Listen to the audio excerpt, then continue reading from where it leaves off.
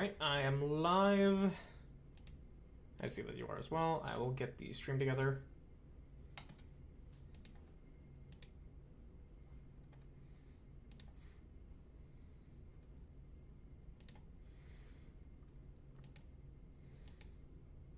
Oh yeah, by the way, now that we're just waiting for the ad breaks to roll through, I take it you and Han haven't had the chance to try Deep of Night and Night Rain yet. It would. It's really fucking hard. It's really fucking hard.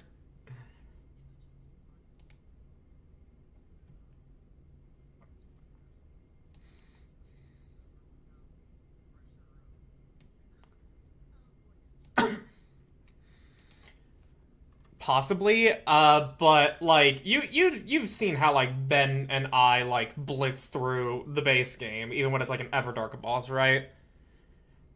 Yeah, no, that I can't do that. Deep of Night is absolute fucking pain.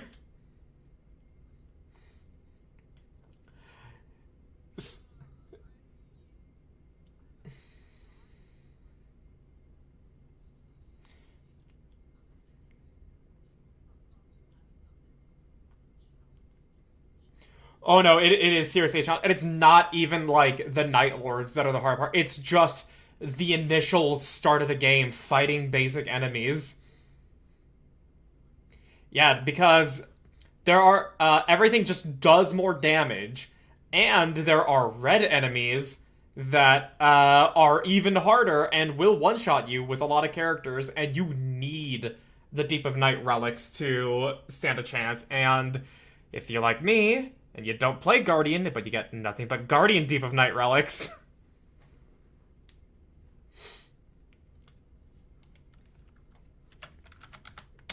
It's very painful, but when the RNG doesn't screw you over like crazy, it's also really fun.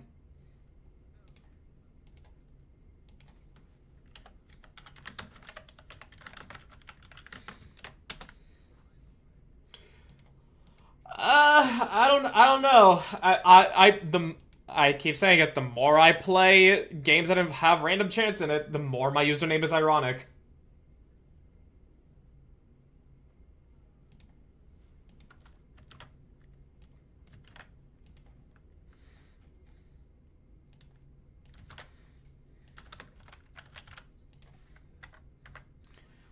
You, you, I, I mean, I make 40 land decks, and yet I still miss land drops very consistently.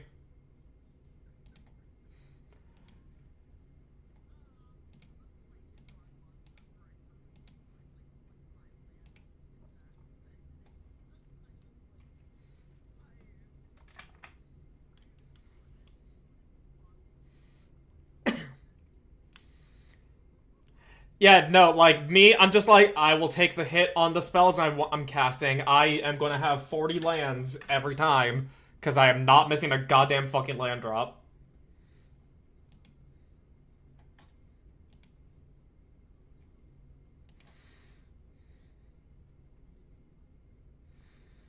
Alright.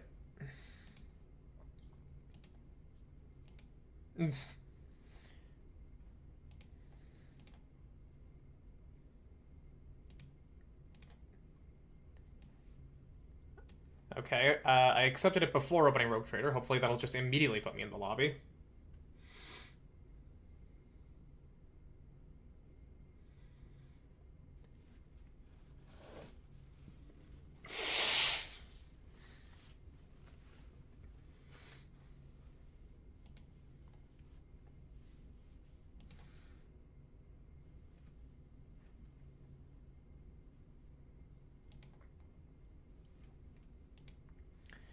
Game's currently just booting up. That's what's going on.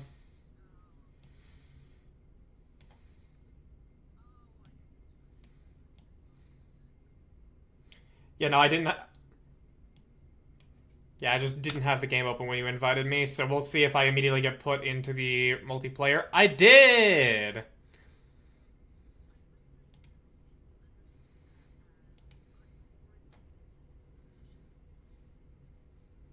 Oh yeah, no.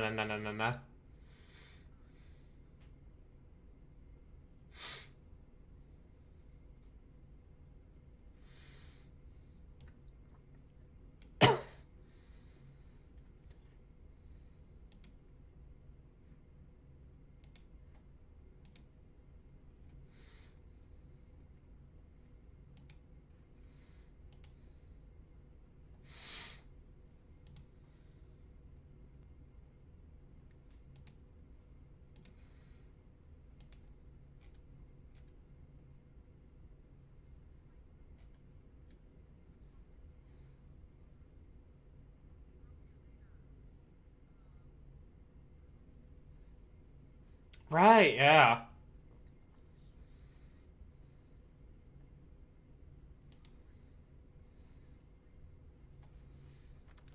Seems. Yeah.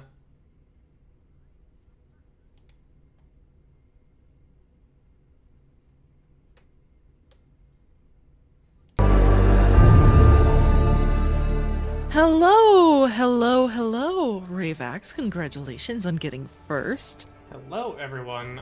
Mm-hmm. Oh, I do. Apparently, your Fugi is not present here. I'm sorry, what? Oh, Okay. no. This isn't you because I have it set to be the Discord call, so that way I don't have to ask people for their individual Fugis. No, that makes sense. In the car and no data be in a bit. Alrighty. And hello, Zero in YouTube chat. Welcome. Let me quickly go here. Mm-hmm. Fugi Tech. Uh, Let me see if I can fix this reactive issue here. Yes, I authorize every time I use this site. Sources. Let me know if I need to do anything. I promise. It is my fault. Ah, okay, that's my legacy group. That's why it's not showing it. They've updated how they work now. Ah, okay. Okay, custom source. Group call, speaking animation.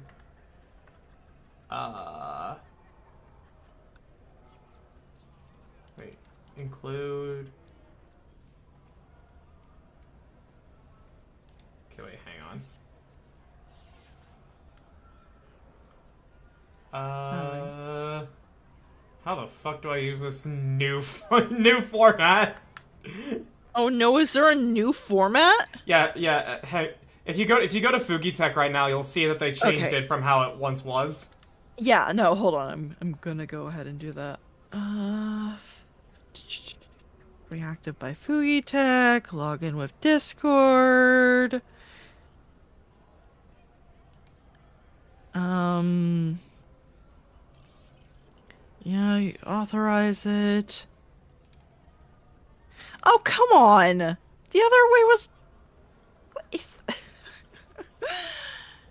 Let's see, library sources. Uh...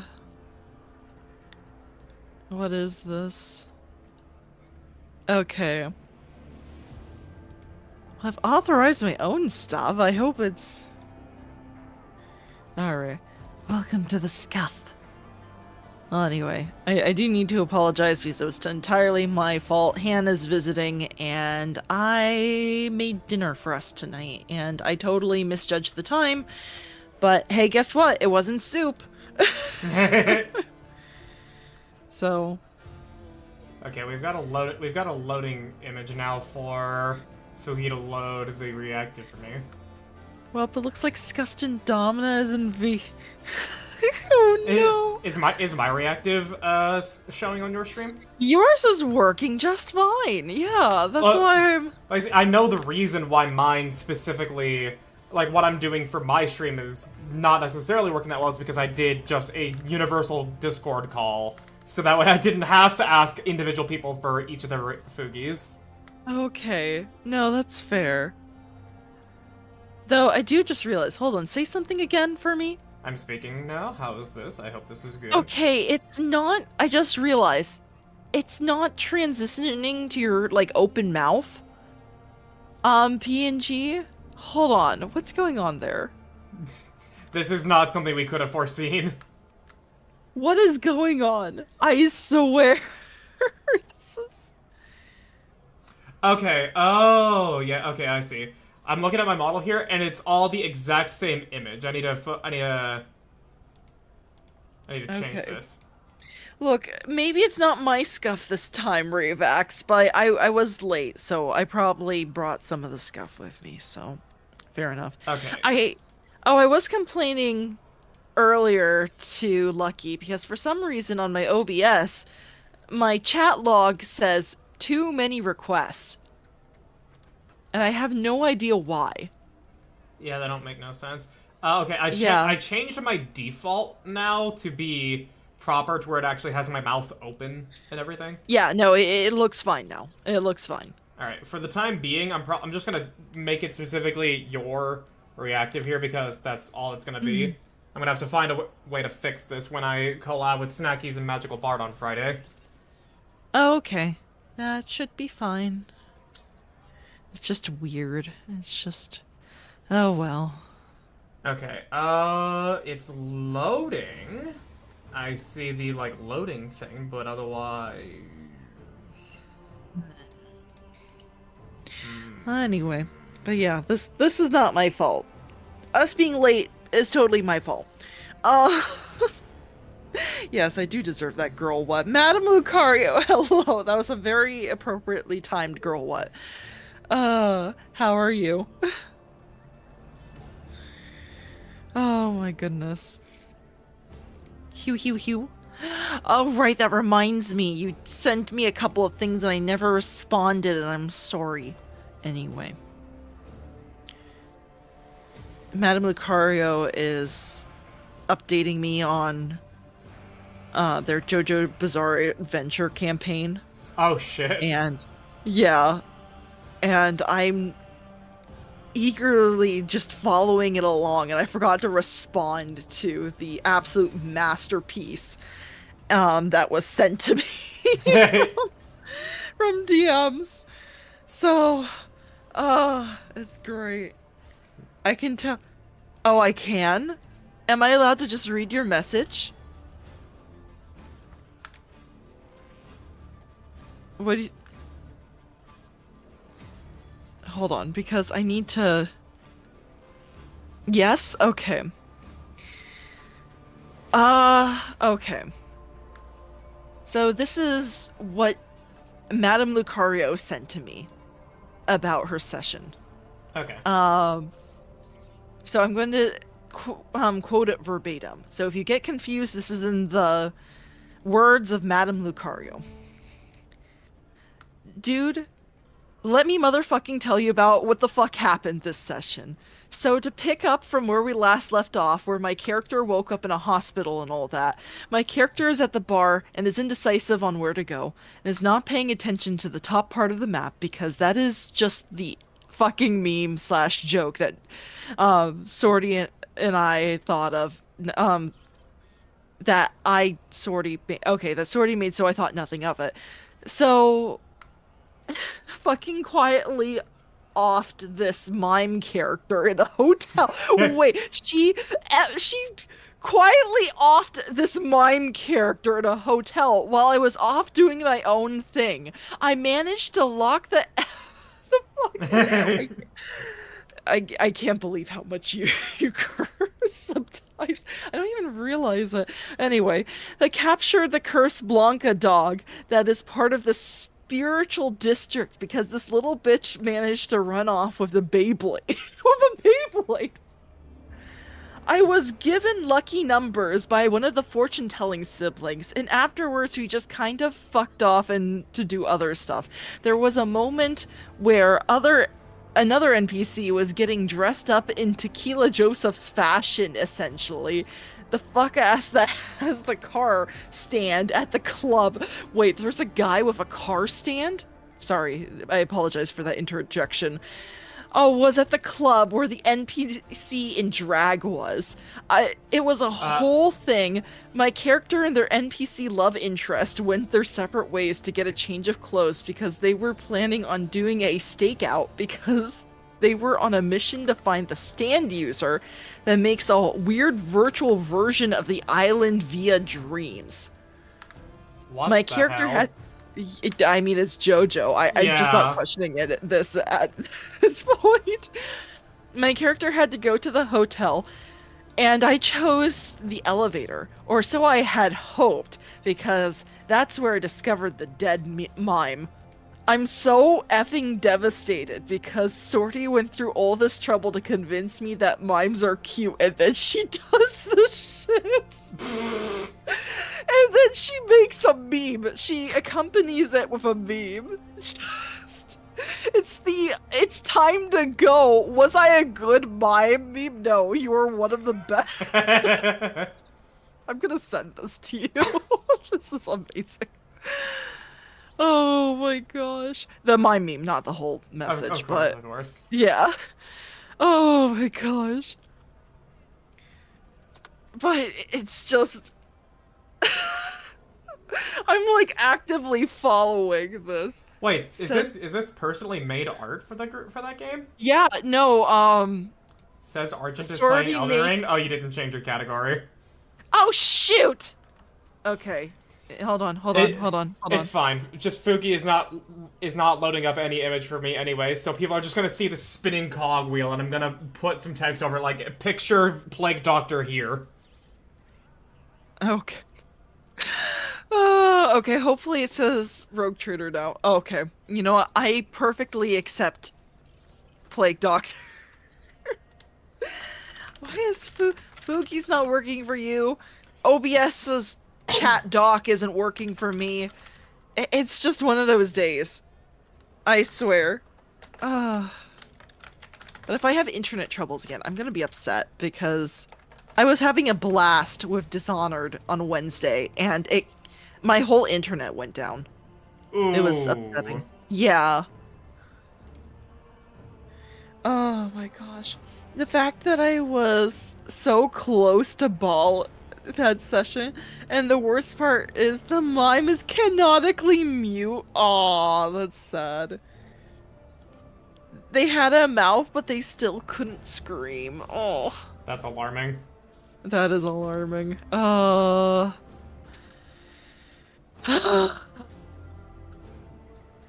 Man, I love Sorties.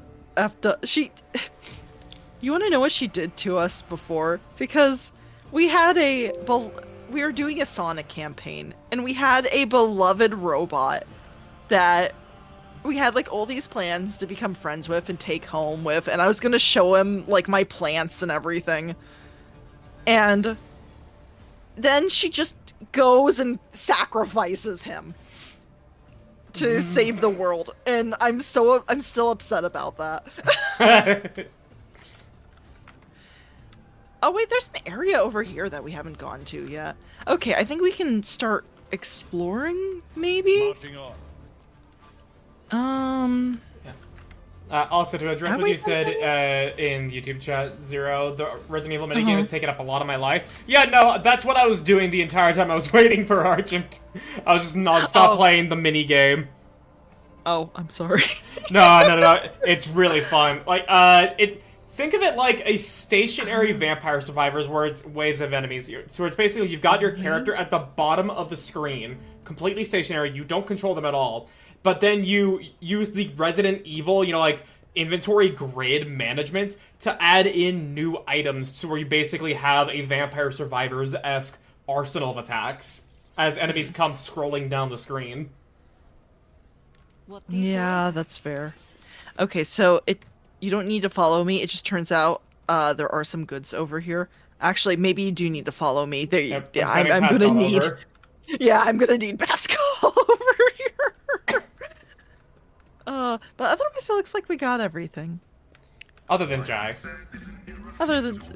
Don't remind me. Okay. I'm still upset about that. I'm inconsolable. It's a real shame. Anyway, I blamed the Nemesite in my title, so, and so if anyone is wondering why I'm still ranting and raving about the Nemesite, even though we didn't even encounter anything to do with it last session. That's why. Uh, It's entirely their fault. entirely, 100%. Okay. Oh, there's the exit. Meh. Oh gosh. I love the Sonic campaign. Same. I miss it. Okay. Can we go to the Liege's residence then? Yeah, because we can then communicate. You can talk to Vladame about how you dealt with the Shadow Quarter and the Anvers. Yeah, I think that would be best. But yeah, no. Madam Lucario, you and I were both very upset about that. Oh gosh. After I gaslit a whole robot and then Argent fully converted him to our side, yeah. Hell yeah. That was amazing. Okay. Rosa, you know what we need to do? We need to somehow convince her to do some sort of resurrection arc on him. We need to find a way. We're gonna figure it out, okay? It's just, we can't let him go. Oh my gosh. Okay.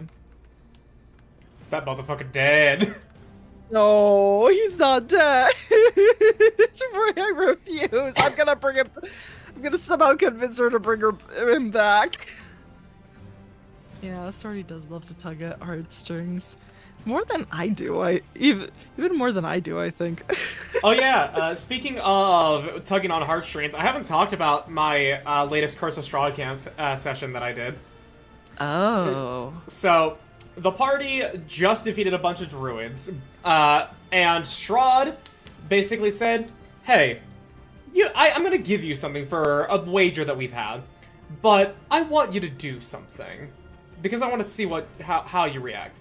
And he asks them to go into this whispering wall of fog next to the hill, to where a person would see their deepest desires.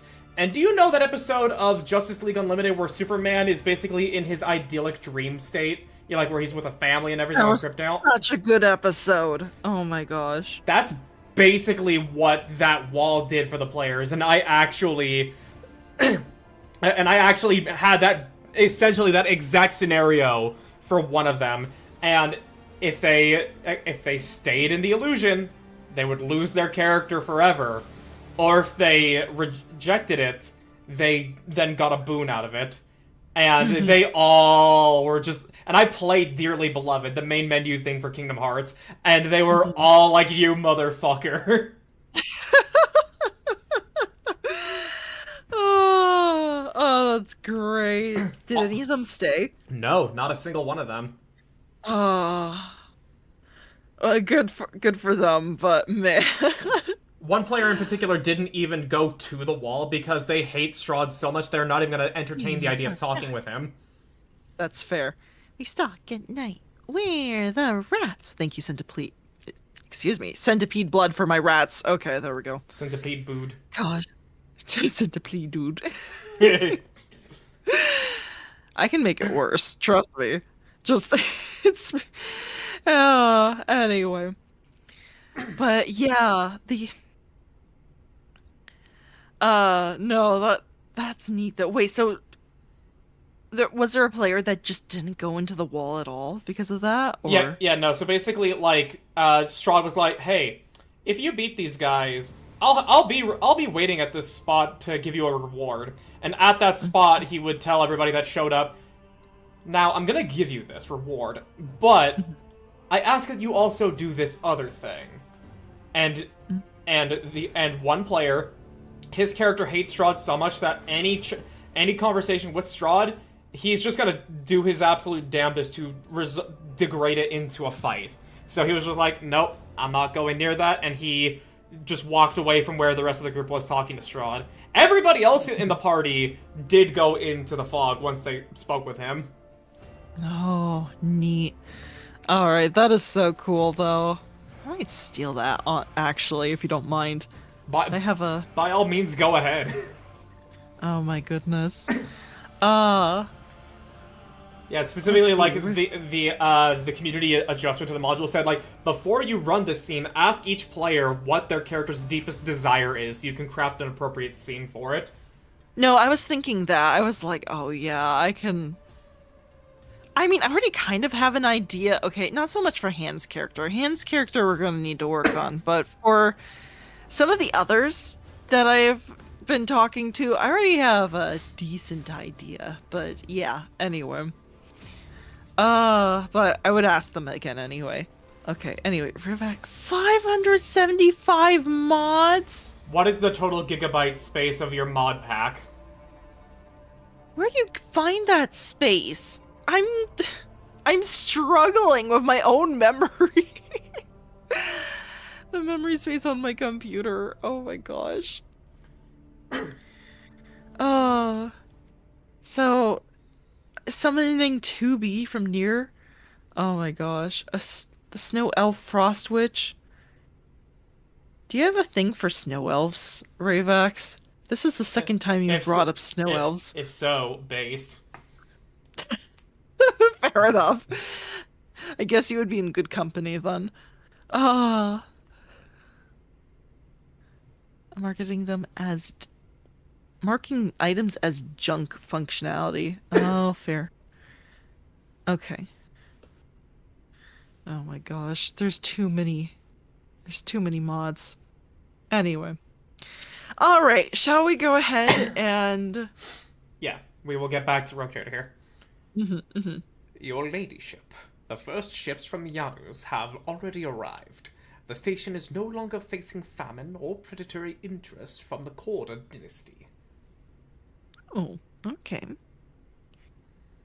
Snow elves are just pretty in general. Also, Elder Scrolls lore is looking at rare Pokemon. Ah, fair enough. Oh, I knew what you meant. Let's see.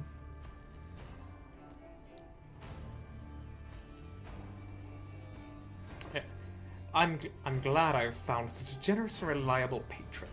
Naturally, your protectorate can count on Footfall, offering the special consideration I promised you before. The mask of cold courtesy vanishes from Vladame's face as soon as he takes in the air, which is permeated with the miasmas of sewer stench. He grimaces, desperately fighting the urge to turn his head away, but eventually regains his composure. Oh shoot, am I still stinky? Yes. That only goes away when you go on the ship. You still stink. Oh my gosh, I did not think they would actually bring that up. Oh my gosh. You have the debuff. I have the debuff. I forgot about that. So...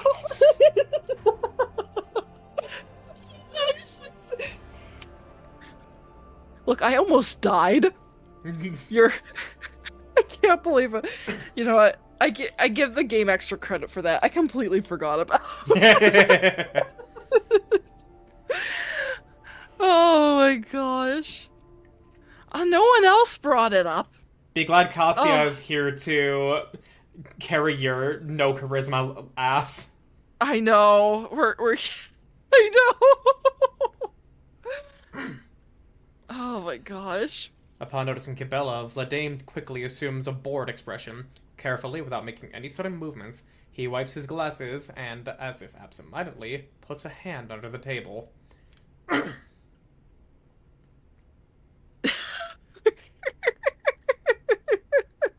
Wait, why is his hand under the table? You gotta be kidding me. Okay. He just has a finger ready on the button to just drop us into a pit. I can... To call in the enforcers on you. And call in enforcers. Oh, she's so stinky, I can't stand it anymore. This is a test. This is a test. I'm gonna use this as a test. If he can't stand me, my stinkiest, he doesn't deserve me at my best. Oh my gosh. I can't believe this. I forgot about that. This entire Footfall visit has been a disaster. Very much so, yes, actually. Yeah. I mean, we lost Jai, first and foremost. We couldn't find all of the secrets to, um, I forgot what's his name. Yeah, to whoever actually got the inheritance. Yeah, it's just been upsetting. It's, and I'm stinky now too. And, uh, What was it all alright. for? What was it all for? What does it matter? Oh my gosh. Let's see, I'm interested in your wares. I did what you could not. I found and neutralized the Anver. Oh, right, we should do. I did what you could not. I found and neutralized the Anver's agitator in chief. That is truly an outstanding accomplishment, your ladyship. Woodfall can now rest easy, at least until the next mad hoodlum makes himself known. Okay, let's see.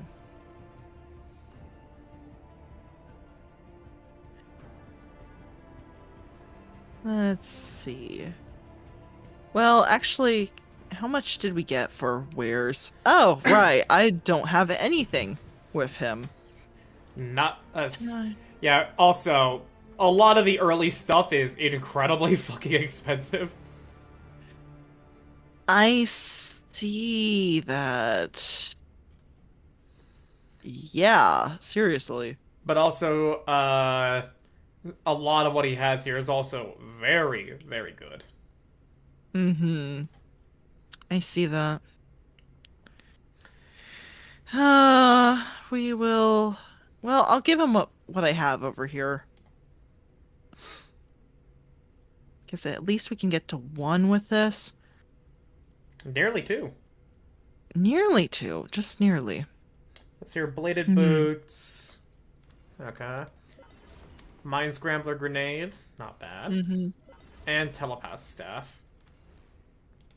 We can put that Hey, we away. got- We can put that away because Idira still is using a different staff that's better. Oh, fair, fair. All right. Well, we'll just find some more to give him some other time. Hmm. I think you'll Yeah, really like I'll that figure it out. sniper at rank 14. Let's see. Rank 14, Bane of Sorrow. Ooh. Yes, yes, I would. Yes, I would very much like it. Okay. Bane of Sorrow. It's got the edgiest name. The Oh my gosh. Okay. name of my That gun is Bane of Sorrow. Isn't that cool? Oh. Okay. You know what? We're gonna go back home real fast. So I'm gonna freshen up. And then we're gonna go talk to him more. I mean, there was like one other thing to say Yeah, to there him? was like one other thing, but I feel like that's gonna go badly, and part of me wants to be less stinky for that.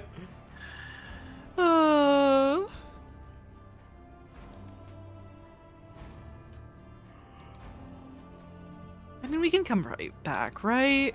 Yeah. Time only passes when you warp jump. Ah, fair. And time did in fact pass. I'm still upset about Chai. I wish I knew. Yeah, I wish thought- I knew too, so that I could be like, hey, you actually really don't want to leave right now. You know what I thought was gonna happen? I thought she was gonna be like thrown in prison or something. At the worst, like I didn't think we were gonna just like outright lose her. Yeah, I thought that, like, she was either gonna stay there, or you were gonna learn about, like, she was then put into prison or something. Mm-hmm. Yeah. Oh well. Calculating optimal route. All right, time to do the ablutions. You don't even need to take a bath. I don't. Okay. It'll just pretend like I took a bath in the meanwhile. Or change clothes or something else. No, Lord Captain. The decontamination bay is not a suitable replacement for bathing. Oh my god. That does sound like something he would actually say. This is like what you would say to a child. Oh my gosh. But Avalar. I don't want to take a bath. Oh my gosh. Oh. Oh wait, hold on. I did not mean to go into the captain's quarters. I mean, you're here now. Oh my gosh. What, do I take my ablutions now? Do I do it anyway? Do I do it for the roleplay purposes? Oh, hey, you get a benefit out of it. that's true, I do. I guess we'll do it really quickly, but like skip literally everything. There we go. We're the rats. Pray at night, we stalk at night. We're the rats. Yeah, that seems about right. Excellent. I wish to see someone from my retinue. While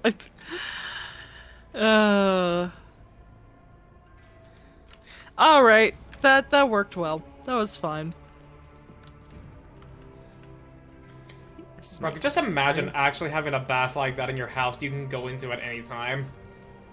Oh, that would be so nice, though. I mean, I'm still more of a shower person, but I would treat that more as like a pool.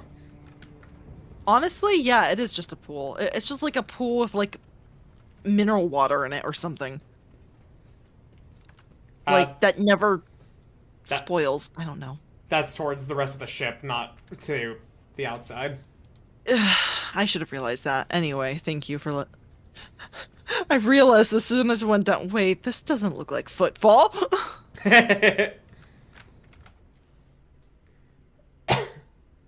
Bougie water? Yeah, absolutely. Oh, right, I missed the bathroom. Okay, anyway. Folly, thank you for the rats, and Madame Lucario, when you're heading to the bathroom, please leave me an ample store of weapons. I'm gonna need them later. Otherwise, I will rendezvous with you at I don't know, with the negotiator. Yeah, well, we'll tag team him, obviously. Not you missing the bathroom. Who's gonna clean that up? No. One of the many servants. Yeah, obviously the servants, not me. Obviously. Get it? No. Alright, let's see. Am I missing the... There it is, Liege's residence. Oh my gosh.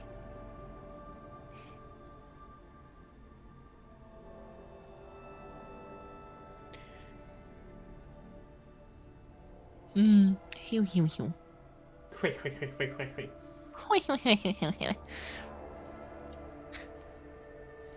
It's actually been like over a decade since I've actually heard that like vocalized. Really? Yeah. Well, you're welcome. I wanted to do it as soon as I saw it in chat.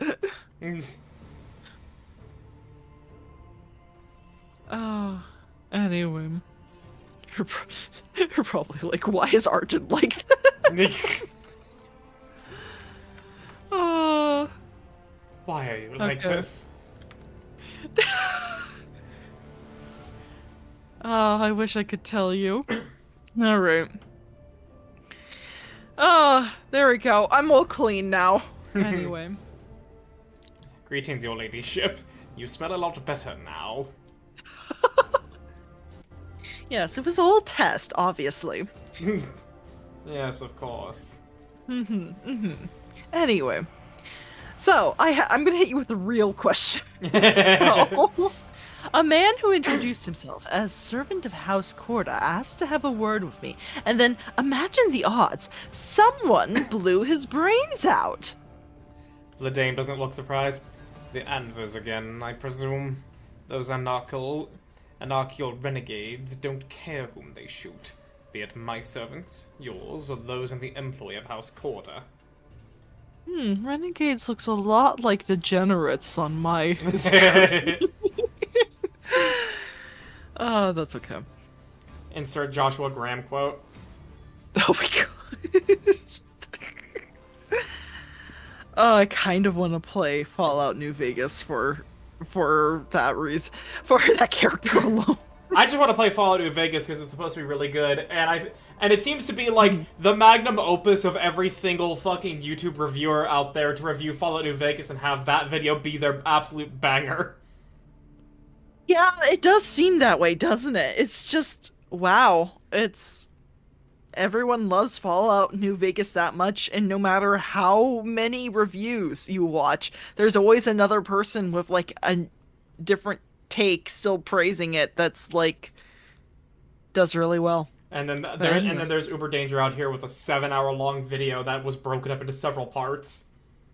I saw that in my recommended once, and I could I'm not going through that again. Oh, it is so fucking peak. You can watch it in chapters.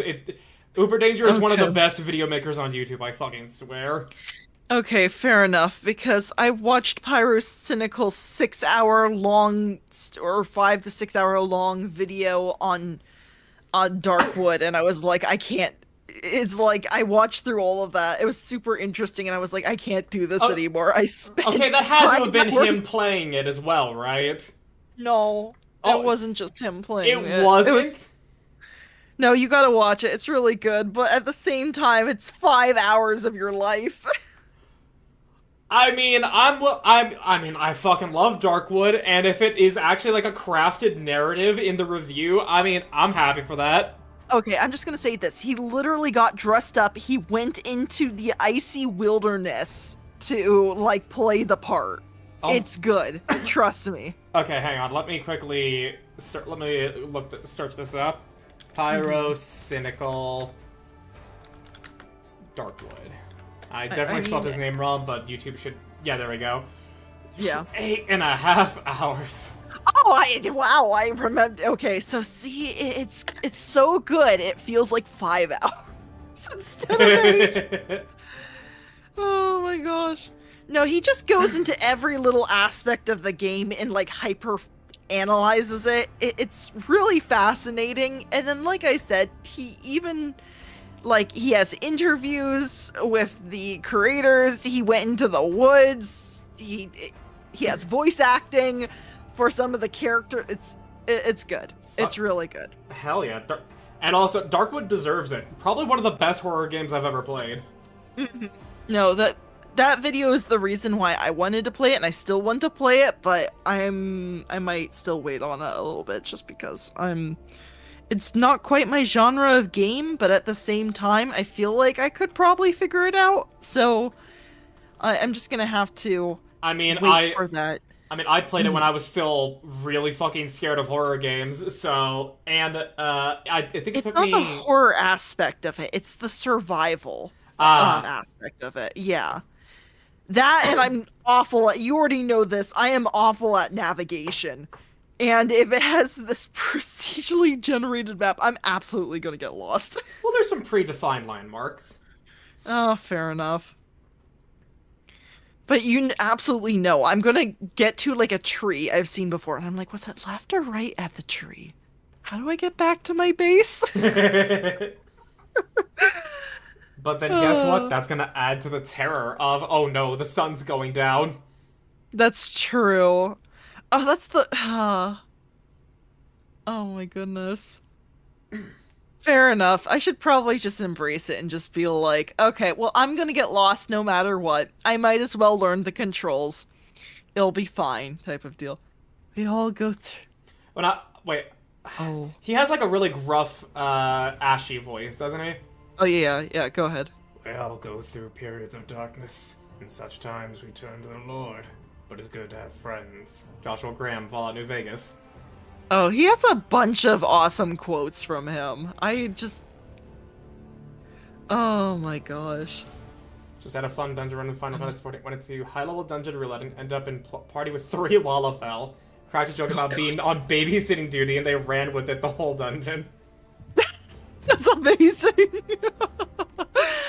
Oh, I love that. That's... Nice. Oh my goodness. Okay. Yeah, let's get back to where am I now?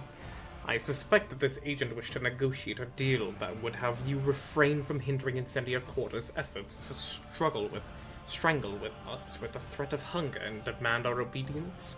If so, I don't believe I will be mourning the man's passing very long.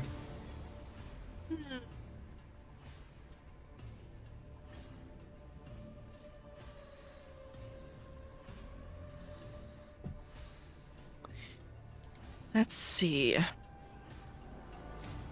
There's a certain charm to the bloody mayhem that reigns on football. I mean, I guess I could just... I mean, okay. I'm assuming, and you don't have to fully reveal this, but since Jai is gone, and we did see earlier that she was feuding with him a little bit, that it doesn't seem like there's really any reason to go against him at this point, unless he's a heretic. But I don't think he's a heretic, he's just... No, he's not. He's just a businessman, a very vicious one at that. Yeah, that's kind of what I'm thinking. I mean, we already made the deal to get supplies over to Footfall, unless he, like, steps out of line and starts undermining me. I don't think there's any reason to go against him at this point. Is there? Not really, no. Huh. Yeah. I guess that's one good thing why Jai is gone, but it's a shame because I would have loved to have met her and everything. Alright. Oh, do we have another Joshua Graham quote? Do you want to get this one? One more favorite of mine. The time for talk is past. The Lord's work must be done.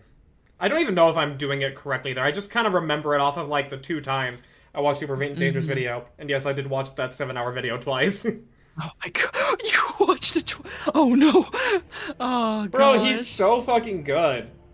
Okay, well, I need to go give it a shot then. I would probably enjoy it. And if you also want to be sold on World of Warcraft, or at the very least World of Warcraft Classic, watch his WoW playthrough. That's also fan-fucking-tastic. Okay, very good, very good. Alright. His voice is much more raspier and deeper. Oh. Yeah, I don't think I could do that without it hurting myself. Fair enough. I mean, I certainly could do it. I remember because I kept rewatching Badger's video on Fallout. Ooh. Oh yeah, true. Badger also did one. Yeah, honestly, it would probably be a good way to get me away from the current videos I've been watching because, yeah, watching real world like news stuff. Oh yeah, don't watch that. If you wanna have a good mental state, don't watch that. Yeah, my mental state has been very in the dumps for the past week or so. Anyway. So, yeah. Oh my gosh. Oh, you're gonna... That's a bot. That's a bot. Yep. Saribot hasn't caught. It looks like they just caught it, but... Oh, okay. Okay, so... because at least on mine they caught it. Yeah, if they caught it for you, I just basically see it imprinted there because of the share chat. Oh, okay, I see. Alright. Does it say message deleted on your end? No, it just, it has the whole thing from Deepening Committee. Gosh, Deepening Committee. Okay. No, it's automatically banned on mine. Huh, that's weird.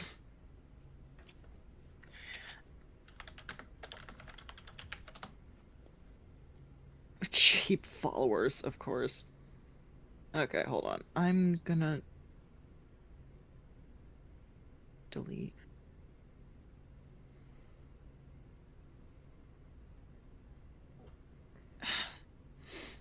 Okay. Yeah, it looks like it's on your end because it's been deleted on mine. Okay, and all right.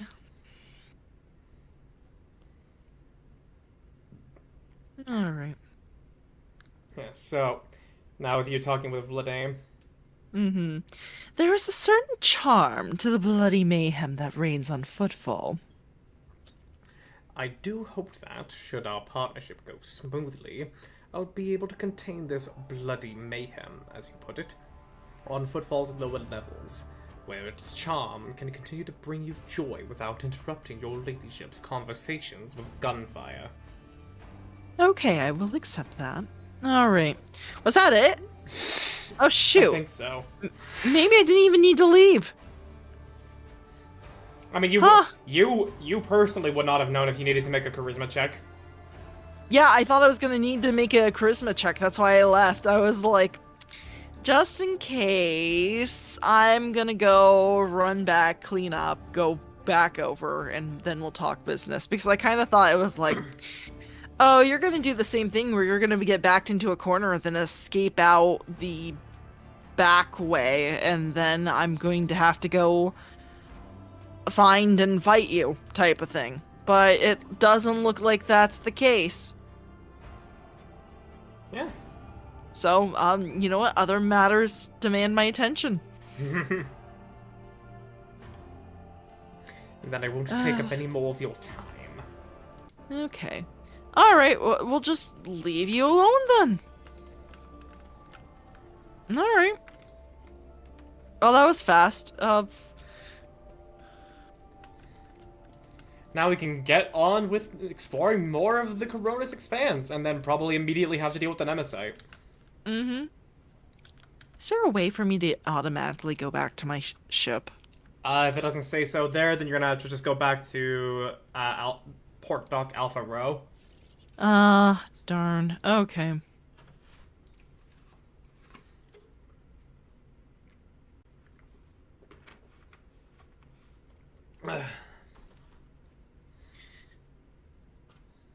Alright then.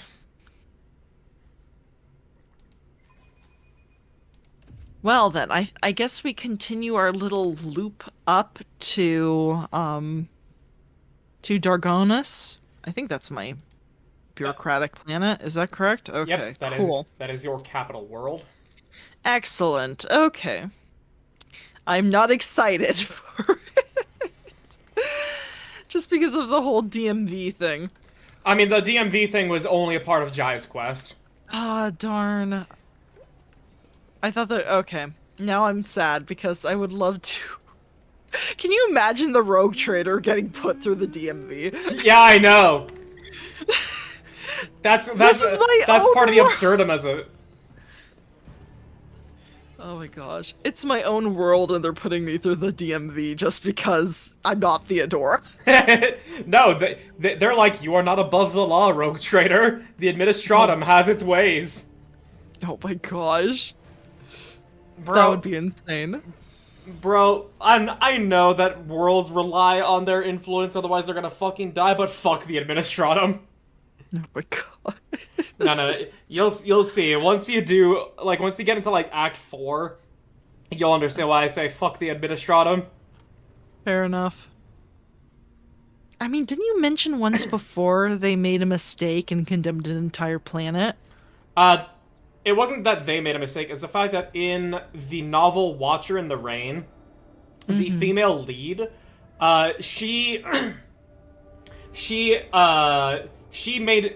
was believed to make a mistake that condemned the lives of an entire world, but as it turns out, she willingly did it because she liked having the power over people in that way, and she did it with multiple worlds. Fair enough.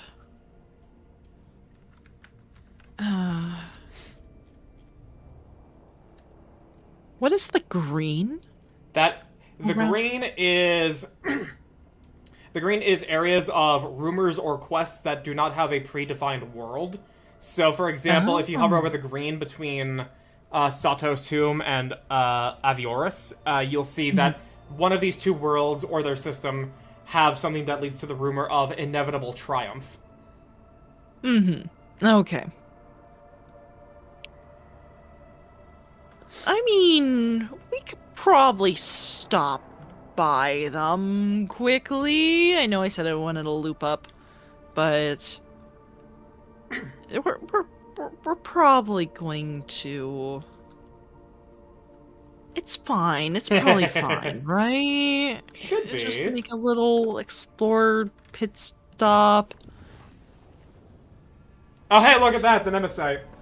Oh, look, the Nemesis! There we go! Lord Captain, your plan was a success. Our provocation against the Nemesis and the killing of the traitor Aldebart has brought out all the rest of them. My enforcers have captured a number of suspicious individuals and beaten the truth out of them. That scum Nemesis wishes to avenge his mentor's death and plans to raid the ceremony of the officer's anointment. Since the impious Aldebart has turned out to be an apostate, it is the new confessor's duty to ensure that the officers retake their oath to the God Emperor. Traditionally, the ceremony is attended by the officers' families, and it is they who are the target of the mutineer. He wishes to slaughter all of the ship's elite in one fell swoop. I have ordered a trap to be set for the Nemesis. Would you like to personally be involved in the operation? Oh, absolutely.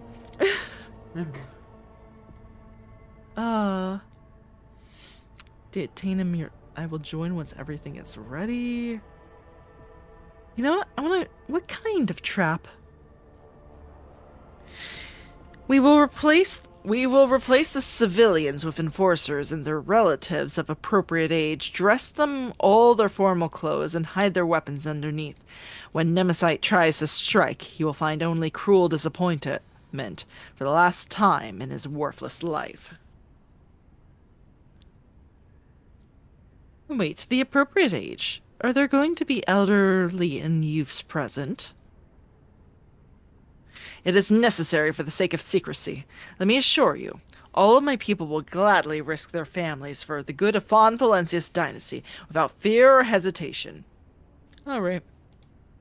Oh no, Plague! Please don't cough on it. Wait, you're licking my keys too? But that's gross. That's more gross for you than that is for me. But you're sneezing on my computer screen. Okay, fine. That's the worst. Anyway, hello, how are you? Thanks for... Why would you lick my keys? It's like one of those, like, old-fashioned, like, iron ones. Like, do you really want to lick those? They don't taste very good. Oh, anyway. And we'll wipe my computer screen off later, I guess. How are you? Okay. I will attend the ceremony. Because Nurgle. Ah, yes, because of Nurgle. Alright, I should have known. You'll risk tetanus just for Nurgle. Anyway, you hear a burst of interference, followed by Cabela joining the channel. Domen Argentum, the whispers of death are uttering the name of the Nemesis ever more loudly. I must meet my enemy face to face. Very well, we will capture him together. So be it. Cabela's voice is quiet, yet somehow even more grim and ominous than usual. Alright, good. We both need to be there. Yep, this is a major fight, so... Alright, I think we take this, right? If that's what you want to do.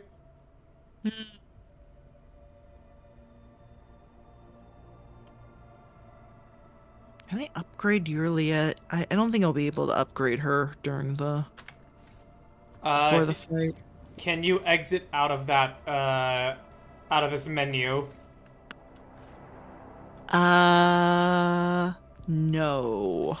Okay. Hold on. Give me... No. Okay. Well, we'll just stick with Pascal. What, this? We're fighting the Nemesite. Yes. I'm finally getting my revenge. What revenge is that? Don't worry about it. This is for that blood, you jackass. Yeah.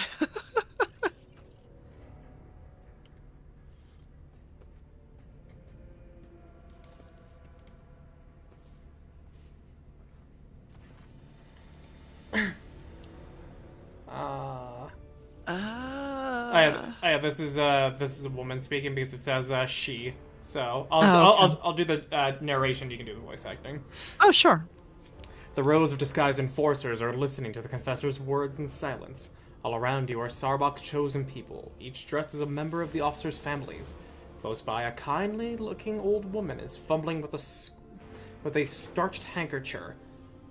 Catching your eye, she smiles with a mouth that is missing half its teeth, then whispers, Everything is going as planned, your ladyship. the fact that it's called handkerchief, what's the difference between that and a handkerchief? I actually don't know. Hold on. I would like to look that up if that's not too much trouble. Sure.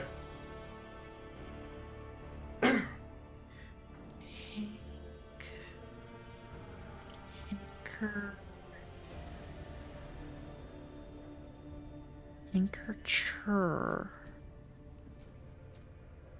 Versus handkerchief. Yeah.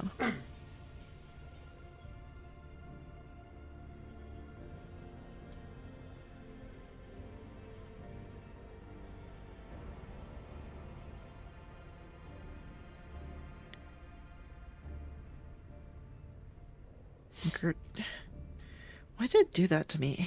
Handkerchief. It automatically changed it to handkerchief versus handkerchief. Versus, Why? let's say handkerchief versus handkerchief. Handkerchief is also it's a dialect variant of handkerchief. Okay, it's just a dialogue variant. Okay, that's good to know. All right. Oh, we got an ad.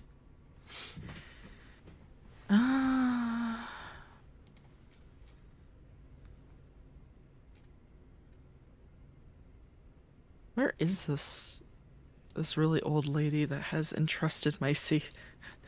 I don't know. I don't see any clear sign. Is it the lady right next to me, I guess? Hold on.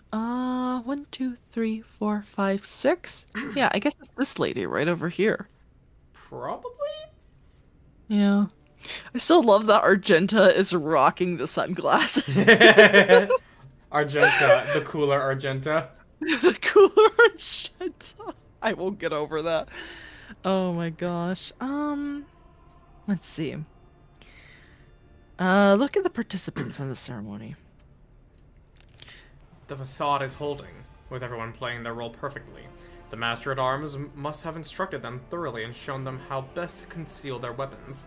All of them are wearing their best, and even you cannot tell where they are hiding their armaments.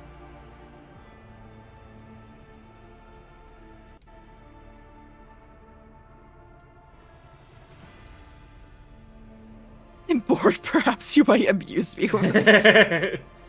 Oh my gosh. And who might you be, Madam Matriarch? Belinda Truffgold, Lord Captain.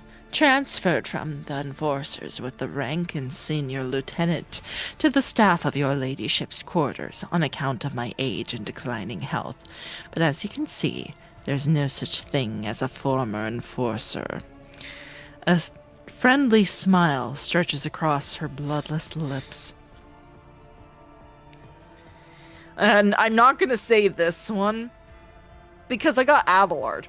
I know what they can do. I know what someone so advanced in years can do.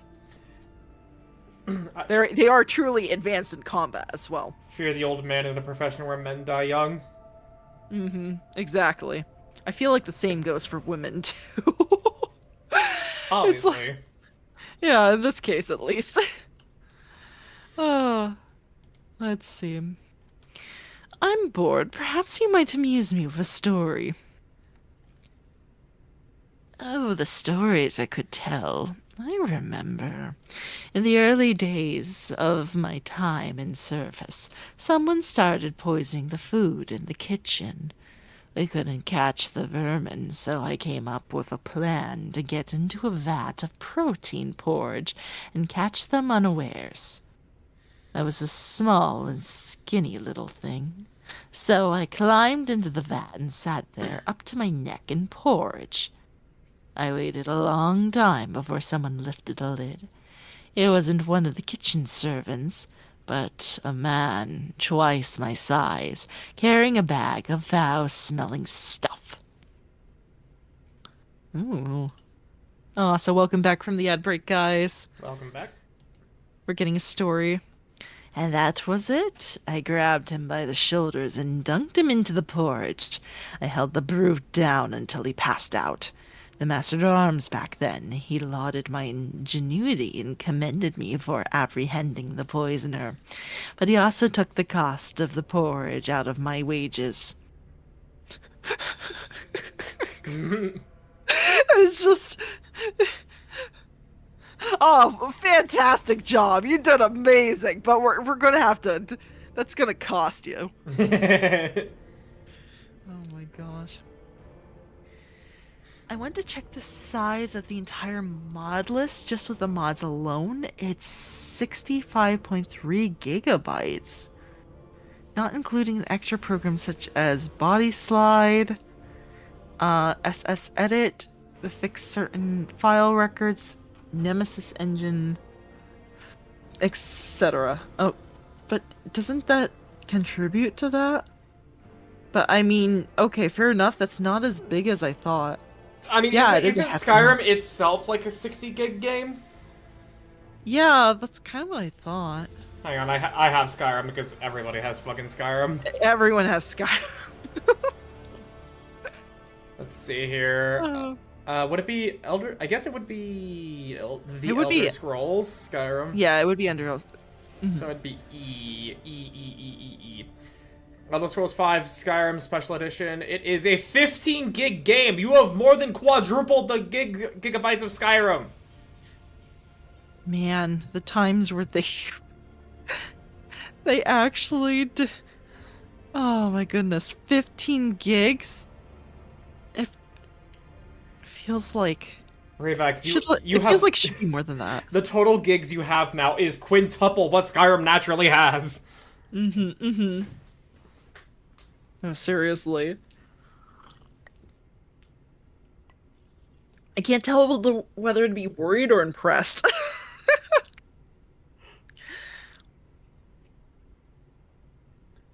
Is already counted. Nolvis mod pack made the whole game 2 terabytes? Wait. Okay, hold on. So, it's not just 65 gigabytes, because you did more. That's not... I was gonna be like, oh, okay, that's like 70-something gigabytes. That's actually not too bad. I thought it would be more, and then you just drop that on us. I think you should probably preface that. Yeah, that is a girl what? Brother, no program should take a terabyte of any size. Yeah. Oh my gosh. Gosh, you need to... Okay. You need to post, like, take pictures of, like, screenshots of some of the stuff in your game, because I'm, like, genuinely curious. Like, you can put it in the Elder Scrolls section that I made. Oh my gosh, let alone 2. Yeah, no. Seriously. 2 terabytes. How big is your I'm jelly. I'm actually jelly. I'm like fighting with like barely a terabyte and you're like, ah, yes, I can just put Skyrim on 2 terabytes somewhere. Oh my gosh. Naomi's trying to get me back into Genshin, and I'm like, oh yeah, Shniznaya's coming up. Yeah, I should get back into it. And then it's just kind of like, I'm like trying to fight and find like room to download it again, which I'm being horribly unsuccessful at. And meanwhile, Revax over here I sent you the specs, remember? That's true. Yeah, no, I need to go look at that. Oh no.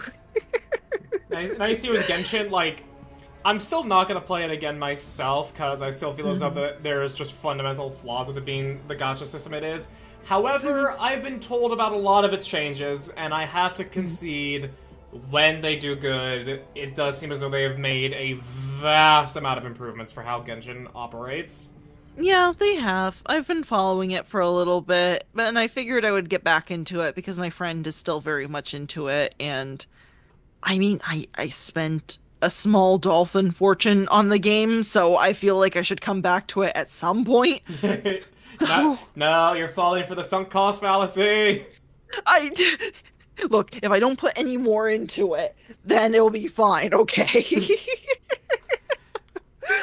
Imagine playing Genshin that. when peak Nikke is right there. Oh my god. Okay, for Nikke though, it's a little different. There's a bit of a principle involved with that. If I turn down Love in Deep Space for my own private principles, then I need to kind of turn down Nikke for the same reasons as well. And that's just because I have an addictive personality, and yeah, I probably don't do well with games that are sexier like that. So,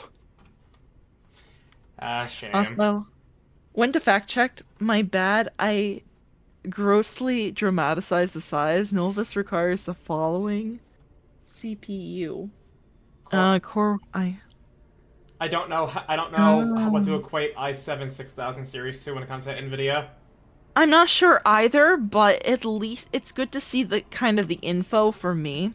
At least just because, look, I'm trying to figure out stuff right now, and I don't know when I will be able to upgrade my computer, but I just I want to build something that will be good for, I don't know, let's aim for 3 years. Lord Dominus keeps threatening me like, yeah, it's not going to be good for 5 years. And I'm like, okay, fine. I get it. I understand. But in the meanwhile, I need some kind of upgrade. Because my setup is over 10 years old at this point, and I didn't realize that. Anyway, blinks and stares at her external drive. Wait, what are you staring at? Red Dragon Sage here with the Tech Priest quote. I really wish I had a voice yes. modulator right now. I really wish I did, but I'll still read it. Read it. From the moment I understood the weakness of my flesh, it disgusted me. I craved the strength and certainty of steel. I aspired to the purity of the blessed... Damn it, fucking... Twitch chat scrolled up. The purity of the blessed machine. Your kind cling to your flesh as if it will not decay and fail you. One day the crude biomass you call a temper will wither, and you will beg my kind to save you. But I am already saved, for the machine is immortal. Even in death, I serve the Omnisire. I thought that was still well done, even if we don't have a voice changer for that. Man. Hey, take this EMP, chucklefuck. Hey, well, I mean, we brought Pascal along with us, so... Yeah. Look, there he is. He's over there. I cast microwave. I cast microwave. Oh my gosh. Yeah, I counter with EMP. Like that'll do anything to a microwave. Anyway. Well, it is more space. Yeah, it's a bit more. Novus is beyond you, Arjun, since your crappy RTX 30. Don't call it crappy, The even if 30 it is series, crap. the 30 series shouldn't even be shitty. It shouldn't. It really shouldn't. Mine does only have 7 gigabytes of VRAM though, and it's kind of frustrating because technically I bought it last year. So, yeah, that's fun. I have 8.5, and like, yeah, some things kind of like get frisky with it, but like that should be good enough. I hate the I hate Nvidia's just grubby hands infesting gaming to force everything to be so goddamn bloated. Yeah. Well, I mean, Lord Dominus and I were just thinking, oh, we're just gonna start over for. But I mean, we did mention, oh, we could sell stuff for parts and stuff like that, because there's still a lot of working parts on my computer. They just need to be cleaned up a little bit. So it'll be fine. But I'm not looking forward to it when it happens. Anyway. Just don't get anything with 8 gigabytes of VRAM. 12 is starting to edge on lower, but it works. Yeah, I know. Just the graphics card is so stupid expensive. But yeah, anyway. That's why I'm slowly migrating over to AMD for the VRAM. Yeah, no, we were looking at AMD. Maybe we should just consider that altogether, because Nvidia has been, I don't even know what. I don't know. It was just kind of like, oh yeah, no, this is a good one. This one should handle all of your woes and troubles. Nope. Yeah. Anyway. I should save up money so that way I can at the very least make some replacement parts. Cause fuck Nvidia. Yep. But yeah, I'll figure it out. Let's see. Perhaps you should have climbed into an empty vat. Could have drowned an innocent man in porridge. Your story was boring. What a delightful tale. Give me Bring me another. Oh my gosh. Yeah, we're going with that one. What a delightful tale. Give me another. I'm afraid we don't have time, Lord Captain. We must be vigilant. The treacherous scum is about to reveal itself. How do you know that? I mean, you can just, like, stop and pick up your story later. What if we're waiting for another hour? Yeah. The ceremony comes to an end. The vows are given, and the forehead of every officer is graced with the touch of the confessor. Now comes the moment for the closing prayer. Confessor Tercitius. And may the God Emperor protect us. Is this the Bloodspun web guy that we put in charge? Looks like it. Okay, heck yeah. A loud and menacing voice boomed through the hall, cutting short the sacred words. But not today!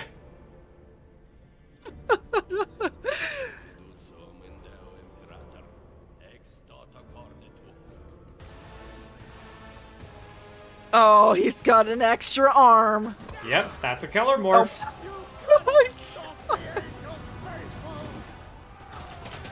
Oh, I'm sorry, just him kicking the confessor down.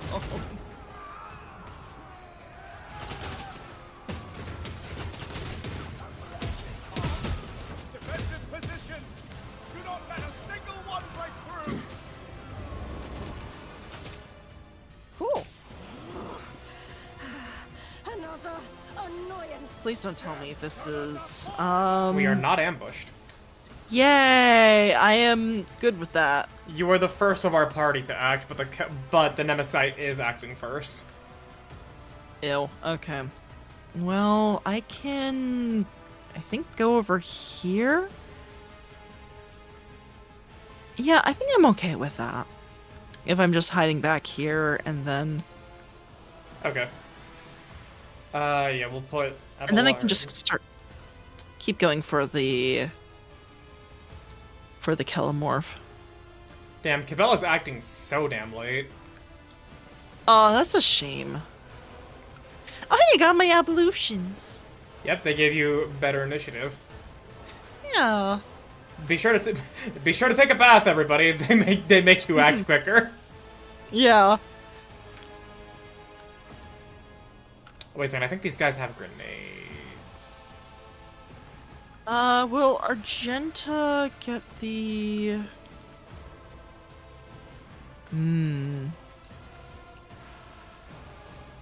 Okay, we do have some officers that are... Okay, we can put Argenta here. Yeah, because see, Argenta's going next, and if she just flames everyone on my right side, then I should be good to start just going for the killer more. Look how far I can move Pascal. Where is... Oh my god! He's fast as fuck, boy! Yeah! Oh my god. But we're not gonna be stupid, we're gonna give him cover. Oh, yeah, I do please. Oh, please don't kill him. Anyway. Oh, Rayvax has a question for you, by the way. Do you have the Anniversary Edition upgrade? The Creation Club content added also adds more to the base game, albeit extremely buggy and annoying. I tend to avoid it, but there exists some stuff added that is somewhat cool, ultimately inconsequential, which adds a little more stuff to the 16 gigabyte size. Yeah, I don't think I have that. I have the normal special edition. Ah, okay. Alright. Ha! You miss! Okay, you kill. Alright, you killed the servo. Oh, okay, buddy! Oh, no! That was bad. Ooh, okay.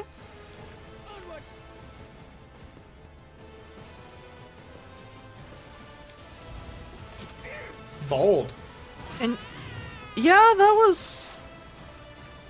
Okay, it's my turn. Can I see... He's hiding. That's annoying. Why would he do that to me? Why would he look for a tactical position to be in? There's a guy named Rot. I guess I can go take him out.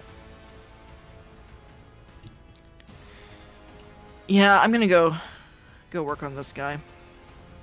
Okay, perfect spot.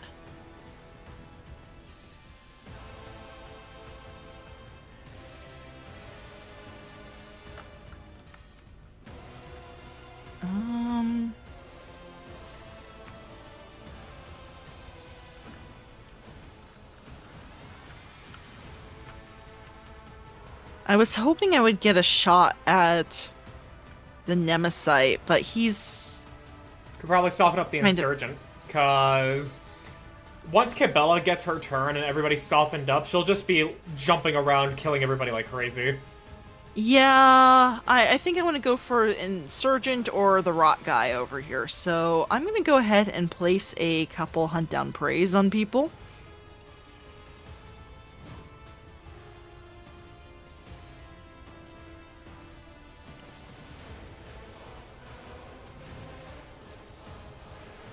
Okay.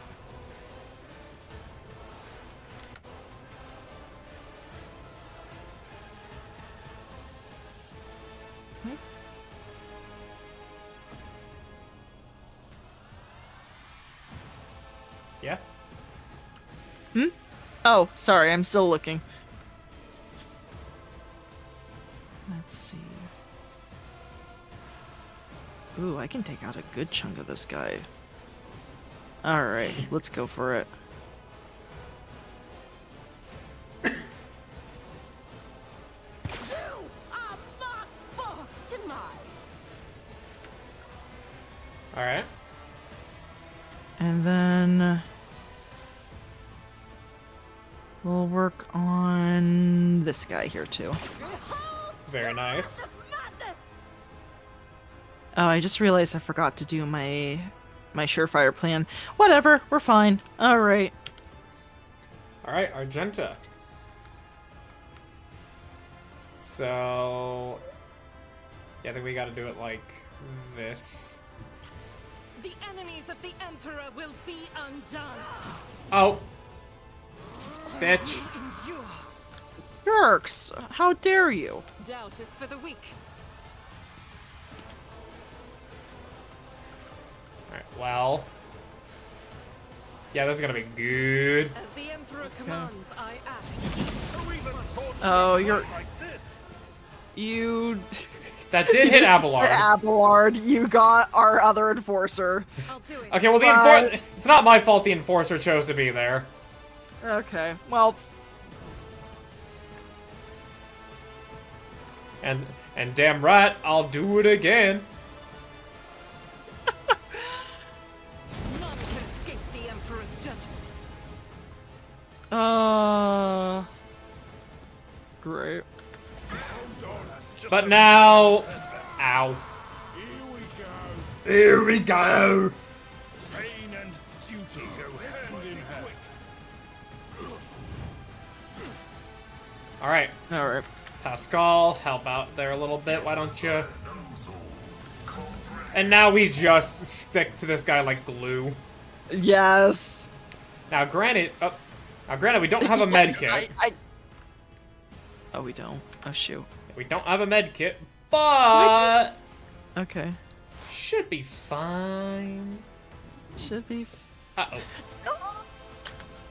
Show me what That was very bad. time to slaughter someone. Don't leave it. Ah, goodbye, Argenta. You did your job. Me. Okay. She did take out 3. That All right, was kind of embarrassing. time for Cabela. Cabela. Yeah. Go. Be free.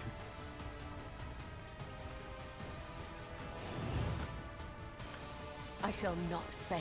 Death is a blessing. Okay. Very good. And then here. I am your blade and shield. Oh wait, we didn't even As do. the tenets demand. There we go. As Then we honor do this. ordained. Killing brings me no pleasure. Bro, Okay. fucking dodged. He dodged? Meh. Death comes in silence. All right. Cool. Alright. And then The shadows will death is a blessing.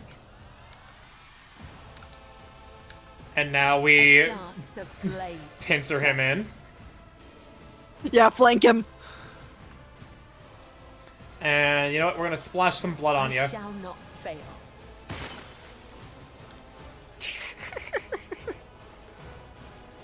As the tenets demand. All right, and that should be good. There is only death. Your Ow! Uh. Brother, can you not? That was, All right, Abelard. was a bit. Abelard, Yeah, there's- if you kill this guy, then we should get enough momentum. Mm-hmm. I will do my duty. All right, not Nice. quite enough momentum. And then we'll reposition to get back Indeed. a little bit better. Alright. Break their morale. Hey, High momentum. high momentum. So that's going through the fire. We don't want to do that because that'll lower our momentum. battlefields are always drowned in sky. Because we have enough for Cabela to ult this guy. Yes. So first off, extra turn. She kind of still went through the fire. At least she's currently on fire. Accustomed to being ordered around. And then Isn't make this you a take job more for the damage. And then we do this. And then we do As this. honor ordains. Mm-hmm. And then we do this. And now The We go buck undying wild. Emperor whispers his will. Let your soul be purged. He- My blade whispers your name. Oh my To arms, gosh. faithful souls! That's something in the Panda way. Yeah. Oh. That's right next. That's right behind. He's right behind. me. Oh my god. Oh, that is horribly unfortunate. Don't worry, we're gonna kill this guy. Okay, The cool. shadows will see it done. And I think we have enough death from above to just rewind time. Come. The And he's other dead. side awaits. Excellent. She's got to do her entire thing though. Yep. Alright, now we will go provide backup. Yay. And rest. I need it. I am. Oh no, it's going first before me. Oh sheesh. We'll see if we can kill it. Okay. Shall not fail. 1. 2. Trust me. 3. I'm very impressed. As honor ordains. Alright, we don't kill it. Okay. And that was just the extra turn that Cassia gave Cabela, by the way. Parried, bitch! Oh, get wrecked. Uh-oh. Oh. Dodge, bitch! Oh, dodged? Parried, dodged. Oh my gosh.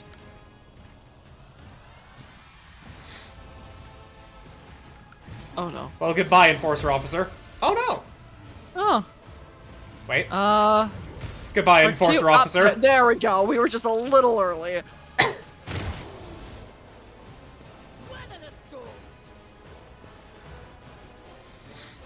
Oh, you are not running up to this guy, dude. You idiot. Okay, I'm running over here. Hold on. And I'm going to hunker down for a bit because this is spooky. Let's see.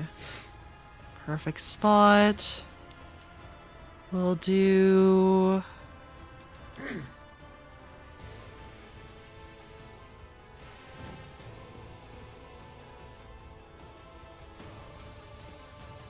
Alright, hold on.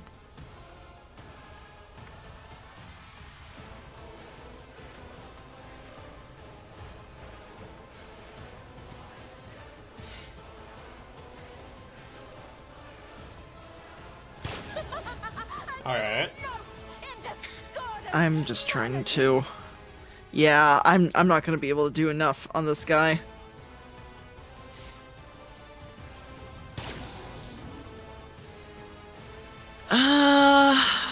Okay, that's about what I could do.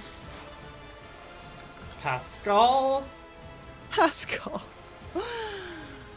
cannot get to this guy, so we'll just be doing ranged attacks.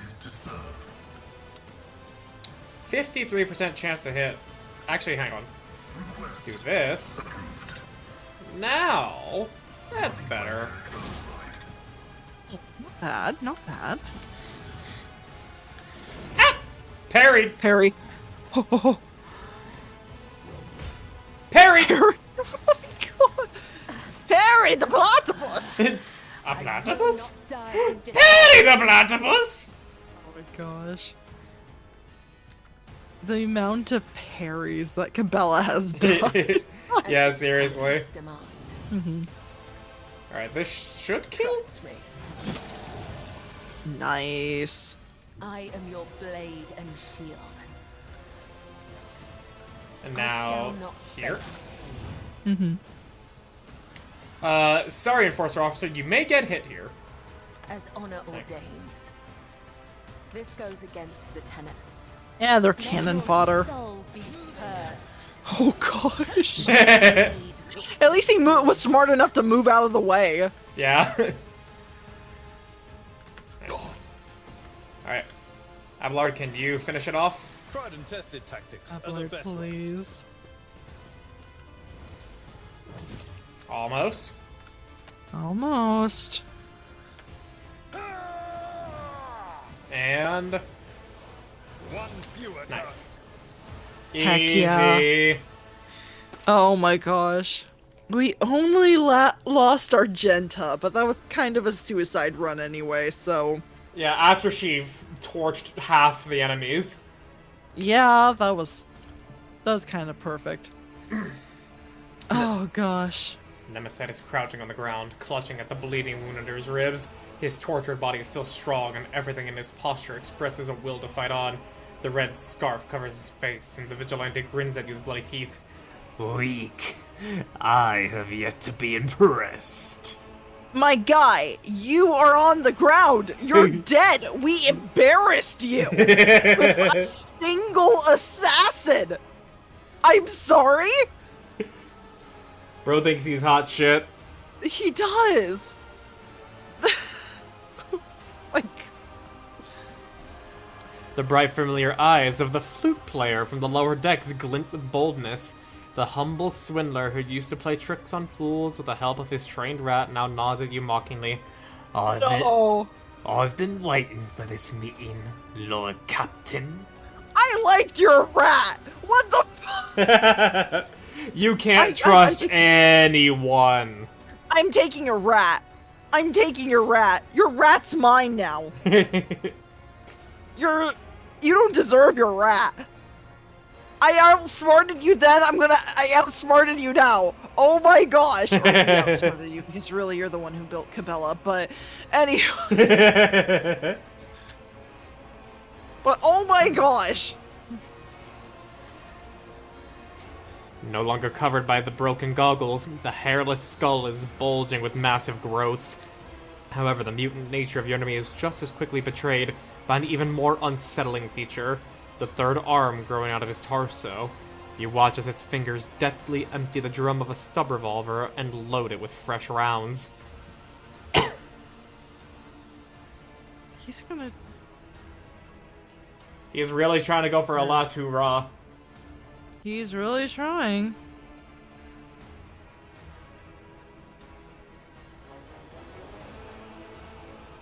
I know you. You're the fortune peddler from the freight line who entertained the rabble of games and music. Not only them, as you can see. I also sang glorious songs about the cruelty of the officers, the callousness of the Lord Captain, and the bravery of the selfless Nemesis. Nobody ever notices the pathetic little flute player who always carries a few ration cards for bribing enforcers, do they? Hiding in the shadows of your rotten kingdom was far too easy. Well, you lost. Your battle for the ship's freedom is at an end. Do you have any last words before you die? Freedom? I care nothing for freedom or for the throngs willing to offer their necks to your yoke. I will not die for these wretches, but I'll gladly pay for your demise with my life. No, whatever. Both you and your drudges come from the same rotten root. That is why you're so easy to fool. Nemesis and his march against authority are just a fancy story to tell the rabble. A convenient tool for recruiting the wronged and the dispossessed. In truth, all you must die and make way for those who are truly worthy. More pure, more pious, more courageous than any of you ever were.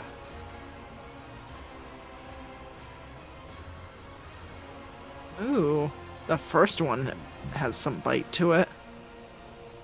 Let's see.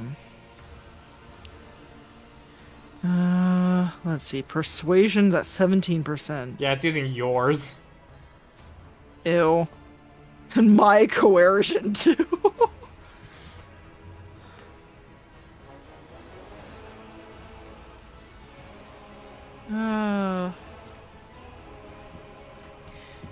Was the man who raised you just as foolish and likely to believe in a fairy story? Did you use him too? No, Aldemont believed in what I believe. He was just as willing to sacrifice himself as I am. You disgusted him, and I'm proud that he was able to deal such a blow against your paltry authority. You sound like a fanatic who simply wishes to die in the name of something greater than himself. Death is hardly a price. Everyone dies sooner or later. I've given my idea so much more. I've given it my life. Every day that I can remember. And that day is so simple. You and your people must go. Perish in the blood and the filth that you so eagerly spew forth, so that something worthy can take your place. Something that is pleasing to the one true God. And you do not care if you see it with your own eyes. All you strive to be is a pebble on the road. Cabela does not ask, she proclaims. She looks at Nemesis with a strange expression. Yes. The caustic mockery vanishes from the Nemesis voice for a brief moment. And by becoming a pebble, I will support the feet of all those who walk this road into the future. You're just another spawn of the aberration cult that I eradicated, aren't you? An angry grimace twists on his face. Yes, and I will punish you for that blasphemy, for every pure soul you purged, and for desecrating the body of our guide. He blessed me once, and called on me to be a Nemesis and clear a path for the children of the many-armed Emperor. You have done the unthinkable. You will pay here and now, because the dead are hungry for vengeance.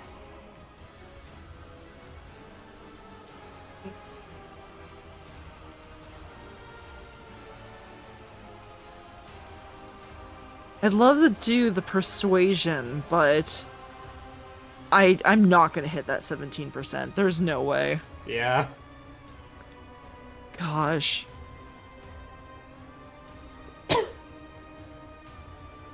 You know what? We'll do it anyway.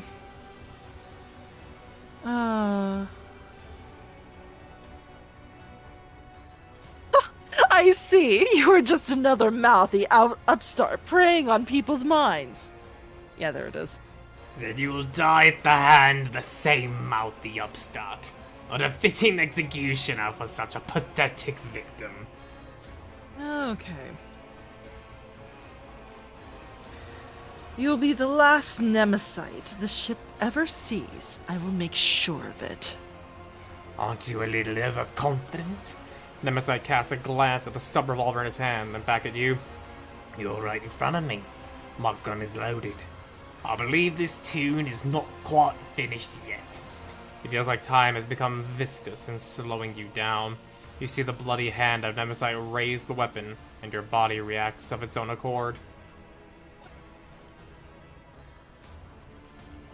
There's no time to deliberate. You draw your weapon and point the barrel at Nemesis, but he's already aiming his own at you. A malevolent grin spread over his face. The two black muzzles stare into each other, and the world around you narrows to a thin line. This is just the Spider-Man meme, where it's just pointing at each other. Cabela emerges nearby like a shadow, gleaming menacingly in her hand. She hisses softly, ready to pounce. It is your thread that will break today, and no other. Save your message for your false god when you meet him, servant of death. I'm glad I get to take you both down at once. The second gun is now pointed at Cabela. I vow that your murderous sect will fall along with the Lord Captain.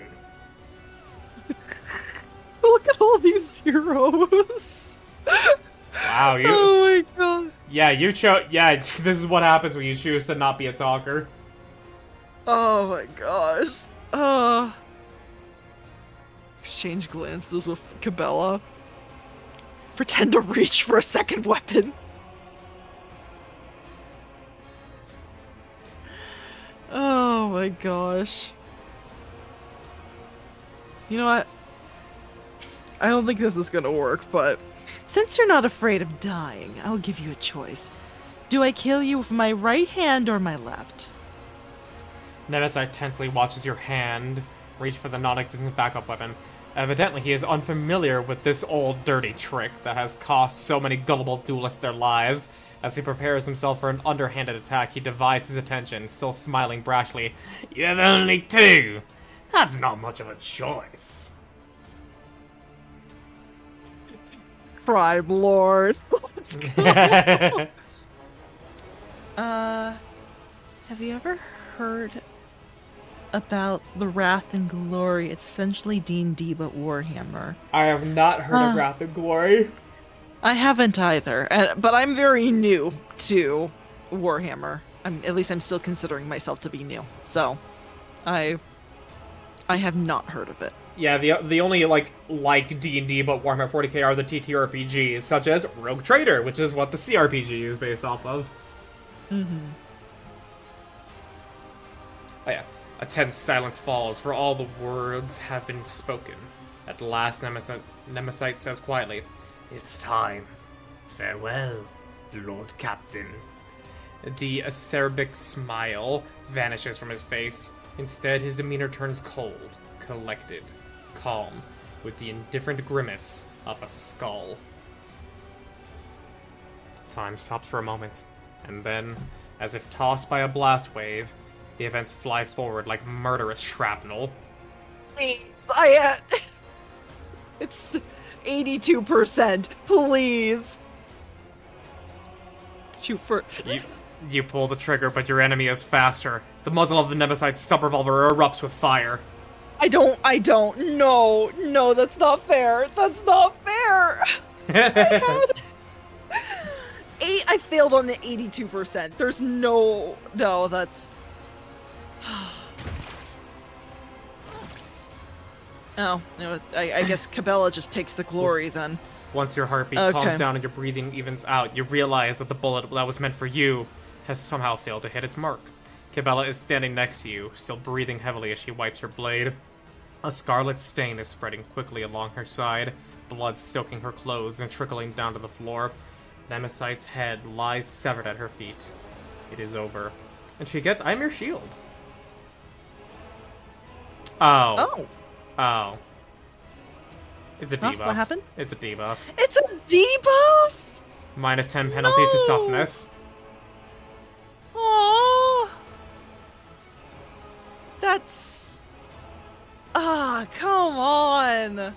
I mean, it's cool that she protected me, but I can't believe I literally failed an 82% success, and then she gets a debuff. Sounds like me when I'm playing Uma Musume. Sag, I got soft lock due to the animation mods going haywire on me. Basically doing the Blood Skull Blade quest, where to unlock the door you need to do a directional power attacks and fire off the Blood Skull Blade Slash wave of the glowing cracks on the door. I don't think I need to elaborate since it involves animations. Yeah, I'm sorry. You see, maybe you shouldn't have installed 575 mods. I mean, I don't want to victim blame, though. That just sucks whenever a game gets soft lock in general. I know, but it's also purely based off of his own choices. Fair. I don't know, Ravex. I hope you can salvage it. I hope it's not permanent. Yeah, 40k has a whole other TTRPG roleplay purposes instead of none of the stop working. Okay. Yeah, you have Rogue Trader, you have Dark Heresy, you have Death Watch, you have Black Crusade. And I think that's... Don't mind me looking at the last time where I saved. I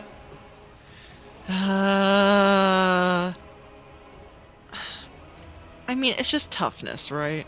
It is a minus 10 to toughness, yes. Oh my gosh.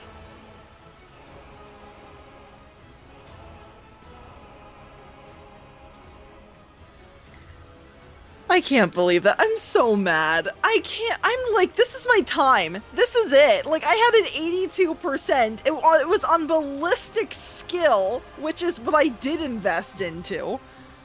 And I fail it. I'm so mad. I'm so angry.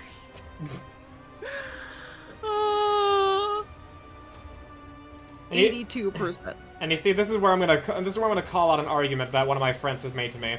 I am very openly, vocally, staunchly against how D&D has such a wide variance where the D20 matters so much, and it is designed to be binary. You do the thing or you do not do the thing, which translates into combat, as in you do something or you basically wasted your turn. And and the argument they give is, if you hate random chance so much, why are you playing a game that's all about rolling dice? Oh, I don't know. Maybe it's because the roleplay. Maybe it's because anything can happen. Maybe it's because it's a story that you cannot get in video games anywhere or books. Maybe it's everything else that isn't the random chance. I mean, I see your point, and at the same time, it's like I feel like there's story potential for that. I feel like a good DM will take advantage of what the dice decides, and your players will at least go along with it too. I mean, for combat, it's a little more stupid, but I guess I don't know. Anyway, uses a D6 system. Yeah, but like. Anyway. But like like the argument of like, oh, a good DM would do this. It's like, okay, yeah, a good DM could do anything. They don't need a system to be a good DM. But it's the fact it's the fact that D&D is by design, from the ground up, meant to be either you do the thing or you do not do the thing. And in combat, not doing the thing means you basically could have just said, I skip my turn. I mean, that's fair, but I think that's where other systems come into play then. It's kind of like, oh, okay, well, if you don't enjoy that, then it's like, okay, well, then I know there's other systems that you can still at least counteract that type of deal. Yeah, no, that's why I like Blades in the Dark so much, because it is by design a type of game to where you have a 50% chance, you rolling multiple d6s, but you need to just get a 4 or higher, meaning any d6 has a 50% chance for you to do the thing. And even the things that say you don't do the thing, something still does happen, rather than just the game saying you do nothing.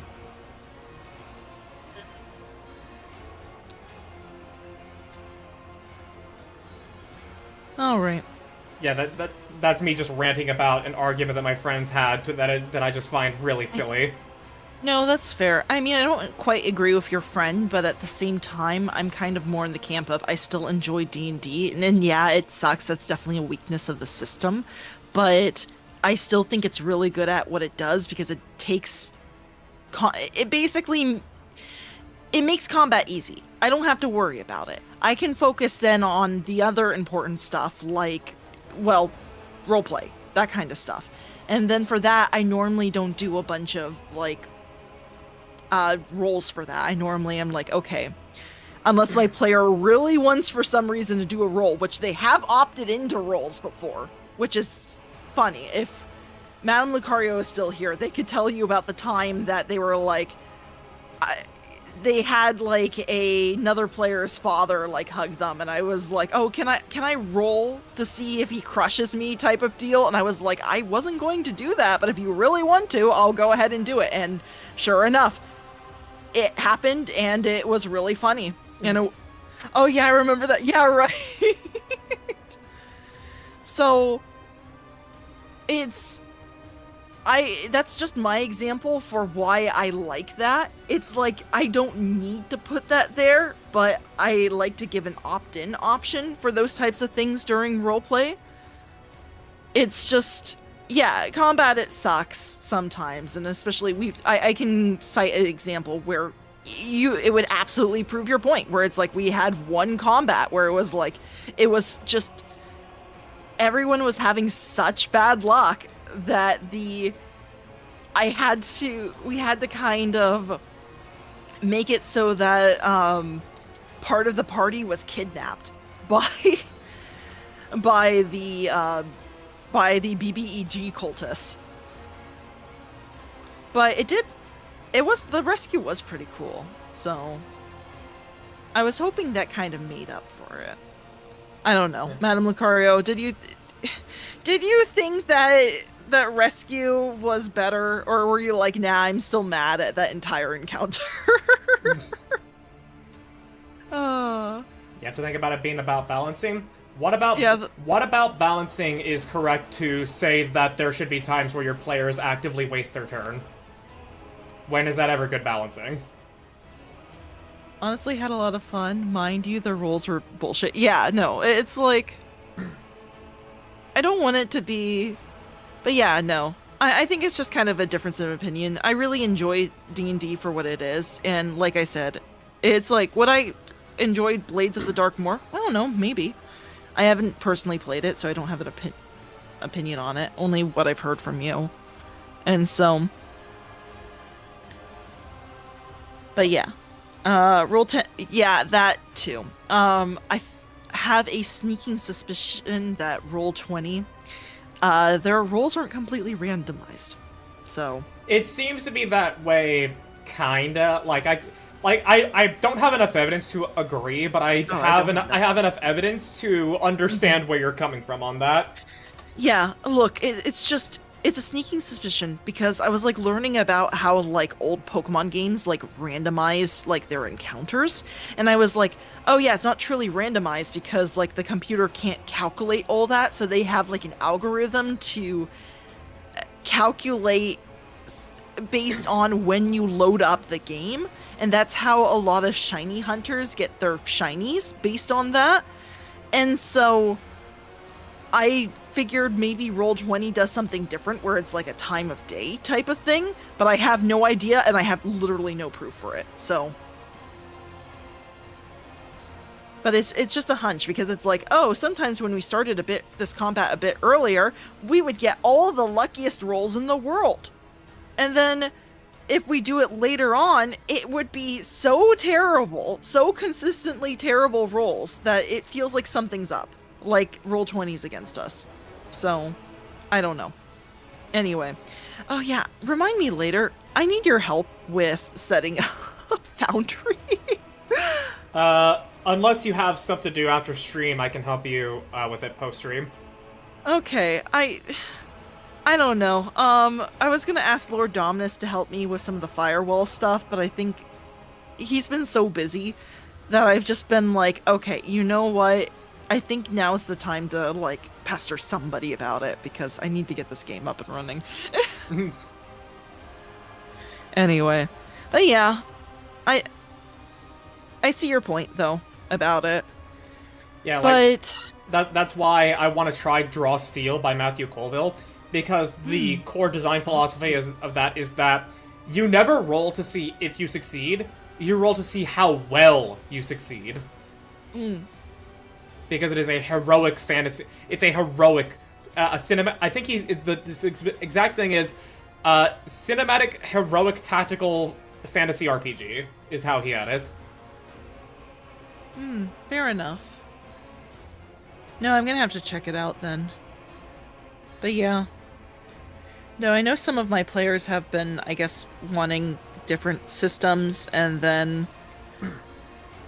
But yeah. Hey, props to that your players are actively wanting that. I've had to slowly convince my group that I play D&D with to try new things. And now, thankfully, they all have, like, lowered their walls and are now much more accepting of other ideas I have. Well, that's good. Yeah, no, I think mostly, it's mostly my, one of my players, Sorty, has been trying out different ones. And that's where the JoJo's Bizarre Adventure one came from. Because apparently there's a TTRPG for that. I'm not surprised. Yeah. There are people that will, in a fugue state over the course of a weekend, make a TTRPG over their favorite IP. Yeah, it's great. Yeah, no, the JoJo's campaign is great. Like I said, I've been, like, actively, like, listening in, just like, oh, what did you guys do this week? You have to tell me. please. My little my curiosity is piqued. Anyway. But yeah, my brain has crazy comedic timing because of the amount of times I've made people bust out laughing. Right, no, that's true. Anyway. Have been living for the characters I've made along with the stands I've come up with. Yeah, that's true. No, you've had really creative stands. Though I'm kind of scared of your alien one, I'm not gonna lie. Not to mention using your fails for character moments for roleplay, but that's my opinion. Also, about don't expect all my attacks to land, otherwise my character would feel kind of boring. Again, that's where I'm gonna be like, what is fun about the equivalent of you could have just said I skipped my turn? I don't. Yeah, but that's not how I always play it. I always kind of play it off as like, oh, your attack, you aim for the clavicle, but it deflects off of the pauldron, and like and then they remark in response like, oh, it's like, that was a good hit, but but can you really persist in this battle? And then try and do like roleplay off of that. At least that's what I try to do. It's not always feasible, especially if I run out of things to say. Yeah, like that's a lesson that I've personally taken when I DM. I always like try to describe, like the event of the attack being, well, the offensive attempt being made and then the person not being affected by it or whatever. I always try my best with it because with that same group, when I'm a player and the other guy's a DM, it is just literally all mechanics, no description, nothing. So that's where it really feels shitty. I rolled a 2. Next. Oh yeah. Gosh. I do also let my players do stupid whatever they come up with. Madame Lucario has a lot of things, like throwing a potato, throwing a potato, catapulting a potato at Alamia's face. There we go. That was. I want a player that has wacky, zany ideas and isn't so like enraptured by mechanics. Oh yeah, no, I have to think of like how to do some of the things that that Madame Lucario wants us to do sometimes. I think I ended up doing like a stealth attack without the stealth bonuses that a rogue would have for one of the things because she had a hedgehog character. This was for a Humblewood, which I highly recommend as a D&D supplement. And she was like, okay, well, I want to dig under the ground of like one of the bandits that was like one of the raccoon bandits that was attacking. And I was like, okay, I can do that. But if you're going to like distract him and then like if you're going to try and get a jump on him and surprise him, I don't want to do like the sneak attack bonuses and whatever, but we can do something similar to that for mechanics type of deal. Because otherwise it's like, what is that? That wouldn't be like a straight D20 for that kind of deal. That was yes. Oh, ads. Yeah. Right. But anyway. Dr. Macklemore Macmillan. You see, like, it's crazy ideas like that are making me actually like Blades in the Dark more and more excited to play a game like Daggerheart. Because there's no need to be like, well, it doesn't say I can do this on my character sheet, so that means I can't do it at all. It actually is just like, well, I mean, this is the general idea of what this lets me do, so I want to do this kind of weird thing with it. But I feel like D&D doesn't prevent you from doing that. It just takes a little more creativity on it. And my knowledge is limited, by the way. But because I think sometimes it's like some of the things I go back to, I'm like, oh shoot, I wish I did this instead type of deal. Because there are kind of rules that would support me doing this. And would have made it easier for me to figure out than me just bullshitting something out of thin air. Yeah, I Welcome back. like, it's more of a matter of experience for me. Like, I'm a very tactically minded person, so when I see my character sheet, I'm like, alright, these are the things I have to work with. These are my tools. I don't have other tools otherwise. And so that's how it ends up for me there. And I know that's just a personal thing. Yeah, no, but, fair. But that's why I feel liberated with Blades in the Dark, because it's not a matter of, oh, I have this greatsword, I'm going to roll an attack and roll damage with the greatsword. It's I have skirmish, and I can say, oh, hey, I'm glad I brought my knife, and it's going to make me better at this skirmish roll, and that way it is a combination of what the enemy is doing and I'm doing. It feels a lot more free that way. Okay, that's fair. Yeah. That's fair enough. But, yeah, I think... I mean, definitely after this conversation, I'd like to look into Blades of the Dark. I mean, I have, but it's been very... Oh, yes, I'll pull it up. Oh, hold on, I'll read it. That kind of thing.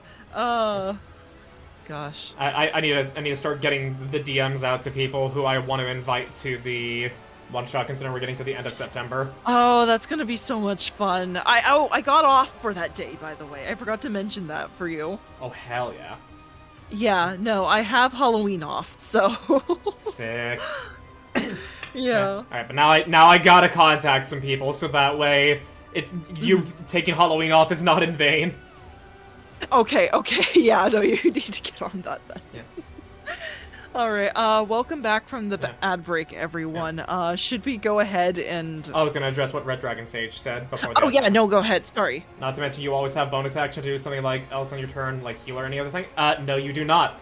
Every character has a bonus action. Not every class and race has access to bonus actions that are useful. I do tend to try... We have a couple of homebrew, or house rule type of stuff. Like, for the health potion type of stuff, we have, like, a shotgun type of mechanic where it's like, oh yeah, did you want to drink a potion on your turn? You don't need an action for that.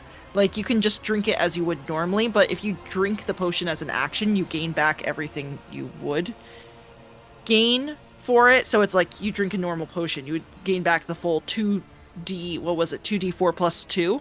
I think they buffed it now to a higher number, but yeah, it's your d4 plus 2. I mean, I'm gonna be honest, I'm probably not going to go off of the new D&D rules. I haven't been happy with...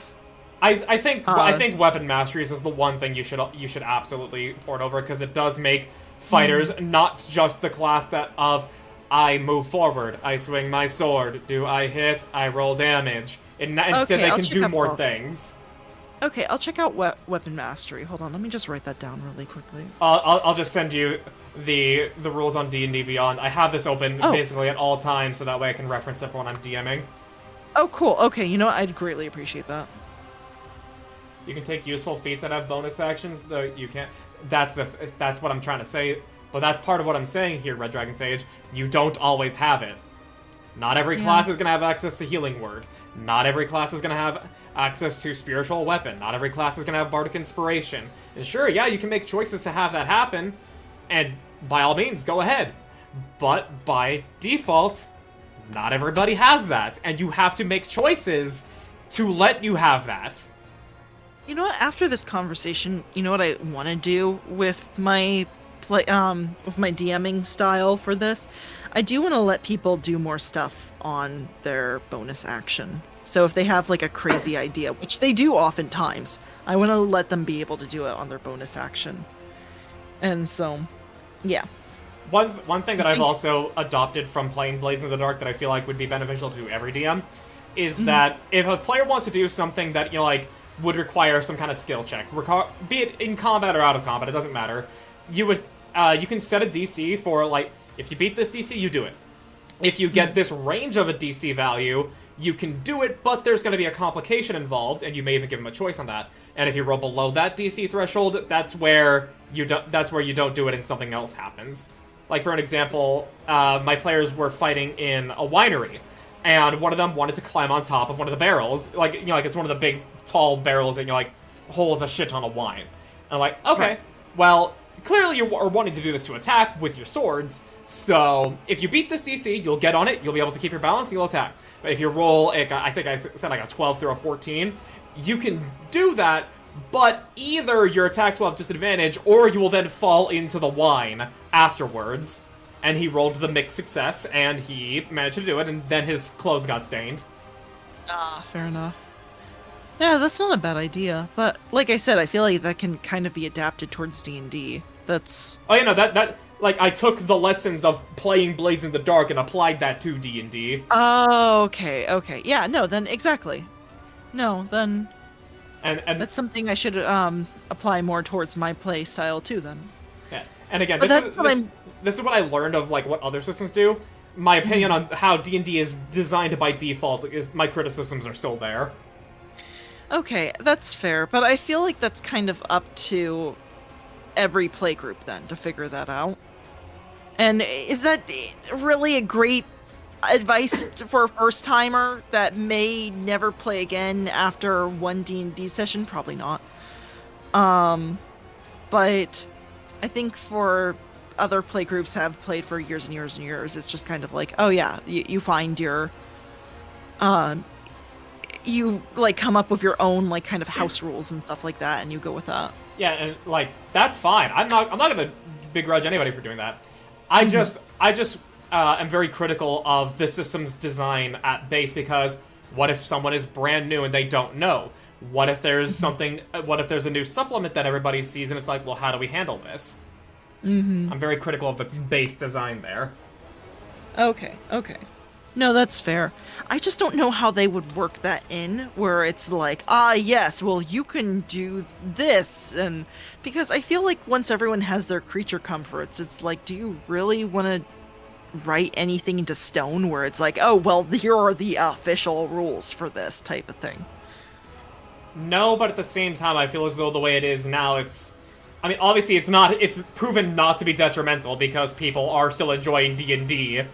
Yeah. But it has also resulted in people asking questions and having criticisms and then making their own systems to where people then follow along if they have the same opinions. Look at Draw Seal. Yeah, but at the same time, I feel like that's a good thing. It's like, we want more systems. We want more people to come up with their own stuff. And I feel like because D&D is so... it needs definition that people are able to do that. I don't know. I feel like it's probably a difference in approach to an approach to it, but yeah. It's just, I don't know. This was a good discussion though. Allergy needs knocked me out and I missed the start. Well, we just killed the Nemesite. And for the past 20 minutes, we have been talking about RPG philosophy. Yeah. It's been a good discussion. I can promise you that. Everyone has their preferences. Yeah, and I'm not gonna shit on anybody's preferences. The only thing I'm gonna shit on when it comes to preferences is if you don't ever want to try something different. That's when I'm gonna shit on you. Yeah, that's kind of where I mean, yes and no. In some cases, it's like, okay, you have your creature comforts, you have your play group. If you're like one of those people where you're like, no, it has to be done my way, and then they keep joining different player groups and they keep making a menace of themselves or whatever, then I think that's a problem. That's kind of... But if you have your own play group and you're comfortable with it and everything like that, I don't think there's really a problem with that. It's just kind of like the... Yeah, I mean, though I do think keeping an open mind, like you said, is a good thing. Yeah, I think it's healthier for most people. Like, I have complained about my D&D group not wanting to try other systems, but as I said a little bit earlier... Hey, you were able to convince them, so that was awesome. Yeah, I've gotten them to like Call of Cthulhu. Some of them like Blades in the Dark, others don't. And unfortunately, I don't think I'm going to be able to run Blades in the Dark with that group again, unless I really convince the other two. They're willing to try Pathfinder 2 again, but I don't... And a couple of them are unsure of how they'll feel about it, but I have hopes that I will be able to convince them if we try Pathfinder 2 again. I mean, I think that's pretty good, and if they don't like a system, I think that's up to them. But that's great they liked Call of Cthulhu. I think that's awesome, honestly. That's... I loved Call of Cthulhu too, and... Yeah, no, it is probably my second favorite RPG system. Blades of the Dark has very rapidly won me over. Alright. Wrath and Glory system seems similar to... Yeah, you've been talking about Wrath and Glory, and I've not heard of that. Let's see here. Let me just quickly take a look, see here. Oh, it sounds interesting. I didn't know that was their official... I thought it was called something else, or you mentioned another one, but maybe I was incorrect about that. Yeah, this is it's published by Crucible 7, but let's see here. Warhammer 40K Dark Heresy. Who's the publisher for Dark Heresy? TTRPG. I've been directed to the Owlcat Games. Fucking... yeah, there. Let's see here. Dark Heresy role-playing game. Publishers, Black Industry, and Fantasy Flight Games. Okay, so yeah, it is different people who made these systems. Okay.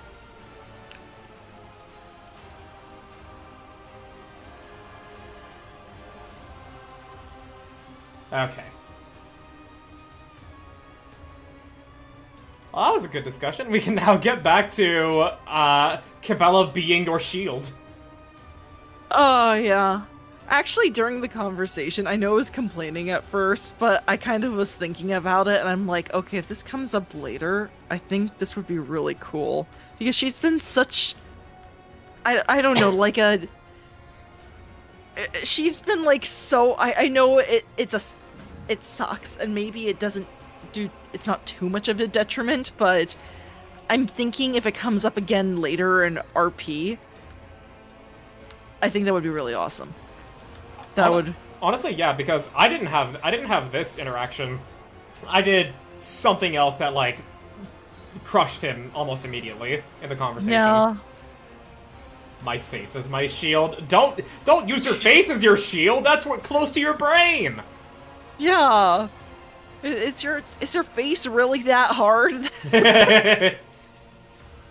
or is it like the ASD movie bit? I'm going to punch your face in the face. That is what the God Emperor intended. Okay. Oh, fair enough. Oh yeah, actually, one last thing when it comes to RPG philosophy that I think is a personal quirk of mine that a lot of people do disagree with, but I find amusing in that difference. I am more than happy to let my characters be fucking mutilated when I play through. Like, if a consequence for an action is I lose my arm, by all fucking means, I'll work to play this character with one arm. Don't hold back. Oh no, that's really cool. I hesitate to do that to my own players, but for me personally, it's like, oh, the thought of it's like, yes, you lose an arm to get like a new like you make yourself a new cybernetic arm if you were an artificer, or like or just become like that much of a badass with one arm. I don't know. Yeah. I mean, if you're a mage or something, then it's like it's just levitate. Become. Yeah, but like that's a quirk of my own that obviously not a lot of DMs are like gonna be wanting to express. But I'm always like, don't hold back, brother. If my character is gonna do something stupid or is in a desperate situation, by all means, let him get fucking mutilated. Yeah, here's the problem though. I love tormenting my own characters, but I always feel so bad. Like, so yeah, no, I have Madame Lucario, and I've had to ask beforehand. It's like, okay, so by touching the statue, you're going to curse your character. Like, are you sure? Like, I have plans for it, but I don't want you to be uncomfortable with it, because I'm gonna do like body horror type of stuff. And I assume that Madame Lucario went along with it. Yeah, no, and she was so down to... No, you see, that's a good attitude. Fucking embrace the consequences of your choices. She's trying to romance the demon that possessed her. That's what... I'm wishing you the best of luck in that. It's so funny. It's great. I know. She might convince. I don't know. I'm right now. I'm just kind of like, you're trying to romance the embodiment of hubris. Okay. No, wait. This actually reminds me of a Warhammer comic. There's a demon called Bellicor, and in this comic, he's basically schmoozing up to all the Chaos Gods. Like, he talks about how grotesque and hideous Nurgle is. Nurgle is like, oh, thank you so much. He butters up Slanesh, and it's like, oh, hey, I got you this gift. It's a sexual object. And he's like, hey, Korn, you're looking good. You're working out recently? And Korn's very, very appreciative. He goes up to Tzeentch, knocks on his door, and Tzeentch says, Are you trying to trick me into giving you more power? And he says, yes. I respect it. Have some of my power. If Madame Lucario is trying to seduce the essence of hubris, that is hubris in itself, and I would have it be like, I respect that. Yeah, no, that's why I'm stuck. I'm kind of like, this is gonna go her way. This is somehow going to, like, crazier things have happened. I both fear it and I'm rooting for it at the same time. So, So anyway, that's where we are with that. Nice. Yeah. I like that the Fugi is trying. I like the Fugi is trying its best behind your message. Yeah, no, it just straight up has not been wanting to work. It has been loading for the entire stream, so I just have Picture Plague Doctor here for the entire stream. Hi. Yeah. In reference to the let mutilate my character comment I made. I hesitated to have that happen all around, but I respect it. Only reason I did it in Vampire was because it will grow back. My Vampire character got his arm blown off, and fortune favored the bold. Got hella upgrades for it. Let's go. Would that be a turn-on? That hubris to flirt with hubris? Oh yeah, Liam and I are on the same wavelength there. You have no idea how many times I've tried convincing this demon to try food. He's been refusing. Yeah, he knows what you're doing. He's kind of in like this mode of like, oh, I don't need to eat. That's like a mortal thing to do, type of thing. And oh my gosh, this is like. She's gonna get her way somehow. I can feel it. Oh gosh. Oh yeah. I suppose blown off is the wrong phrase. Demon vampire monster bit it off. Okay. That's a little bit more hardcore than getting it blown off. Just a tad. Oh, but yeah, Gunzer, I guess we are doing a RP slow burn. If that's not everything in the campaign already. Gosh. I have another player trying to romance the BBEG. It's just... No, I have two other players trying to romance the BBEGs. I'm... Is it for the lulz, or is it that somehow through both their writing and your own, that the narrative has allowed this to actually work out in such a way? Yes, the latter. It's absolutely the latter. The Morrigan? Wait. Oh yeah, that's the goddess of death and war. We have our golfer orc that's trying to go for her. And who's the other character trying to romance the Morrigan? That's our small elf princess who's trying to romance her champion, the Green Knight. He's trying to go against the Morrigan anyway, so they're kind of forming a secret alliance against her, but so yeah, anyway. There's that, and it's just a mess. It's an absolute mess. I'm trying to write a serious story and everyone's getting a romance. This is what I get. This is I wanted a gritty, semi-realistic medieval RPG, and we ended up with Orf golfers, and you know what? I'm okay with this. This is fine. Everything's burning around me, and this is fine. love it. I sound like I'm complaining, but it's great. It's a joy to have my players. I mean, the fact that they gosh. have an investment in it, even if it's in that way. The rest of your character being an atheist. Right. Oh yeah, for some reason, Madame Lucario missed the original memo that I was like, yes, the goddess of death and war, and it was like, ah yes, my character's an 8. Yes. I went with it though, it's like, because all the other gods in the world were basically dead, and besides her, which she's been, like, basically MIA for over 1,000 years.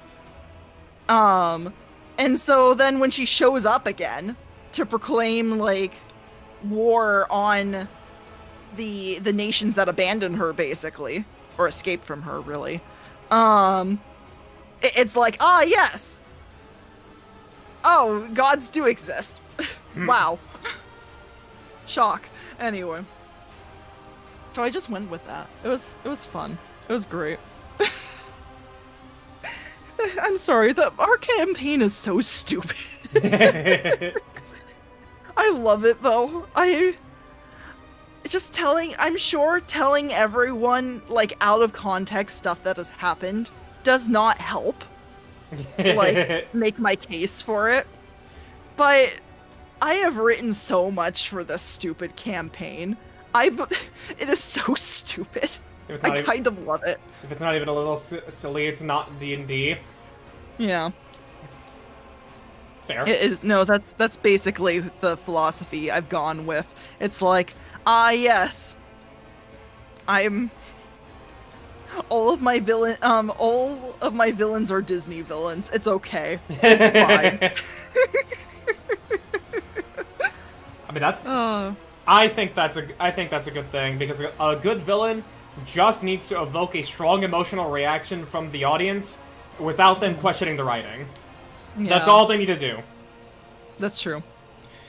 Back to Nara for a second. To be fair, I was trying to get it blown off. Other players like, I'm playing Rico from Madagascar. Boom. Oh my gosh. And motherfucker wouldn't do a sick-ass move and punched a sculpted C4 charge into my hand that was actively holding a road flare in the monster's eye because fire bad. Oh my gosh. That is insane. Oh my gosh. I mean, that is a level of insane for what my Blaze in the Dark character went through the other week. We were trying to make an escape from one of the gang's warehouses with some goods so that way the operation wasn't a complete bust. And I have this object called Rage Essence, which gives you two flaws. Can't discern friend from foe, and will not stop until they're all broken. And so, I was like, okay, tie a rope to me, and drive away when you're good. And I took it, and I started fighting the gang, like all the gang members that were chasing us, and I took a Devil's Bargain. What a Devil's Bargain is in Blades in the Dark is you will get a bonus to your roll, and if success or failure, there is always a consequence. And the GM said, I'll give you this, but a hunger, something else will awaken inside you. And my character, who has demon blood in her, went full-on fucking demon mode, and I think she ate the soul of a guy she killed. Oh my gosh. And in her bloodlusted rage state, she doesn't remember any of it. Amazing. Okay. You know what? Fair, because I had Girls can't have my hobbies. player ask about the logistics of cannibalism, so you know what? I think we're good. Girl. Oh my gosh. I was telling him to do it and said he shot the monster and did 0 damage. I was mad. Girl dinner. Yeah, Carol's can't have a hobby. Oh my gosh. I think I missed your part about the crab. Oh yeah, when you tied the crab to the ceiling fan. That was great. Anyway, not girl dinner. Oh yeah, no, she actually ripped a guy's heart out in that bloodlust rage. Oh my gosh, amazing. Hold on, you remember having to attack an enemy by triangulating the sound of the fight going into the other room and sending an all-out attack to it? It worked. What campaign was that? That wasn't Havendorks, was it? Which we call our campaign. Anyway.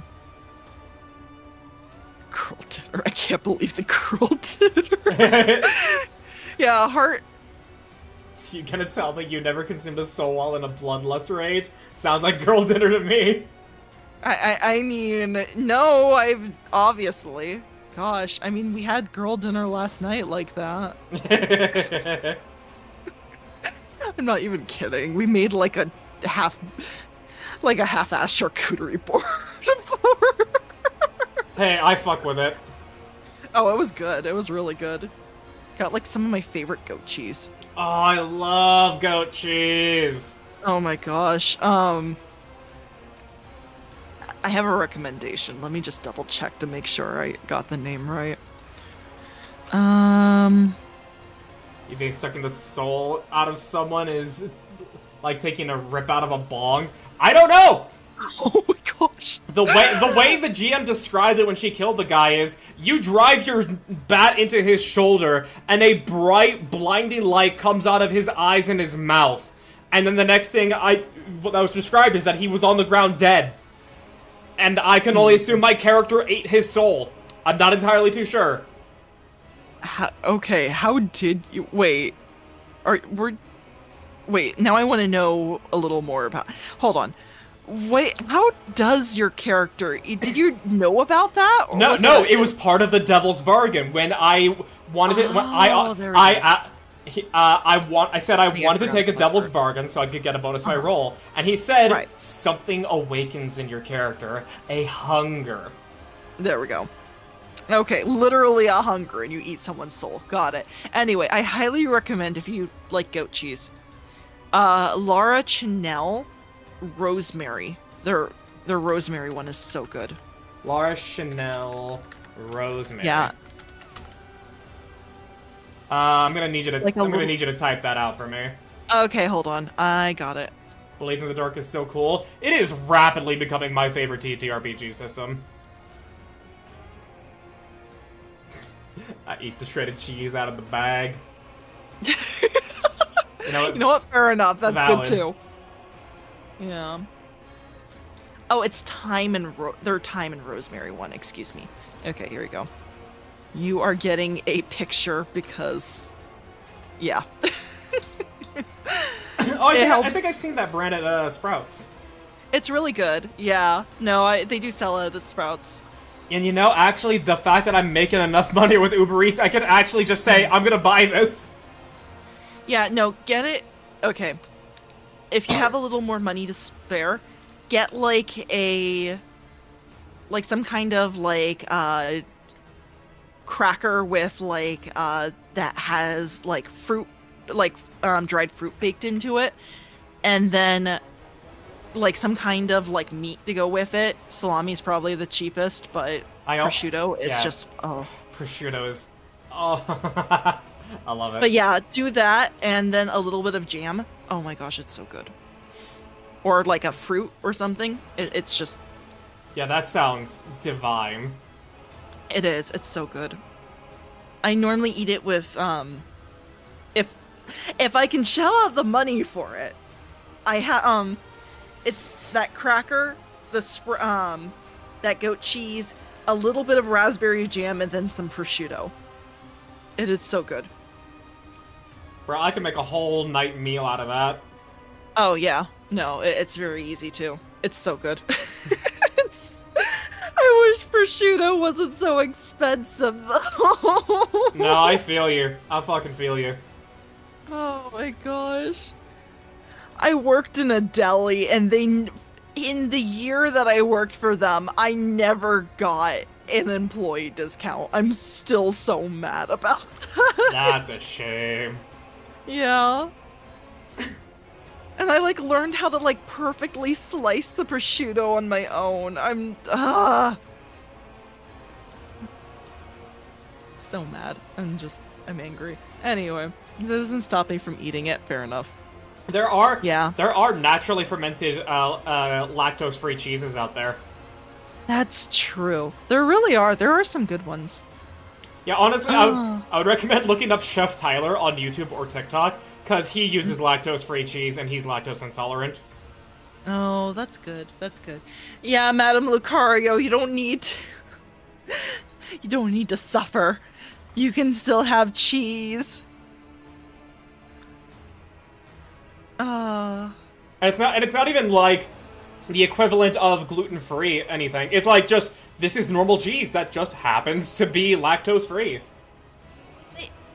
People have companies have figured out how to take out the lactose from like milk. It doesn't need to be like, oh yes, you're relegated to almond milk or something because of. It's amazing how far that's come. Yeah, no, that is genuinely a great thing. I want to play Blades in the Dark, but I do heavily recommend Vampire the Masquerade, specifically V20. I also want to play Vampire the Masquerade. Same though. Magical Bard is in one of the other groups I play that I'm playing Blades of the Dark in, and he, before he got big as a VTuber, wanted to run a Vampire the Masquerade system, and I was so excited to like read the book. I'm like, oh, I have this great idea for a character, and then his life became busy towards content creation, and he couldn't do it. Yeah, that's a shame. Oh my gosh. But yeah, lactose-free cheese is good too. Banished to lactose. What? Wait, hold on. Who said that? Sounds like a new circle of hell forming. No, that does sound like it. That sounds like that sounds like an unset Magic the Gathering card. Oh my gosh, please. I would gladly take another unset. Would you want it to be not legal in any set, or would you want it to be like Unfinity, where only some cards are not legal? Ooh, I thought Unfinity was. You know what? Just to be safe, I feel like none of them should be legal. But I still need to research the. I don't think like what we got from the Unfinity set really damaged the game too much. I mean, did it? Are people? Did I miss one? I've been out of the loop for a while. It did. I don't think it damaged anything, but it did eventually result in them banning any cards that involve stickers in all formats. Oh right, I forgot about that. Yeah, no, fair enough. No, the stickers is kind of. And yeah. and they banned the attractions, I think, in just Pioneer, but attractions are still legal in Commander. You know, I think I would. Yeah, I think I would just prefer if they just kept everything relegated to its own set and that it wasn't legal anywhere else. Because yeah, I do remember the whole thing. At least with the stickers, I need to probably catch up on the attractions thing. But yeah. I think that would be best. Anyway. Plus, then they can go all out. They can do something crazy. They don't need to worry about it, like, affecting other sets. Yeah, honestly. Yeah. Anyway. I can't believe it. Banished to lactose. I won't do that. Oh my gosh. Alright. Shall we continue with this? We shall. Think that was a very sufficient chat session. That was very good. I will say this. I find it very unfortunate that I have been introduced to the ways of, like, deli and, like, what kinds of meats are good with what kind of cheeses and flavors. Because now I want it, and I can't afford it. And it's horrible. Because literally my work, somebody, I don't know who, brought in a charcuterie board the other day, and they let the employees, like, take some, and I was like, oh my gosh. They had, like, a wasabi horseradish cheddar that was, like, fantastic with, like, dried ginger. Oh my gosh. why would you just give us that and then we will never be able to taste that ever again? It's literally like the Oreo in the woods, like just dropping one, and so then the wild animal is like chasing that high forever. That's me right now. That's me. I'll never taste that again. Me with a specific marble rye turkey sandwich I had in Washington, D.C. Oh my gosh! Yeah, no, seriously.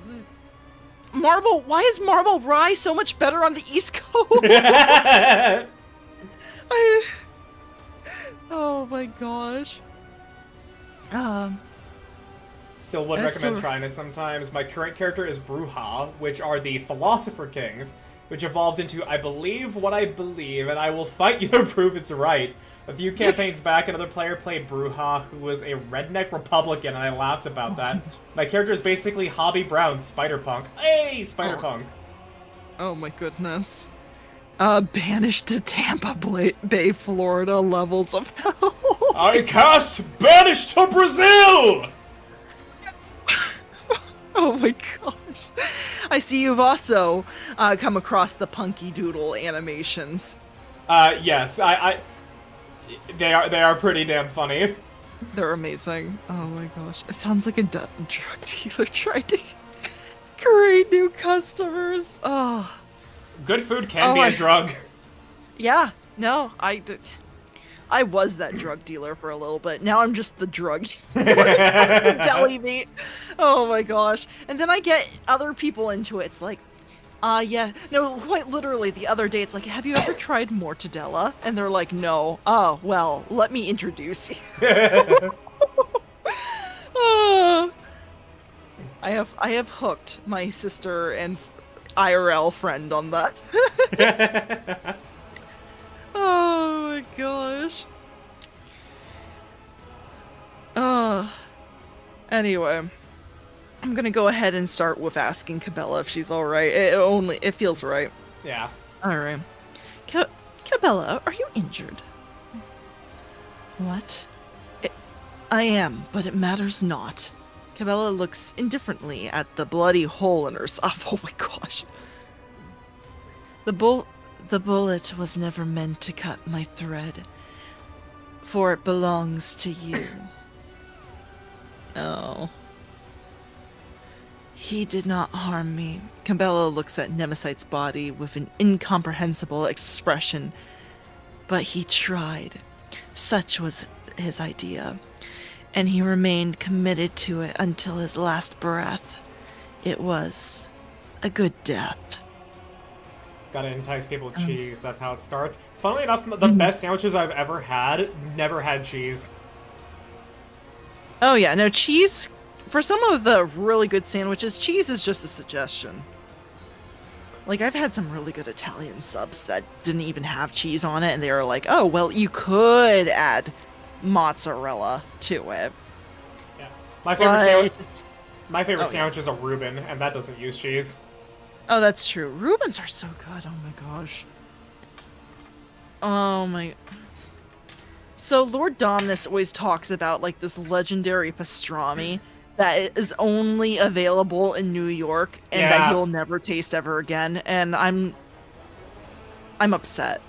You see, because there's a reason there's so many like, hey, check out this cool food spot like shorts that I see that come up on YouTube, right? But I don't watch them because I know for a 100% fact it is either in Jersey or New York, and I'm never fucking going there. And if I am, it will be at a point where I will have forgotten about that YouTube short. So why am I gonna mentally torture myself over this? No, that's completely fair. I just mentally torture myself. And it's even worse because I look at stuff in Texas, New York, and in Japan. See, like, I watch a guy called Japan Eat, and he does show a lot of good places. Yeah. I'm like, oh man, I would love to go there. But, like, none of it really, like, stands out, like, making me salivate like I see with some of the, like, New York restaurants. Oh, that's a shame because, well, okay. I am pretty lucky because in my area we do have a lot of Japanese places, so I've kind of come to the conclusion if I'm going to get, I'm pretty sure that this flavor is going to taste the most like this place. And it's not even a fusion place. It's like a genuine, like, Japanese type of... Or, like, some of them are even just, like, offshoot chains from Japan, actually. So I'm like, yeah, I'm pretty sure this is what he's talking about. This is the flavor. Which is good, but I don't need to I guess I don't need to wonder, or at least that's what I try to justify it as, like, At least that's a way to cope. yeah, I know, it's a coping mechanism, don't... Yeah, I'm coping, but leave me alone, I can dream. But yeah, I do torment myself with the New York and Texas places, because... Anyway. I also love the Malkavians. They're all insane, but like we know the big picture, but no one believes us because we all also have some mental illness or another. There's literally a power that is player knowledge the skill. Hell, there was a Malkavian NPC in the last vampire session we had that referred to all of our characters by our real names. It was a treat. That's hilarious. Oh my gosh, I'd love to just kind of do that one day where I have an idea for what I would do, but I can't say it here because one of my players is here right now. So, Madame Lucario, I hope we do that encounter because that would be really fun for me. You know that whole thing of like where a lot of like RPG players say like, oh man, I have like 100 character ideas but only so many campaigns to play in or whatever, right? Right. I'm the inverse. I want to be a DM the most often because I'm like, yeah, I have all these character ideas, but these all like have NPC vibes to them all, and I'm like, oh, and I also have these plots and this encounter that I have in mind. That's what brews in my head. Not a player character for me to play, but like a bunch of NPCs to like just sprinkle into a colorful campaign. That's what I'm more thinking of. No, I'm the same way though. I'm like, I want to be a DM so I can like make this character, and I really want them to get to this point so they can get introduced to said stupid character that I came up with on a whim. I just make too many characters. Fair enough. I mean that is the average RPG player. It is people who want to make player characters, and I mean, hey, have fun. I'm just the type that wants to make a lot of NPCs. Mm-hmm. Oh, don't worry about it, Madame Lucario. I just mentioned a thing I wanted to do in the next game we play together, and don't worry about it. I'm just hoping it will surprise you. That's it. I'm just hoping it's funny. Blazing the Darkness Spooktober, but what if Vampire the Masquerade the next one? That sounds cool, Nara, and I like the idea of it. Part of the reason I am choosing Blades in the Dark this year, other than my current obsession with it, is also because it is such a simple, quick-to-play system that I can invite any people who have not played any TTRPGs. Hell, if Saki was comfortable with RP, I could invite Saki, and I could have everybody make their characters during the stream of the session, and we get to playing within an hour. That's a big plus of it all. So I don't have to worry about scheduling another night to make their characters with them. No, that's fair. So that's what we're doing this year. Okay, neat. Will it be a new storyline, or? Yeah, it's gonna be Blades in the Dark. It's gonna be taking place in Duskfall, and right. Yeah, and I already have some ideas. Vampire the Masquerade is pretty quick to build. Is it also simple? Because Blades in the Dark is also very simple and quick. Look, this man wants to play Blades in the Dark. Let him DM. Oh no! Like I said, part of the reason is my obsession, but another part is how quick and simple it is. Like, I could grab any of my VTuber friends who have no TTRPG experience and be like, okay, this is what it means. Here's how you do it. Just feel out what you want for your character, have some art ahead of time, and boom, we're good. That's fair. Yeah, you're gonna have to give me a heads up on that because I do want to make some art this year and finish the art actually, not like do the sketch that I had for last year. I'm hoping I can get that done in advance. I will DM you the playlist of the introduction to Blaze in the Dark because it was these videos that set my imagination on fire with my love. Oh, good. Yeah. All right. Introduction to Blades in the Dark. Mm-hmm. Yeah. This playlist, it actually legit. When I say it set my imagination on fire, I genuinely meant it. Okay, it auto-played there. But it is... This is the first video of the playlist. Apparently the playlist just didn't get pulled up. But once you click on this, you'll see it in the up next and other things from this guy's channel. I recommend opening up that as a tab so you don't forget. Yeah, that's probably a good idea. Hold on.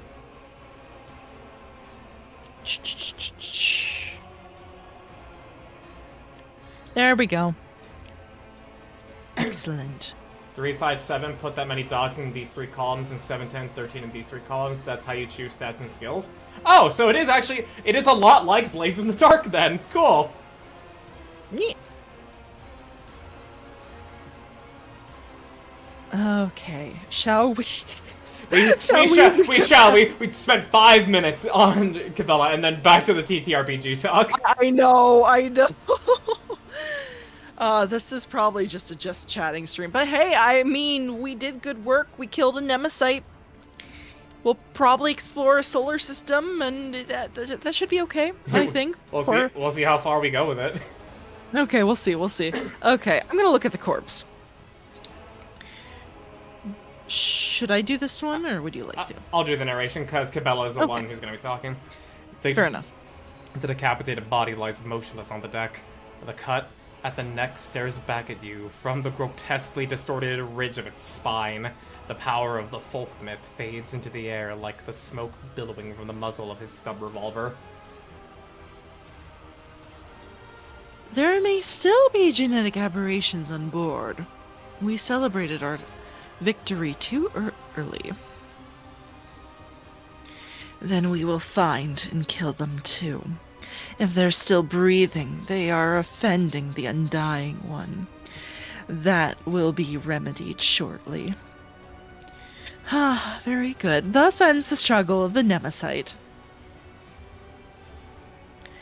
Cabela picks up the severed head from the deck and gazes into his extinguished eyes with a strange wistfulness. The struggle is not the people. The struggle is ideas. And the people are merely their vessels, the carriers of the struggle. I need to reflect on his death, Doman. I need to stand before the Undying One and hear his blessed whisper. We can discuss what happened after. You need to have a quest to talk to Cabela. Okay. Well, I guess we'll go talk to her. Whatever you wish. And what do we have for the loot? Yeah, no, to Whisper go. and be heard. I am your Gonna shadow. go pick everyone clean. I'm trying to loot the Nemesis, but I'm not able to loot him. Are you? Hold on. Am I able to? Oh, I'm No, lagging. I'm not able. You're lagging. No, I'm not able to loot him either. Did he just not have anything on hand? No, he should. He absolutely. Actually, it doesn't matter. We can still leave the room, and it will prompt us to claim the loot, anyways. Very good. Yeah, that's a good idea. And the dice system is fun. Want to punch a guy? Roll Dex plus Brawl. 3 dots in Dex and 2 in Brawl. Roll 5 d10 and 6 plus on any die is a success. As in, like, of that 5d10, you just need to check if you rolled a 6 or above once. Where did these guys come from? Sorry, I went the wrong way, and then I just realized that were the apparitions just hanging out, like hiding? Yeah, nobody cleared the area beforehand? I guess not. Thanks, Sourbuck. Wow, Zauerbach. What the fuck? We were... Oh my gosh. Okay. Yes. Oh, okay, cool. So, actually, yeah, there's a lot of similarities between Blades in the Dark and Vampire the Masquerade. Here we go. Okay, I found the exit. There we go. Okay. We got a Deadshot stub revolver. The one he permanently damaged Cabela with. Promise of Freedom. Yeah, I unfortunately don't get to see the loot. Okay, I'm gonna just describe these. Promise of Retribution. I have an efficient armored body glove. Is there anyone that might need that? Maybe? Okay, we'll keep that. I mean, honestly, Relic. if it's just Oh, yeah. what's on him, you can loot it and then we'll just move it into cargo. Yeah, if need be. that's fair. I think that's probably what's on him. More successes is better because every extra success over the first adds damage dice. Oh, okay.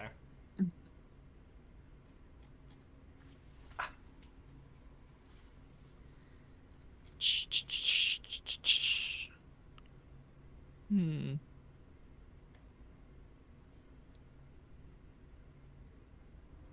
All right, we'll go talk to Cabela. We'll go check the system.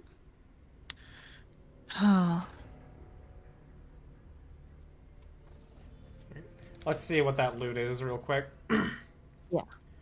Relic of Unknown Saints. Every second attack against them is automatically dodged. Actually, where would this go for Abelard? Yeah, that seems decent. And then armor. Just 35 armor, that's it. Honestly, yeah. Better for Cassia here. Mm-hmm. Breacher's armor, this is medium. Armor and perception. Better for Cabela, better for Argenta. Oh, because Argenta took an injury that lowered her strength, she actually lost the ability to wield the flamer. So I need to up her strength further, so that way she doesn't, you know, Wait, but she. It's fine now. I re-equipped it, but when they take the injury that lowers their strength, if they don't meet the requirements for it, the thing gets unequipped from them. Oh, that's awful. It is. It's really bad. Okay. I'm gonna just level up Yurlia really fast. Yeah, I'm gonna level up, yeah, Idira and Heinrichs. Very good. So you got 3 successes on that punch. Punch damage is equal to strength. You have 3 strength, that's 3d10 to roll, and you do 1 damage for every 6. 3 successes on the punch means plus 2 damage, so now you do 5d10. That's pretty good.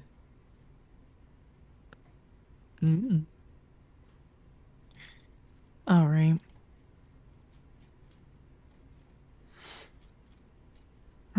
Armor.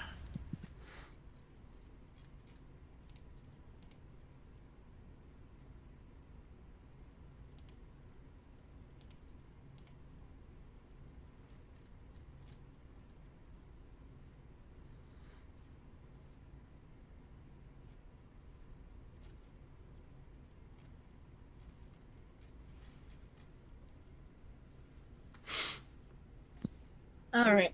Sorry, I had to, oh my gosh. I'm sorry if I bumped my mic. I just went to go close my door for a second. All right. No problem. I got Heinrichs and Idira leveled up. Oh, very good. Let's see. Armor and deflection deals additional damage equal to. In a system where most characters have a max HP of 7, yeah. Granted, most enemies can soak damage to reduce it, but they still could blunder it. Okay, that actually puts it into a lot of perspective. 5d10 in D&D is already a lot, but 5d10 in this system where you have 7 HP? Yikes. Alright. Kills a target, all the enemies in a 3-cell radius. I don't think I'm going to need that. The disturbed effect and must pass an agility resistance test or become staggered for 1 round. What is staggered? 5d10 is still a max damage of Oh, it's- 5. So you're checking for 6. Oh, okay. I thought it was like the d10s of damage is you're actually rolling those d10s for damage, but it's like successfully doing 1 damage. Oh, Oh, that makes more sense. that's way less frightening. Mm-hmm. Assassin hits an opening, they gain.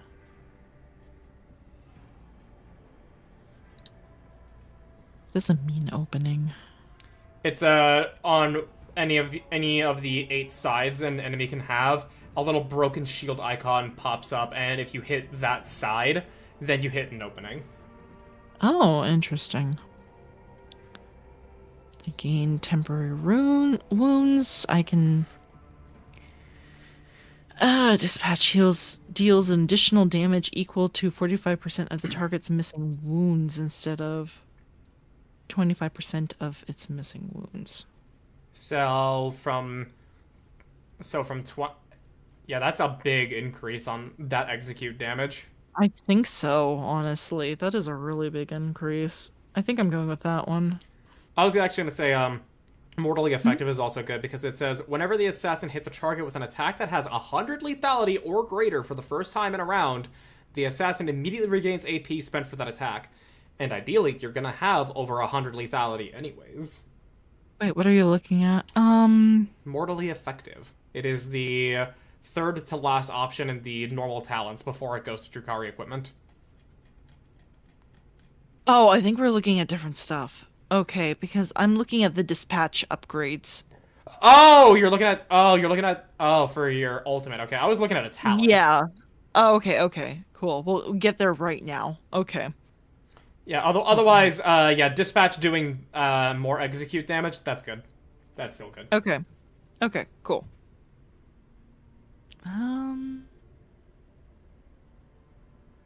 Penetration.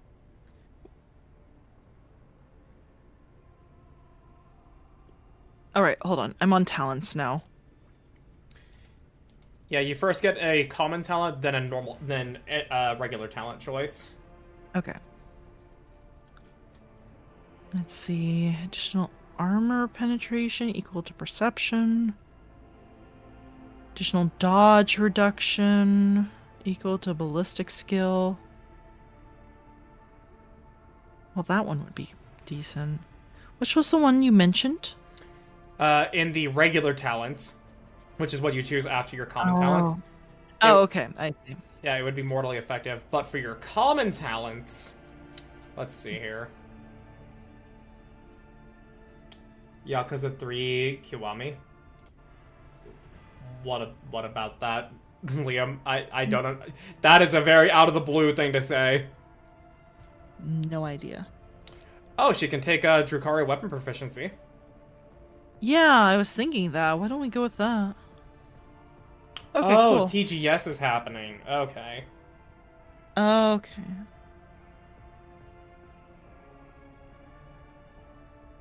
There we go. And then... one more time. Which one was it for the...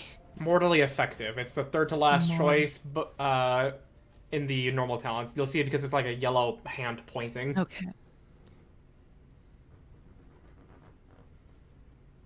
Oh, that's neat. That's really cool. Yeah, we should do that one.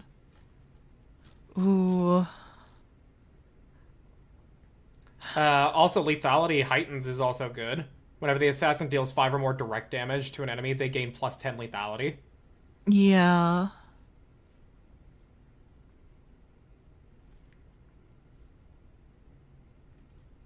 If only I had never stopped shooting on her. That would be so good, too. Oh well.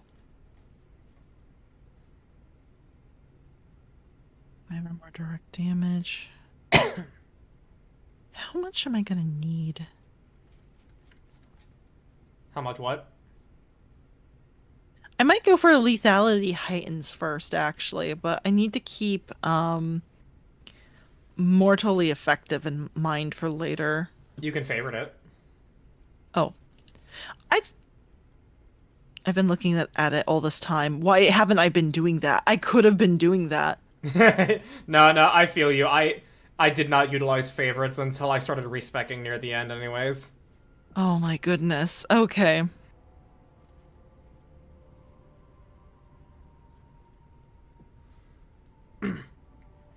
Genuinely, though, my favorite thing about Vampire the Masquerade is the stereotypes pages. Makes knowing how to roleplay among the players easy peasy. Say you're playing a Brujah, the stereotype page for Brujah will tell you what the average Brujah thinks of the other vampire clans. That is cool. Domin honors us Oh. with a Click it visit. immediately. I'm The so one sorry. who delivered this ark from the curse of your existence. I don't know who Nemo is. Anyway, I'm so sorry. I forgot she does the voice acting for this. Yeah, but And so from I thought I could just... Oh, go ahead. from context, it's the skull that she's holding. Oh. I'm still... Huh. I'm still gonna ask her who Nemo is, because I didn't know that beforehand. Have you Or seen maybe my I son? Have you seen my son? Oh my gosh. Actually, you know, I'm gonna ask her. How is your wound? Pain has no power over my body. A single shot cannot break me. And yet, before, whenever I found myself caught between unlife and undeath, I always remained calm. My mind was ever a vessel of humility and resolve. But when I saw Nemesis pull that trigger, I suddenly realized I had accomplished so little. Whatever grace I might have given to my flock, it was but a speck in the hourglass of eternity. And I realized that I wanted to live, to carry on serving the web. Such a selfish desire is a disgrace to the tenants. Oh no.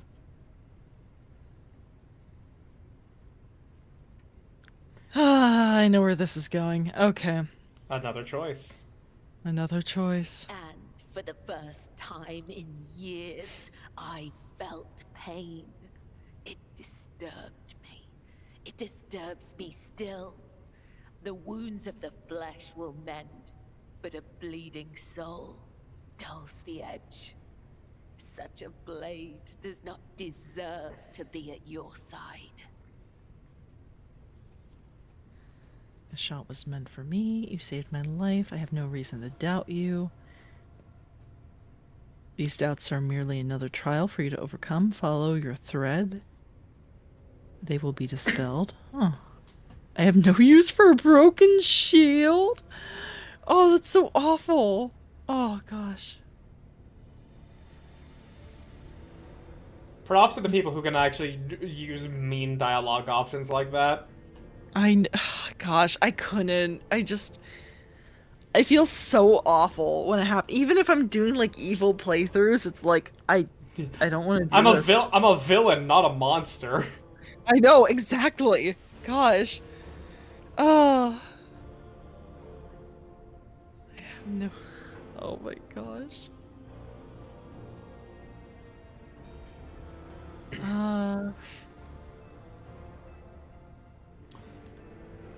You saved my life. I have no reason to doubt you. I will strive to live up to the great faith you have put in me. Okay. But I do have a question. Who is Nemo? An aberration, your former foe, his eternal foe. My new companion in shadow and my trophy. You once knew him by the name Nemesis, but now his name is Nemo. She has a... She made his skull her pet. I love it. Oh my gosh. Oh. Amazing. This is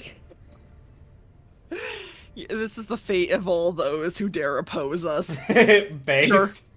Yeah. Agreed. Your skull will become our new Tea Party companion. Oh.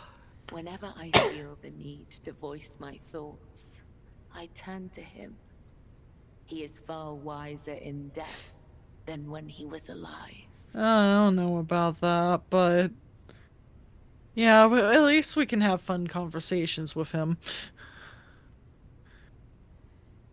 Oh my gosh. I bet he'd has some pretty controversial opinions about, like, about TTRPGs and stuff like that. Gosh, he would be one of those actually players. What does Nemo say today, Cabela? Oh my gosh. So what did you wish to discuss? For years, I have been honing my body and spirit through sacred rituals. I have ushered hundreds of souls to the other side. The hunt for Nemesis was not my first. Yet, after my enemy fell, for the first time ever, I felt empty. And that emptiness only grew heavier under the weight of the question that formed in my mind during that hunt. Not just a rules lawyer, an Erm actually rules lawyer? Cringe, yeah. The job of a lawyer is only to win. It's not to be correct in the law. I know, gosh. Terrible. Anyway. Just hates fun. Just... It's fucking Larry from Z Bashu's videos. Oh, right. He has his moments, though. I wouldn't. I probably yeah, like when during the when you're every new crunchy cyberpunk TTRPG. Yeah, that. He has tricked you into reading his microfiction. Yeah. I think I was just dead after that. I was like, oh no. Also, I respect the Tabaxi character he made for.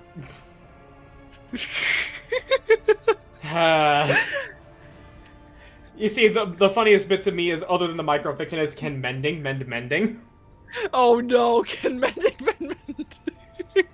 Oh my gosh, that's true.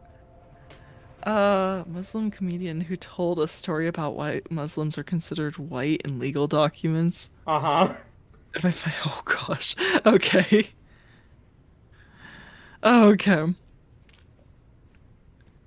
Alright, fair enough. But anyway. No, but... Oh gosh, what was the name of that Tabaxi character? I just remember the... Oh my gosh. Because if that was me, I'd be like... Here's the funny thing, I think I would just be like... Some of the people in the comments had like an excellent way they would have ruled that. Where it's like, yes, the momentum would just carry you over in the next turn. But... But at the same time, I would have just been like... Oh yeah, it's... Oh yeah, do it. I dare you. Play that character. You're gonna... Trust me, you're gonna go insane first before I do. Because I'm gonna love that character. Playing chicken. I know. Hi, Lucy. Welcome in. Oh, my gosh. You missed some very insightful topics. Oh, no worries. Everyone can catch the VOD later on that if they want. Oh, my gosh. It is easily accessible on my YouTube, where you will see a perpetual GIF that is replacing Argent's Fugi with just the loading from the website. Oh, that's fair. It's... We're having some scuff today. Like, hold on. Is OBS still... Yeah, too many requests still, apparently, from Obia. What does that even mean, bro? I don't know, but they won't load up my chat in there, and yet for some reason it still shows up on screen. I don't get it. I don't know what it wants. Like, I even went to Twitch's website, the stream manager, and it's fine there too. So I don't get it. I don't know what it wants from me. But we continue. Cabela, what is your question? I prayed. I longed for his guidance to put my mind at rest. But in my self-pity, I showed weakness in the eyes of the Undying One.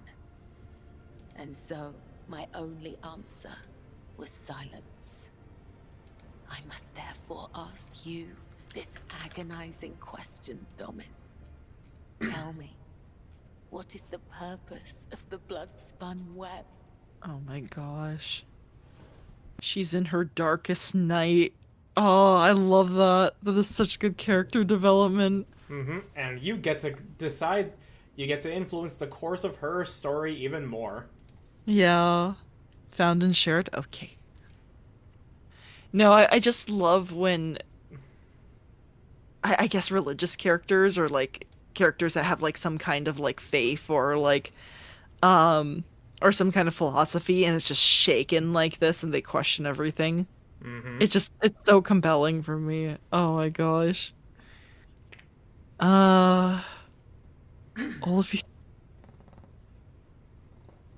my servants, my weapons, you serve the dynasty. You serve the Undying Emperor, yet you also serve his faithful. You're givers of his peace. You are the scourge of renegades. You deliver his vengeance in the name of the righteous. Does this have anything to do with the earlier conversation about your resemblance to the Nemesite? I guess I could ask her that to see if I can open up anything. Fair. Does this have anything to do with your earlier conversation about your resemblance to the Nemesite? Please, just answer me. Oh, okay. Let me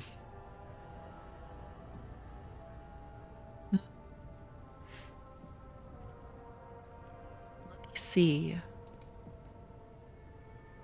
I'm sure they have more of a... One of them will, like, lead more towards dogmatic, heretic, iconoclast. As a reminder, having her be a fervent, like, soldier slash, like, devotee for you in the Bloodspun Web is dogmatic. Compassion.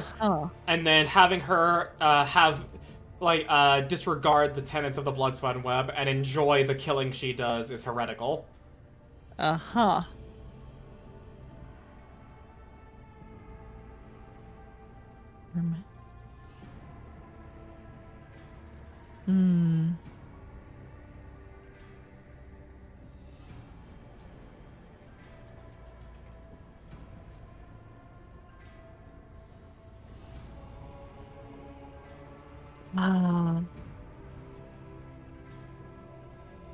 Givers of his peace. I'm not sure.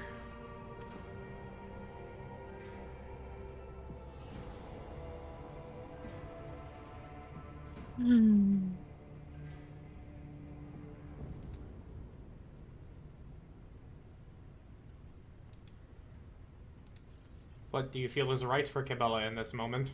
I'm wondering. I'm thinking about it. I'm going through. Maybe I should share my thoughts instead of just being holed up in my. So, starting with the first one. You were a scourge of renegades. You deliver his vengeance in the name of the righteous. That feels like it's. How do I describe it? It's kind of like.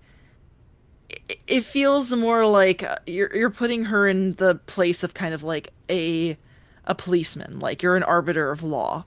It might be kind of more towards righteousness and stuff like that, but I don't know if it's like I don't know if it's dogmatic or not, but anyway, you serve the Undying Emperor, but you also serve his faithful. You are a giver of his peace. That one does seem like it would make her like more, I don't know, more pacifist kind of, but does it? I don't think so. It's just, Alrighty, my exhaustion came back, so back to bed. Oh, thank you for joining us again, Gunzer.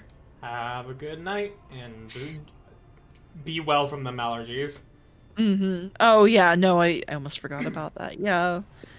I hope you don't have the same thing with me where it's like my sinuses don't allow me to sleep. But yeah, anyway. I don't know, my servants, my weapons, you serve the dynasty, that seems like it's very, I don't know, it's like objectifying her almost. It's like you're no more than just a weapon. It's... Oh, okay, so maybe that was correct then, to assume. And then the sect, all you are is a sect of the deadliest, most terrifying zealots on this ship. It seems so...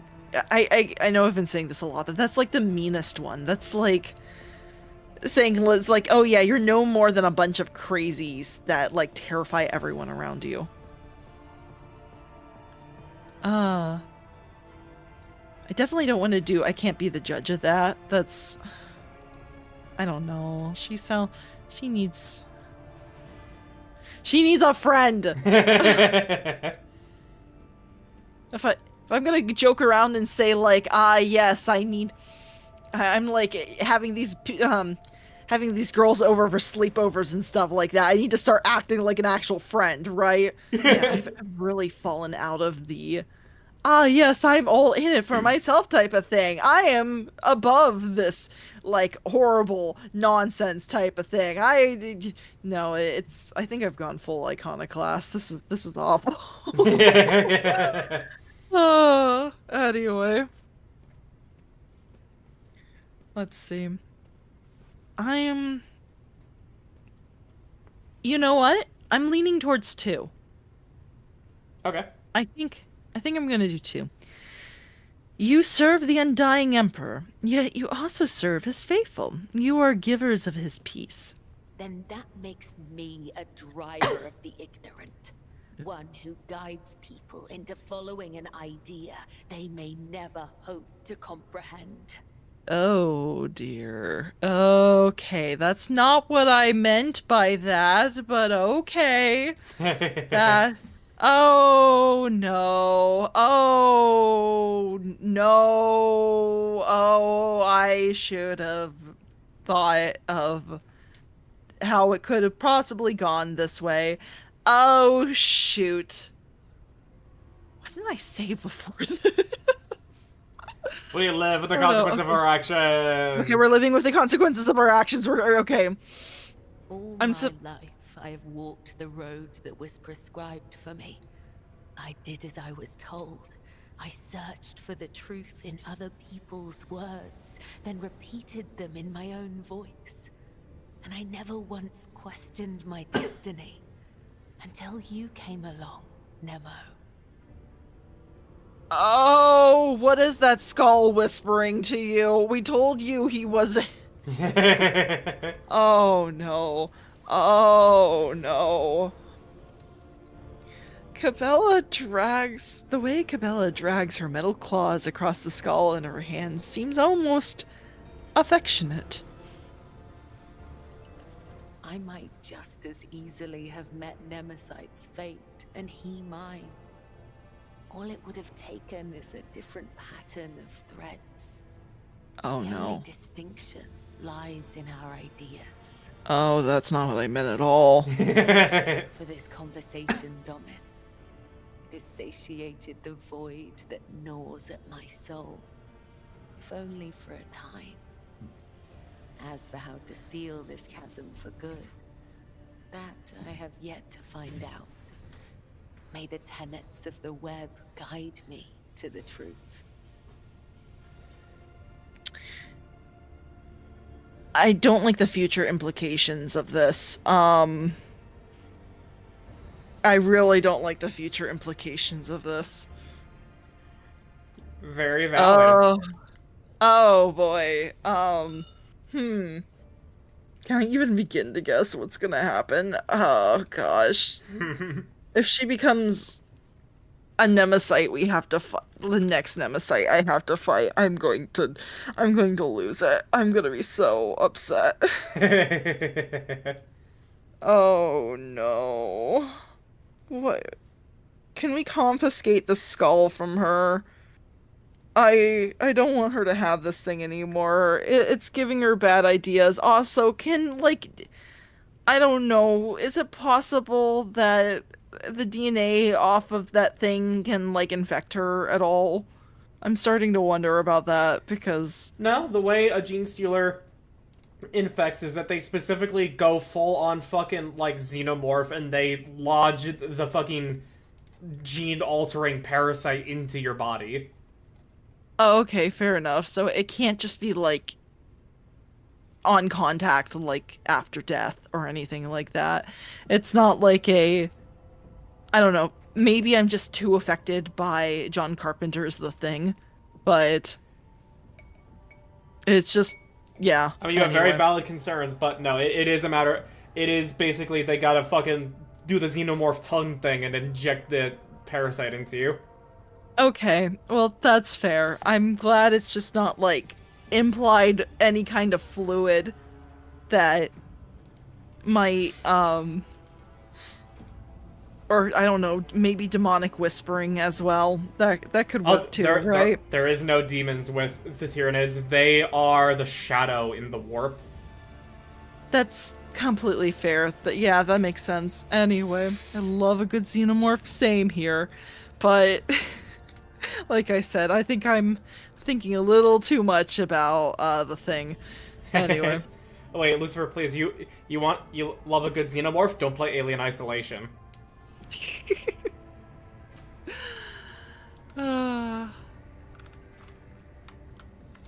Why is that? Isn't that a good xenomorph though? I disagree because like they've toted the AI of the xenomorph in Alien Isolation to, you know, like be very unpredictable to the player. That's not true. It is very that's the xenomorph that was too good. Yeah, okay, it was good at its job. It was not good in terms of being an antagonist in a game because I very, very, very, very quickly learned a lot of these scripted flags that get triggered that cause it to spawn and do certain actions. And a lot of them are ones that you cannot avoid. So you just have to fucking take the brunt of it. Fair. I never played an Alien game, only Nemesis, the board game. Oh. I have not heard of that. Neither have I. I'm gonna have to look that up later.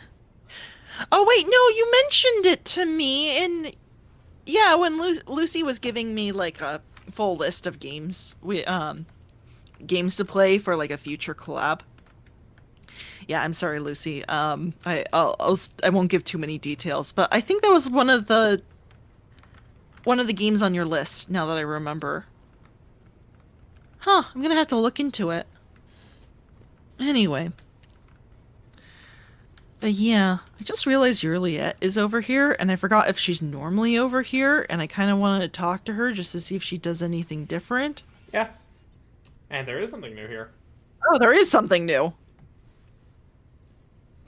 Literally, I could just say, this is new. Oh my gosh. I have yet to play an Alien game. I'm too chicken shit to play anything that's first-person horror.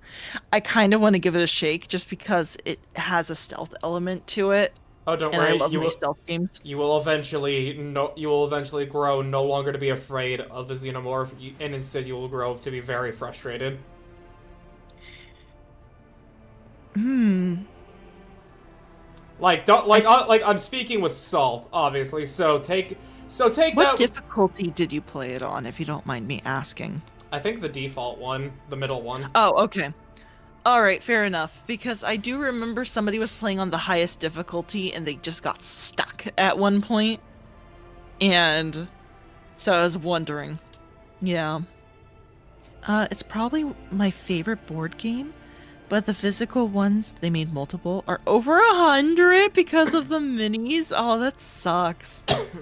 Yeah, I want to go check it out, though. No, thank you for reminding me.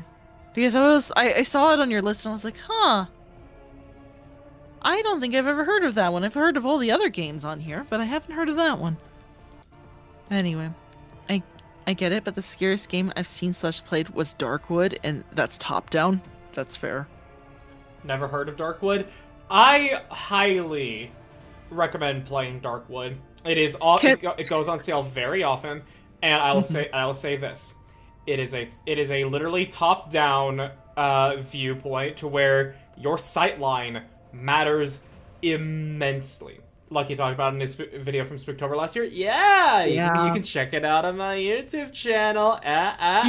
You know what? That's a better recommendation than me being like, hey, do you want to check out an 8-hour video on Darkwood? Well, I mean, that's also like the whole game that Pyrocynical goes through. I had like a 5-minute like, here's why I like this game thing in my horror game video. No, I think yours is superior for not spoiling anything really, but giving like a really good recommendation towards it. So yeah.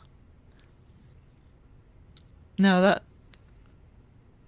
I do recommend. That was a good video. Are you gonna do another one like that again this year, or? It's not gonna be a compilation. It's gonna be a bunch of smaller videos. It's gonna be like 5 to 10 minutes of independent videos because those are going to be able to get more traction than one big video that is multiple games. Honestly, I think that's a good idea. But yeah. No, I still recommend the full video though, because I thought it was paced really well. And that I appreciate it. Mm-hmm. Anyway. The intro to it is still like my favorite thing I've edited. Oh yeah, no, and I also appreciate your choice of music in that. I remember. I'm gonna be reusing it for. I think that's gonna be the theme song of my horror game reviews. Do it. It was good. Oh my gosh.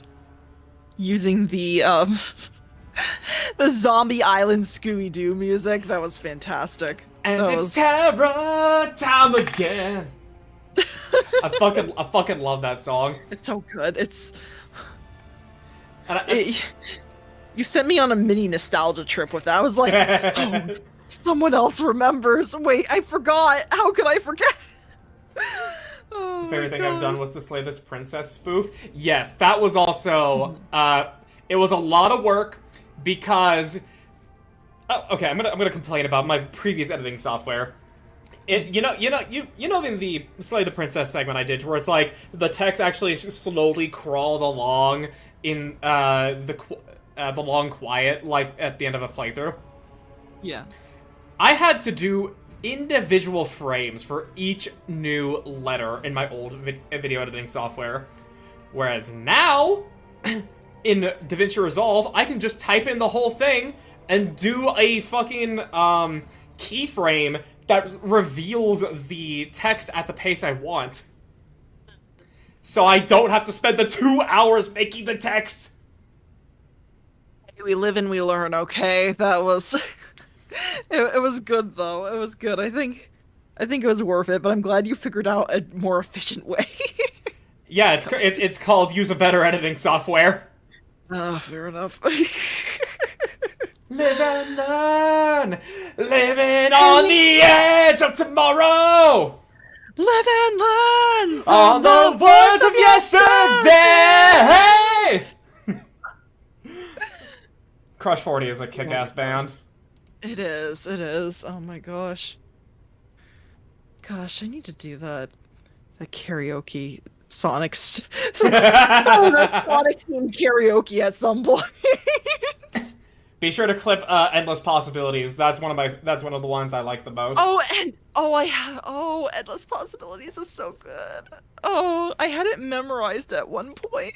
And just like that, I have awakened the Sonic fans within you. Yes.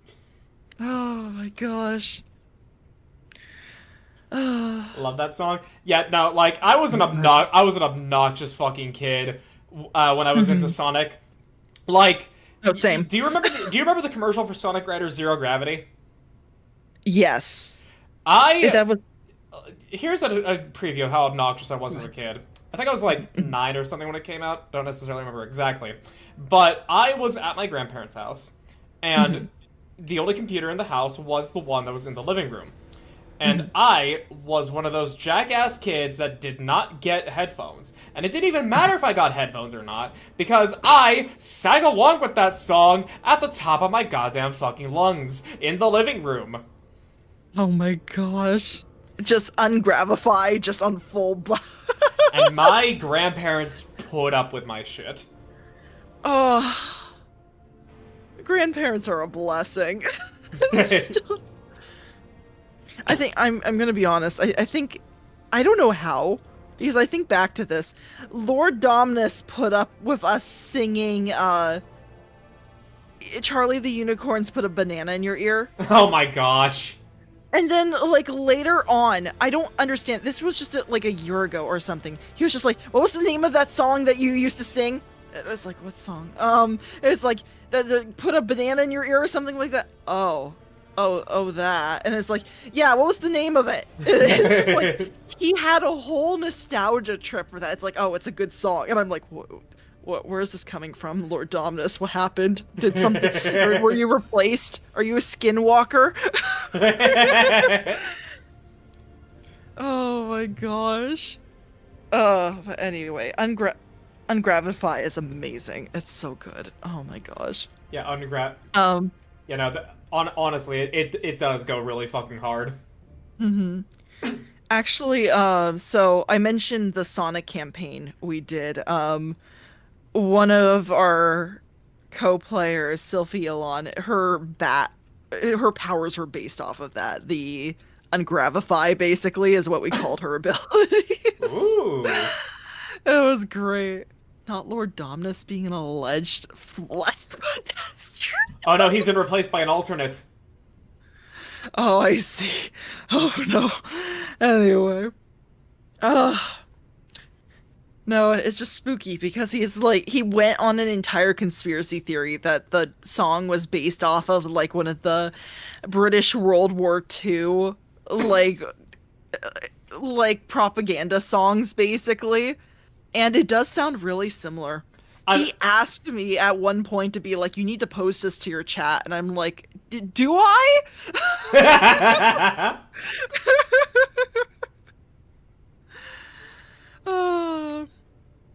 That is the only thing he has ever asked me to do for stream. And I've been holding it off on it until now, basically. Oh my gosh. Anyway. But yeah, that was really strange because I thought, it's like, wait, didn't we annoy you with this song? Isn't this the song, like, you didn't ever want to hear us, like, sing ever again? What happened? Why? Because Hannah and I were obnoxious about it. Oh my gosh. Now But yeah. that's hilarious. I know. Oh gosh.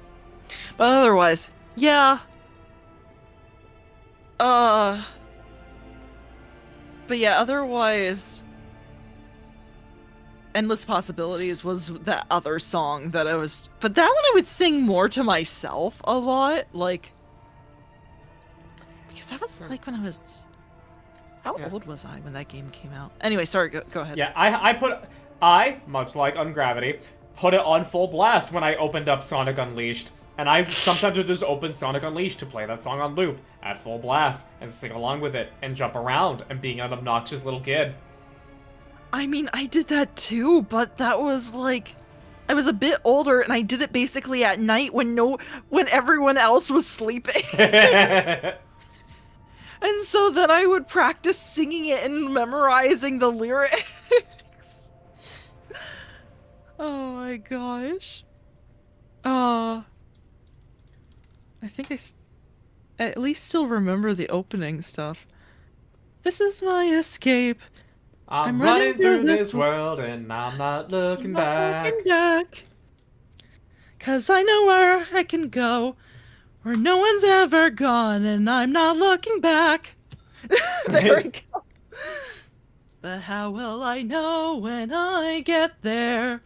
And how will I know when to leave? It's all gotta start from somewhere. It's right there for me. The possibilities are never ending. There we go. Yeah, no, I still remember it. I like how you do your own inflections with it, because I try and just parrot what I hear. I like try and sing exactly like how I hear the singer does it, and I feel like I fail miserably. Oh, that's okay. No, I do that a lot, but if I've memorized a song and I've sung it like so many times, like even in the car, eventually it just goes into me just like making up stuff for it. Like there's a few other songs I can think of where I've done that. Like Poker Face from Lady Gaga. I've done that too. Yeah. You want to know where I first heard Poker Face? Fucking Percy Jackson. Percy Jackson. Oh my god. Was it the movie or? Yeah, the first Percy Jackson movie, the one that's not that good. Yeah. I've seen that movie like once and I was just kind of like, "Oh, okay. It's neat." I didn't have really any I thought it was good, but it was just kind of like yeah, the movie's okay. Oh, I was mad at the whole Persephone and Hades thing because I was super into the myth at the time, and I was like, no. I had like this thing in my head where it was like, no, Hades and Persephone would not hate each other like that. Yeah. Mm-hmm. Oh my gosh. Let's see. Hold on. I would ask my father to play it when I got older. Oh, right! I remember that story! You know what's funny, Madame Lucario? I had a similar thing, but I asked... Oh, here's the other song I have memorized and I would do this for. Dreams of an Absolution. I don't know that song. Oh, that one's from Sonic 06. So, Wait, I have played a lot of Sonic 06. How does it go? Anyway... I do know that his world is the opening theme where it goes dun dun dun dun dun dun, dun and it's that's Sonic's theme. I'm talking about Silver's theme. Silver's theme. Yeah, I don't know it then. In the nightlight, two can see what you dream. All your triumph and all you'll ever be.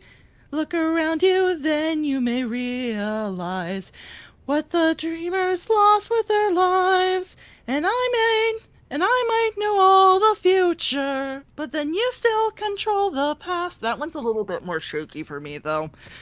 Yeah, I don't. But yeah, I have no memory of hearing that in Sonic 06. Oh no. Okay, I'll send one later. Oh, Night of the Wind is great. No, oh, dude, fucking Night of the Wind got me so fucking hyped for Sonic and the Black Knight.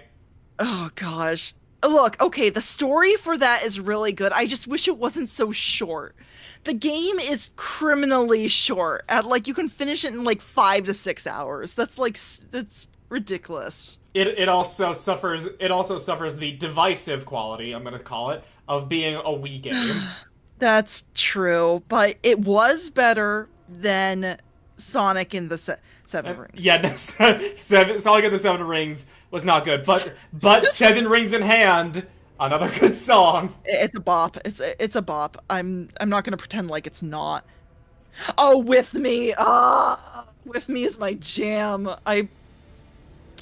Oh gosh, I played that for the first time they fought the BBEG, the Morrigan, and oh my gosh, that was great. That played out like everything I've been planning as a DM. Oh my gosh. The game pissed me off so much with the King Arthur fight. Get good. No, I'm kidding.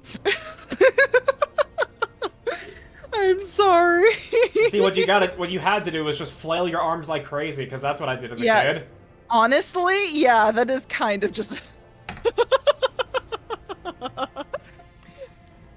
You see, the skill issue wasn't that you were bad at the game. It's the fact that you were trying to be good at the game when you're supposed to be bad at it.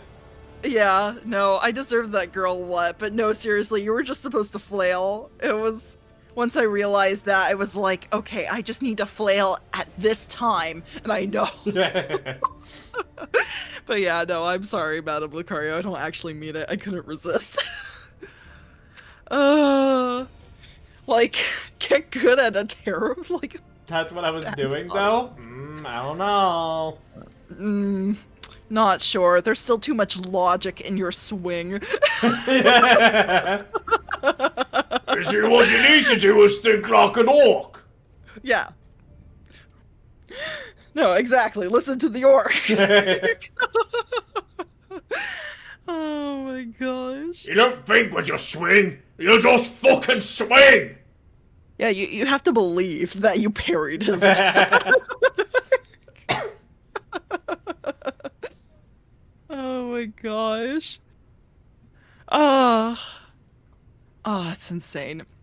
I swear, at one point I really want to do another stupid Sonic stream where it's the they actually have a Project 06 where this one guy completely recreated Sonic 06 for the PC, and they made a bunch of updates and they like dove into the files and they found a bunch of unused like voice lines and stuff like that. And did they make it a game that functions properly? Yeah, no, they did. They made it better even. They added back like it's like really good. Like look up Project 06 by Chaos. It's Project so 06. yeah. Video game. Yep.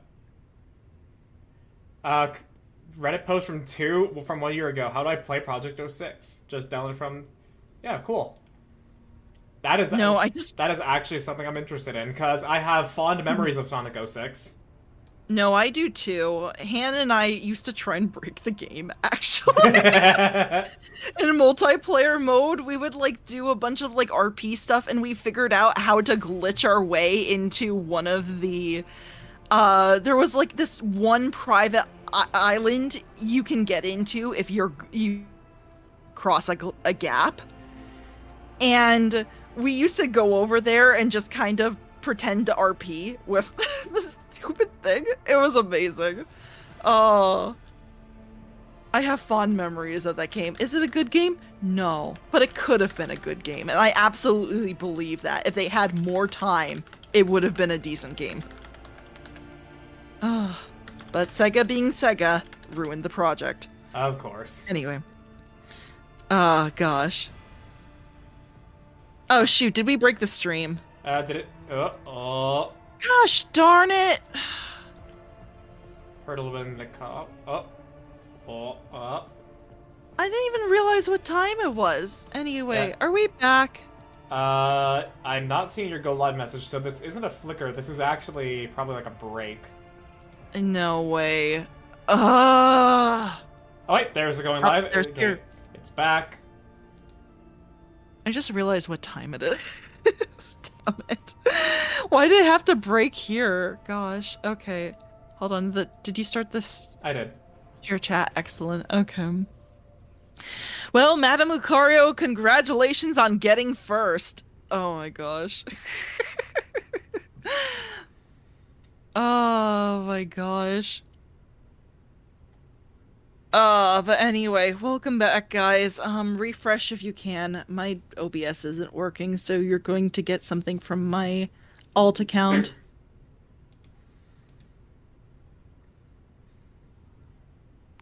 So, but yeah. Well, what was I saying? Oh, right. It was a good... Fuck. Meh. Right. Where was I? I think I was on the, Oh, yes, we used to RP by glitching into one area on Wave Ocean. Yeah. That was great. Anyway. It was...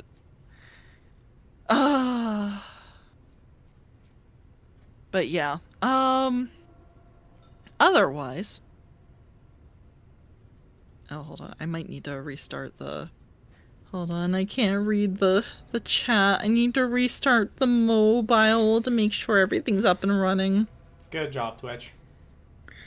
I just wish the mobile app would actually run properly. Yeah.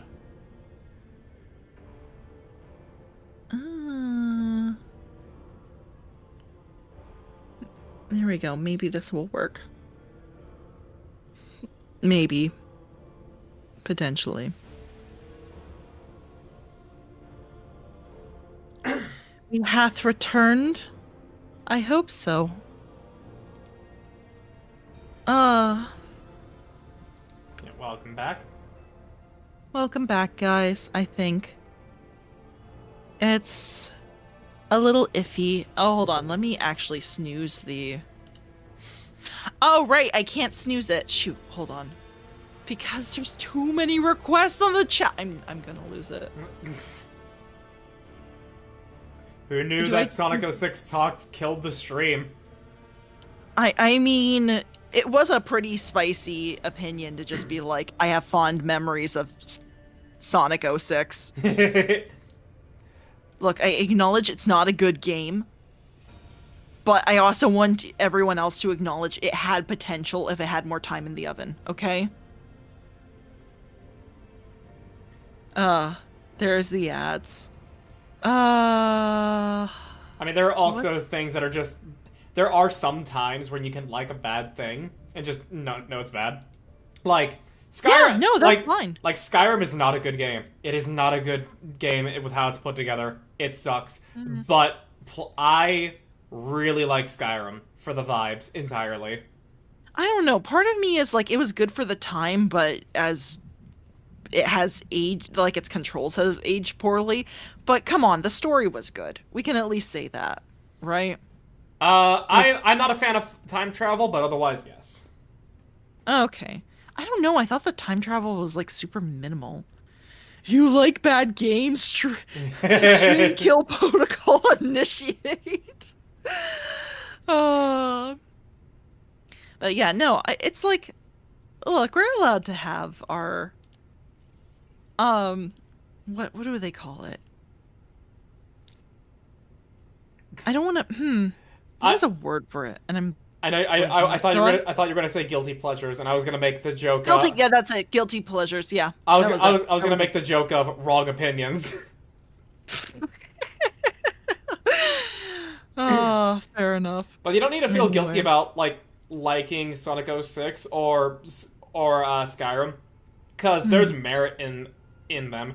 There are just certain things that are bad that you shouldn't like kicking puppies. Oh, that's fair. No, that's true. Yeah, if you like kicking puppies, get out of my stream. or any CW show. Hey. Oh my gosh.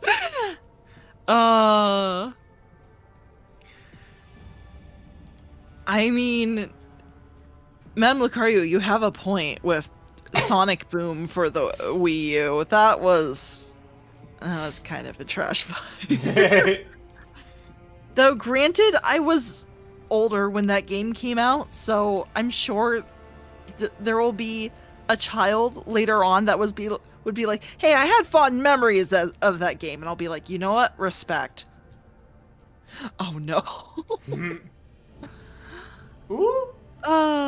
Derp Reflex, welcome in with 2 raiders. I'm having stream issues right now. I hope you're not going through an ad. Please don't tell me you're going through an ad.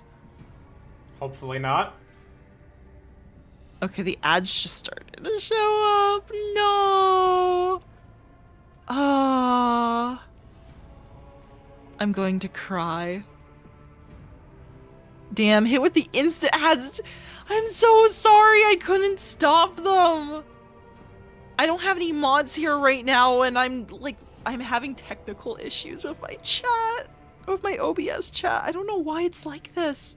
I've never had this before with the too many requests blank white screen icon. Oh, thank you for the follow. Oh my gosh.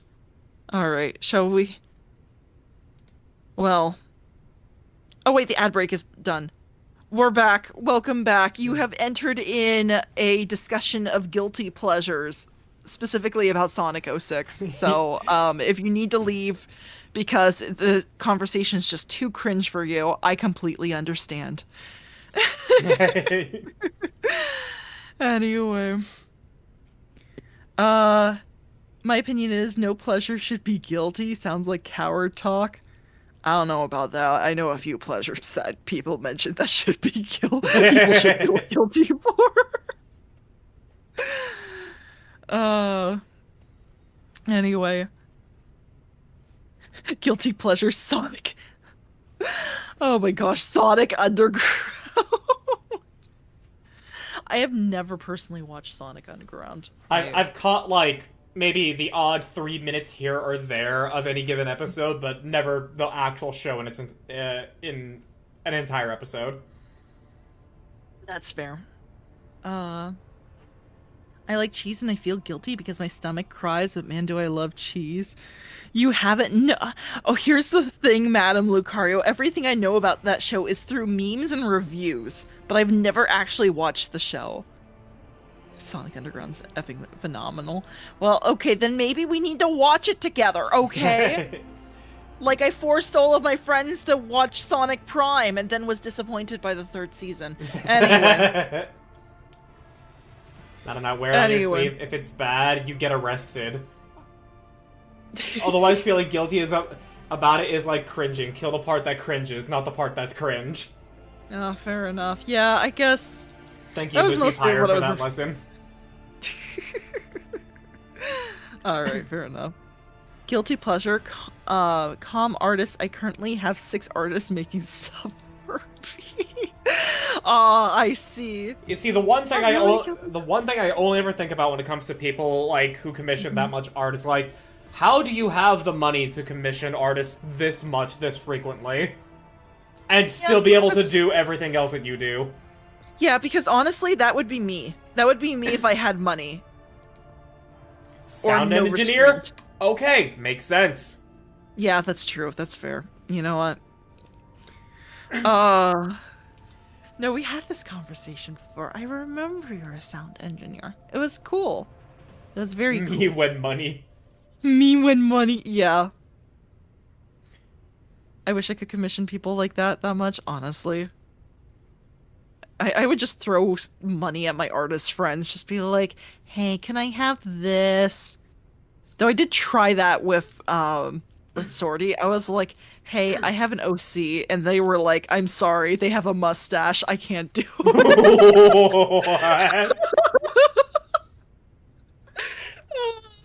I was so sad after that. What? Oh no, so... Have you ever seen my pawn from Dragon's Dogma? No. Okay, I can send a picture if you're really interested, but I have a friend who is very good with male anatomy. Wait, I wish I didn't say it that way. That sounds like I was gonna commission a bad piece from her. No, okay. Look, I just wanted him in a Victorian suit. That was it. That was literally it. But she's really good at drawing shoulders and abs, okay? So so I was like, I'm going to... It's like, hey, can I get this from you? And she's like, I'm not comfortable drawing mustache. Why? I don't know. And the worst part was that she did end up, like, attempting to draw a mustache for another D&D character. So I was, like, trying to poke her about it again, and she was like, no. But anyway. Yeah. But yeah, it's probably a good thing, because, that was probably a hefty commission. Anyway. Also, I did say my community that can draw whatever my VTube model, and now I have 18 plus area of my server. Oh yeah. No, oh gosh, no. Oh, that's scary. Oh. I personally find it a major form of success if someone wants to draw. If I actually have people wanting to make fan art of me. That's true. No, it's really cool, but that scares me just a little bit because it's just like, yes. Am I really just I don't think I could handle like seeing a very risque portrait of myself. You see, for me, I would just simply ask that if any NSFW fan art's made of my VTuber persona, make it Rule 63, please.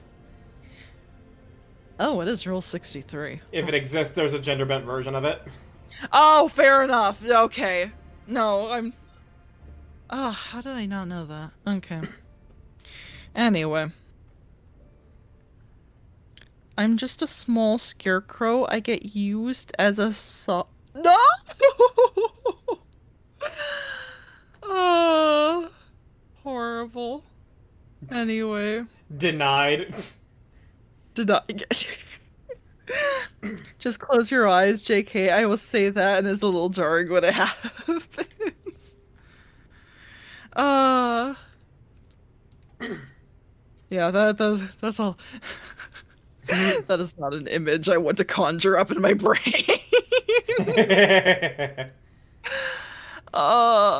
Anyway. Yeah.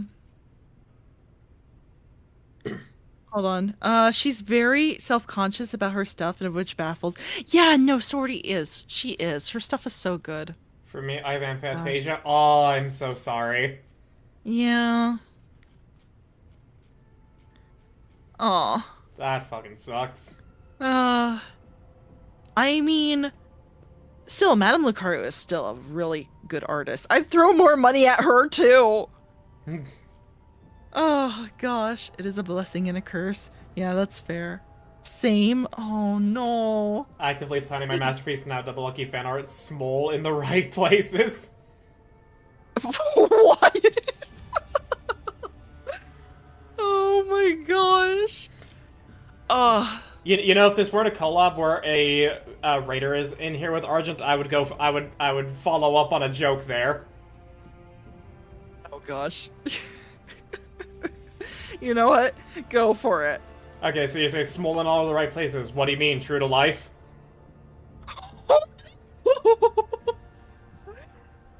Oh.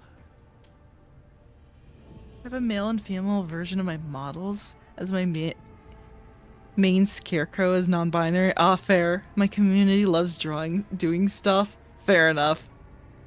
What's a hot take from D&D that would get you caged up? Oh, hey! Matthew! We were talking about D&D earlier! Yeah, Matthew, you missed the D&D convo! Aww. Sorry about that. Okay, well, it's still in the VOD, but... Yeah, I guess, honestly, the hot takes were... Is it a hot take to say that you don't like D&D for its, like yes or, like...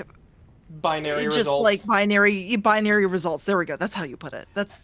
Evidently, it seems that way. Mm-hmm.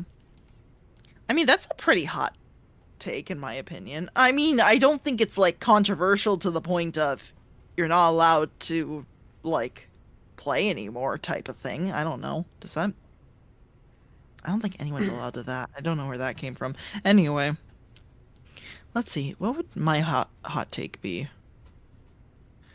The fireball is a caveman's spell. I think I brought that up last time. But that wasn't mine originally. I got that from Punky Doodle. Yeah. Damn, told my joke, but again. What? You say... No, I did not repeat your joke. You said fan art is small in all the right places, and I said true to form. I mean, true to real life. You know what that fucking means? I hope we all understand what that means. I understand what that means. I don't need that to be spelled out for me. Oh my gosh. That D&D was gonna have a battle pass? Ew, no. D&D Beyond could have easily had that, let's be honest. Knowing Hasbro, they would absolutely do that, and I don't know why they were like that. They want to kill. I swear, they're doing everything they can to kill their game. Games. Same with Magic the Games. Gathering. Yep, that's true. You know what? You're right. Oh. I even recently watched Trinket Mage's video on how Universes Beyond is a method for Magic that is not going to last for much longer, because Magic is still at sales loss, even is still losing money for Hasbro. I can't believe they're at sales loss, even though there's like people scalping it online and no one can get their. This is so stupid. Oh my gosh. Yeah. But yeah, no, Hasbro needs to go bankrupt and release Wizards of the Coast. That would be lovely, but I feel like they're going to they're gonna like just stop Wizards of the Coast before they go bankrupt. They're just gonna be like, oh, it's not profitable for us. We're gonna just drop making any kind of products for this altogether. Maybe they can sell the IP. I don't know, they wouldn't just sit on it without making games for years like Sony does to Bloodborne, would they? Looks at all the other IPs that Hasbro owns and is doing literally nothing with. Oh.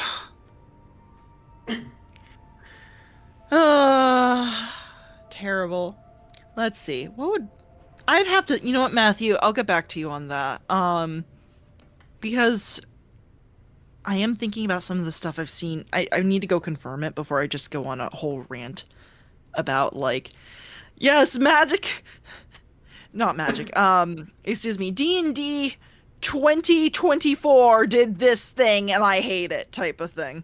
But I'm gonna have to double check that before I, like, pull stuff out of my butt. Because I swear, I'm gonna say something along the lines of, like, I don't like that they did this to, I don't know, the races or whatever, and it's, like, totally, completely incorrect. I mean, they did make all stats now derived purely from your background and no longer your species. And I think, and it's a hot take to say that's a bad choice. Wait, no, I think that is it. Yeah, no, that is my hot take. I don't like that. I know, but I don't like it. That is actually my hot take. I was going to double check. That was the thing I was going to double check. That is.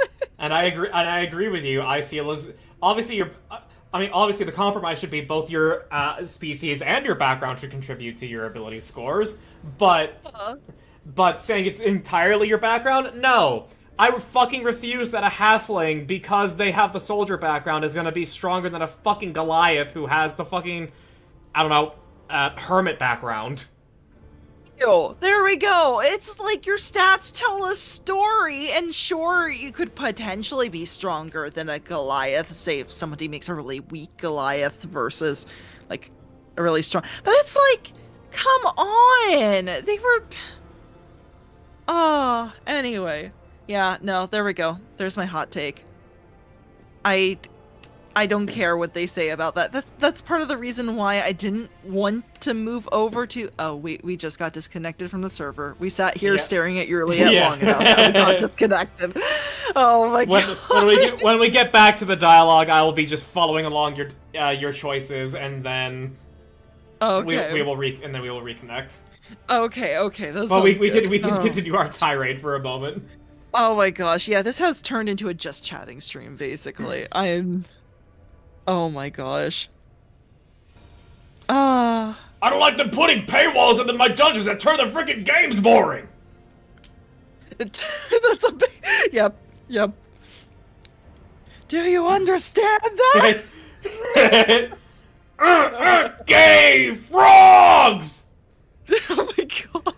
I fucking love the shitpost song from that. It's so good. It's so amazing. Oh my gosh.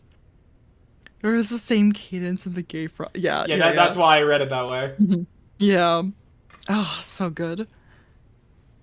No,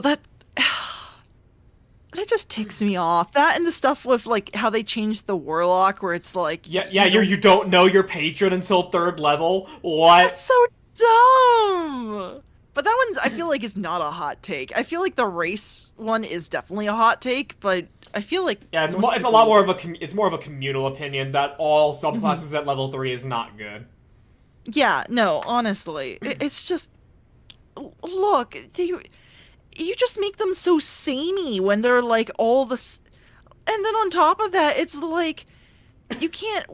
What about diversifying? Like, if you want to put one level in, like, warlock or bard when you're like, I don't know, a fighter or something like that. It's like, it's just, you should be. I don't think it's bard. I'm thinking no, it's whatever. Anyway, but it's like it's cool to just have a patron right away to like get right into that. It's like, come on, the story potential of like.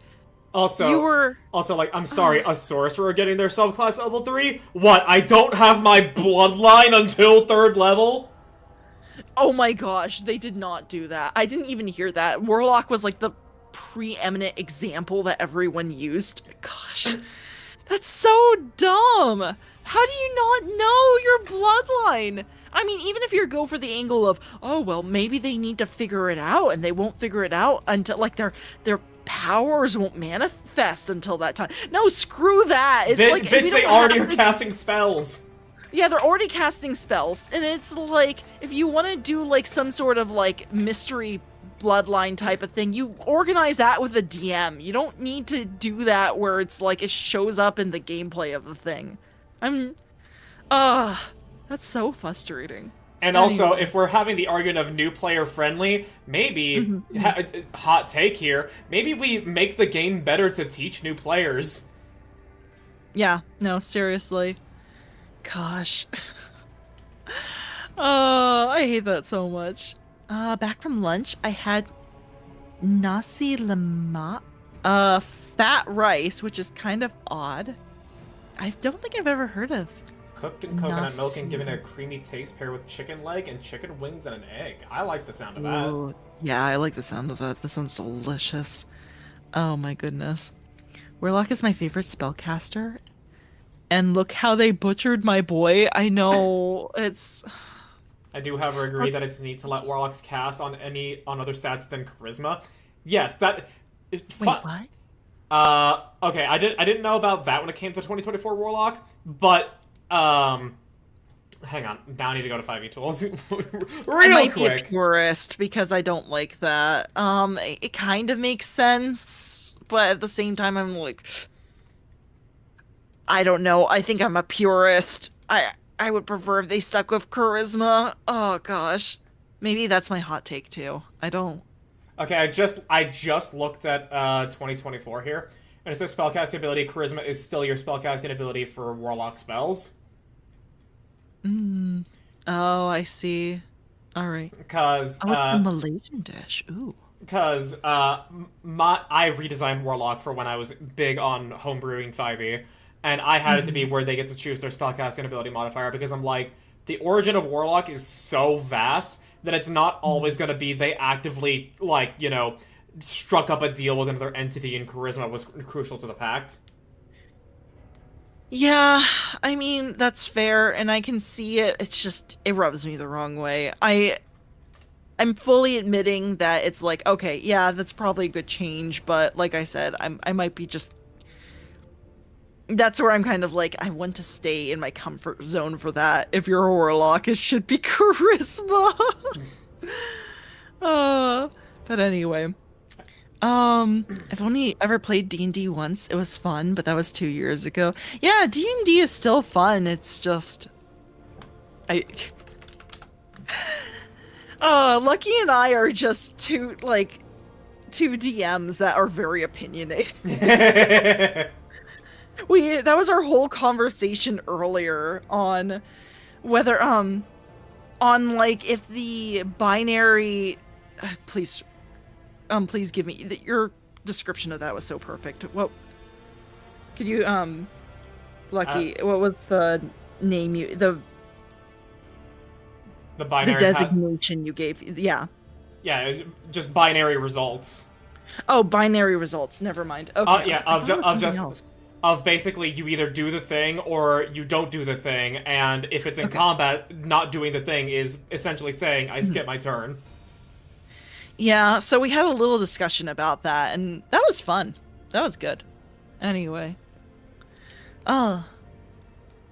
But yeah. I read it's tied to the pact boon you get. I'm Like, I'm currently looking here. huh.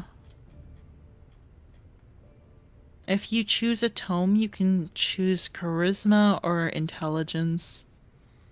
Well, your pact. Okay, here we go. Let's see here. Just charisma or intelligence? Let's I hear- figured wisdom could work too, but meh.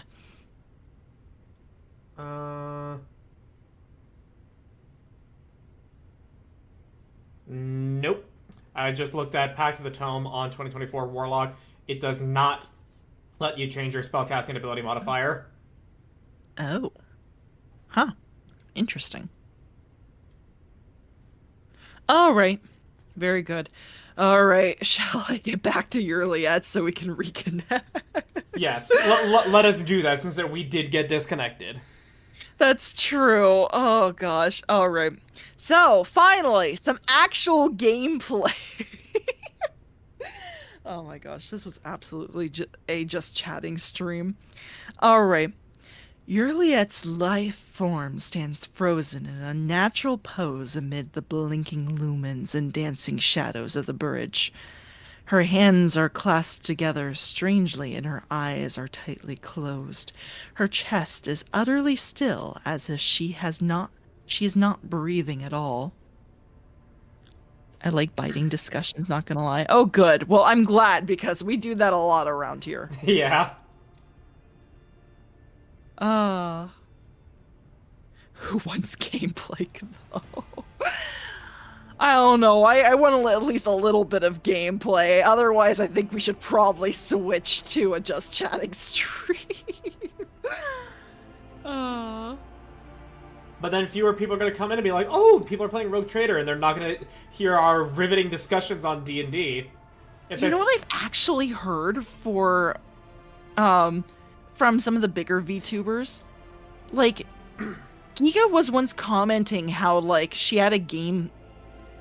She'll do a thing where, like, she'll have a just chatting stream to start off her stream day with, right? Mm-hmm. But she starts to pick a game that she wants to play, and people will vote on what game they choose. But then as soon as she chooses it, they will leave chat, and it's not because they chose a different game. They were just like they pieced out after the just chatting section of the stream. I think they were just mostly there for the just chatting. And then now that they know that she's gonna play a game, that they decide to tune out for that section. It's kind of interesting. Yeah, that is that is the behavior of chats. But I also know that just chatting is the most oversaturated category on Twitch. That is true too. That is absolutely true. Anyway. Well, good thing I have 5 gig. I hate Xfinity with a oh gosh. Wait, your internet died now? Damn. Yep, Xfinity is awful, and we hate Xfinity in this household. Anyway. I'm sorry. I won't forgive them for ripping off my mother and gaslighting my father. Yeah, no, that's valid. Yeah. So, and then every once in a while they'll send like a letter to Lord Dominus like, "Oh, we want you back," type of thing. And it's like it's so funny. It's like, "Yes, after everything you've done, well, screw you. I have fiber now. Why would I ever switch to Xfinity?" Anyway, but I think I need to update my computer. It's not working out for me. It's like great in some respectives, like everything downloads faster, but as soon as I start streaming, the problems are still there. Anyway. Oh, the AT&T copper wire internet is out. Oh, I'm sorry. AT&T, the world's internet service denier. That's true, too. Look, they denied me on Wednesday. I still don't know what that was. That was not on my end, apparently. You got fiber? Heard it's good for your...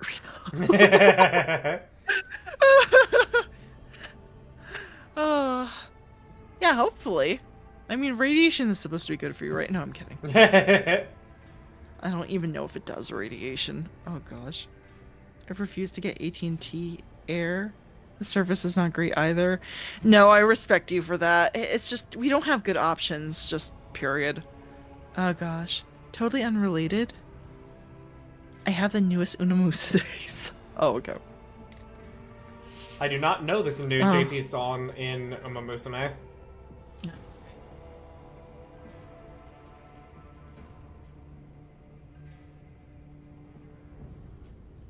Oh my gosh. The Rogue Trader wishes to speak to you, Zenos. Finish whatever this is. Oh my gosh. Yes, be racist. Oh my gosh. Menishiki Oh. Rush. Oh my gosh. I have so many tabs because of now just the things I am now deciding to look up. Oh my gosh, the amount of stuff we have to look up at the end of the stream is... It's a lot. It's definitely a lot. Oh, it's where they're all in the cute pink dresses. Okay. Aww. Oh my gosh. So it's like South Park mean with the two different internet providers being the only internet providers. What do you mean the South Park? That's literally my life. It's not a joke. That's my life. We have AT&T or we have Comcast, and I hate them both, but I have decided that AT&T is the lesser of the two evils. Oh. That one that you posted on my server. You see, yeah, Nara, I did not get the chance to see that you posted that because Azure has been doing a play-by-play of his careers and you've been helping him, so I've not seen that video of Fenemono singing it. Oh my goodness.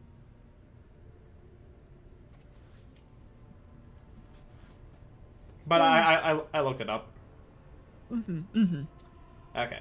So, what are you going to choose with your dialogue option for your yearly I'm stuck between This Is New and Yulia. Are you alright? Or Observe Silently. I feel like with Observe Silently, she's gonna eventually just turn to me and just be like, what do you want? Yeah, but also, would you not think that you would be annoying by asking her questions while she's mid-meditation? Is she meditating? She's standing in a natural pose. Can you meditate in just the most uncomfortable position like that? Yes, yes, you can do standing meditation. It's not the most comfortable, but you can. No, I'm zeroing in on the unnatural pose, but I mean, we don't really know what that unnatural pose looks like. Oh my gosh, just imagine she's doing some sort of JoJo pose. Oh my gosh. You know what? Shout out to that one racer who posed like fucking Father Pucci when he won his race. Oh my gosh. Alright, you know what? Observe silently. Alright.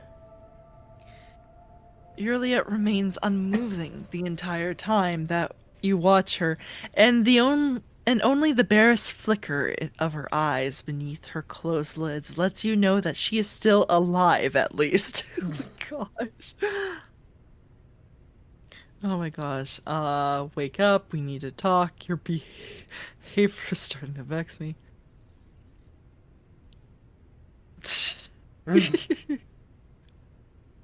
We're gonna wait a while. This is like the two. Oh my gosh, this is like the two introverts interact. For the first time, Yurliet takes a deep breath through her nose and barely audibly exhales. Her body remains as relaxed as ever, and her eyes are still closed. Your presence does not seem to be in any way distracting for her. Oh, I guess did she you is pass, in meditation. did you pass your intelligence check? Yeah, I did. Cool. Huh. Okay, yeah, no, definitely. This is the meditation you told me about, isn't it? Yurliet's face remains impassive, almost serene. The only movement comes from her hands, which intertwine smoothly, forming a new, intricate gesture. She still does not hear your words, or is choosing to ignore them.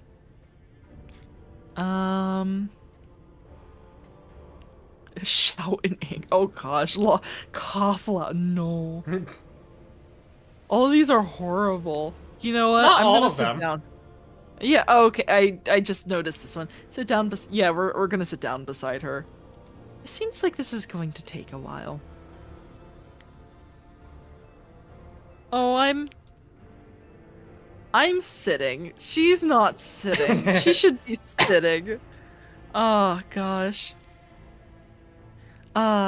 You find a somewhat comfortable spot and you get yourself settled. Yurliet still does not react to your presence, and as time passes, you begin to sink into your own thoughts.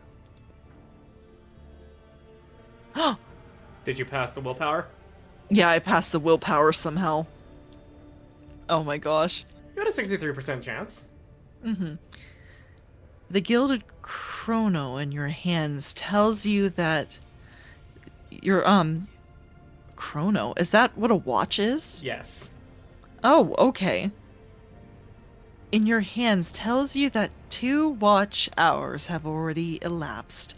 Your muscles feel stiff and your head feels heavy on your neck. When you next glance around the small section of the bridge that Yurliet has adopted as her own use, you catch someone's sharp, attentive gaze. You are still here, Elentak. Yurliet's words do not sound like a question or an expression of surprise. Her eyes quickly sweep over you and she nods in greeting. Hey, we succeeded in the Xenos lore. Oh my gosh. Cool. It seems like there's a probability seed then that we then both adopted when when we were disconnected. Oh sheesh. Oh good. Okay. No, I'm glad. Okay. You were deep in a special Aldari meditation, weren't you? Yes. Yurliet arches I her am delicate sometimes brows. surprised by the depth of your knowledge of my kind's customs, Elentak. But even if listening is your only skill, that in itself elevates you above billions of other monkey. I mean, I had to learn a little bit in order for me to meditation use this awesome weapon Is over here. immersion. Immersion into myself, my inner world.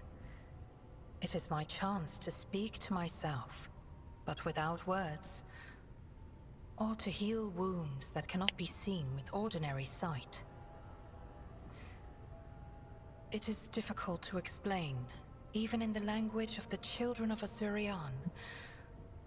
There are so many meanings and shades in its sound alone, and the monkey tongue is too sparse and awkward.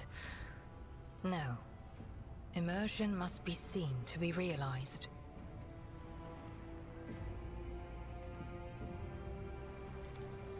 I should say, Elentak, that during meditation, the mind does not leave the body. Part of it remains vigilant, monitoring what is taking place outside.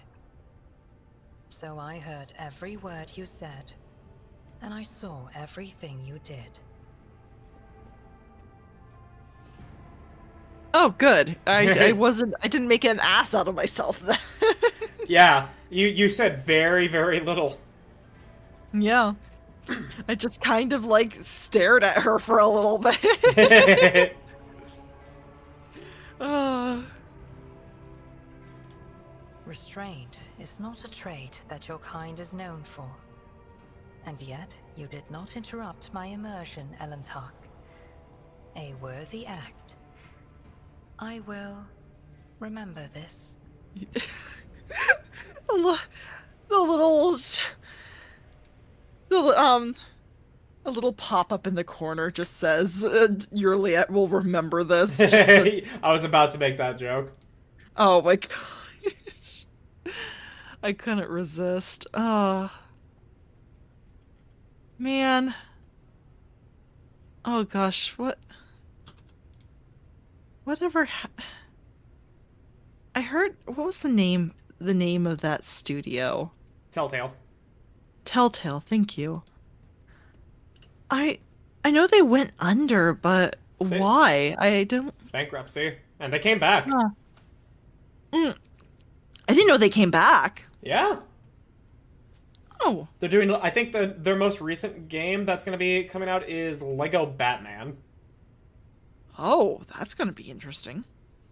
I mean, knowing the Lego series, it could be really good, honestly. I mean, the Lego Batman movie was fucking funny. It was great. It was fantastic. There's very few better Batman movies.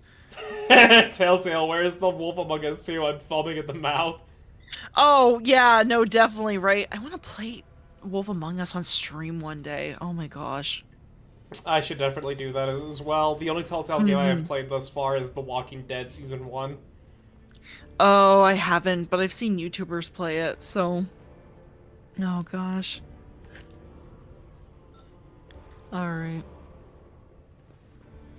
Wolf Among Us was so good. I believe It was you. so good.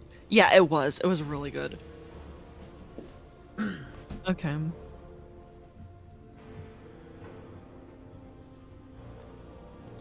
So what? Let's see. So you knew I was here the whole time, and you did... Oh, I did not mean to smack my mic. I'm so sorry. And you didn't even bat an eye? Immersion requires concentration and unity of mind, body, and spirit. Entering this state unprepared, or coming out of it suddenly, can be harmful. So we have pressing matters to discuss. Or do we? I don't know. Now you have your normal dialogue. I know, I have my normal dialogue. Huh.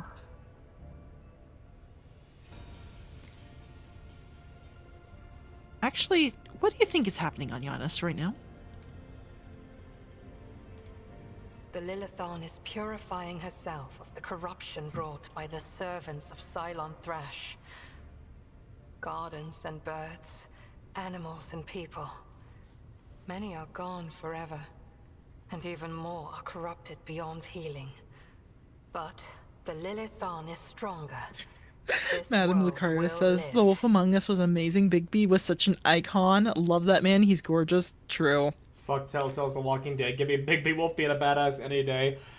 Mm-hmm. Like, the whole flaw with The Walking Dead is how idiotic the characters are painted out to be, because these are slow zombies. Yeah. I remember a few moments that were just kind of, this could have been prevented. We didn't need to do this. If y'all weren't Yeah. fucking idiots. Yeah. I actually recently watched a clip, I think of, someone of Face Connect playing through The Walking Dead, and it was in the very early bits where you have to fix the radio, and it's just like, dumb bitch just didn't get new batteries. Oh my gosh. Oh, that's great. A perfect microcosm of the idiocy of some Walking Dead characters. Yeah. Oh my gosh. No, they really... Yeah. No, some of them probably wouldn't have died if they had used their singular brain cell. That's for certain. Gosh. I mean, I understand you don't need to write like a genius, but you can write someone with normal intelligence That knows that a radio's missing batteries. Yeah. I mean, that's like the first thing I'd literally try with batteries. It's like, have you turned it off and on it again? And oh, I guess it's not being powered. Anyway. I mean, I'm like technology inept, and that would be like my first things I'd do. It's not hard. Yeah. Oh my gosh. Inept with technology. Have you tried turning your PC on? Oh, no, I haven't. I'll do that right now. Just kidding. Oh, that. Oh gosh. Man, OBS is just not working for me. You're right. I should turn up my computer. At least it looks like it's running right now. If I boot it up again tomorrow and it's still doing that, I'll see what I can do. Oh, gosh.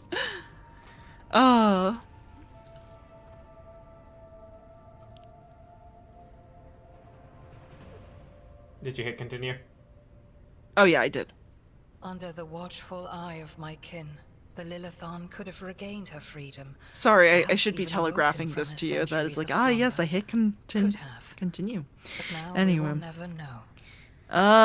Yeah, the Elduri have been wiped out on Giannis. Sorry about that, Yurliet. But maybe we can save more of your friends. Maybe one of them will actually listen. Yeah, it's not our fault they were letting it resort to violence. I mean, we literally saved them. And they were like, well, we're not gonna do... We're gonna...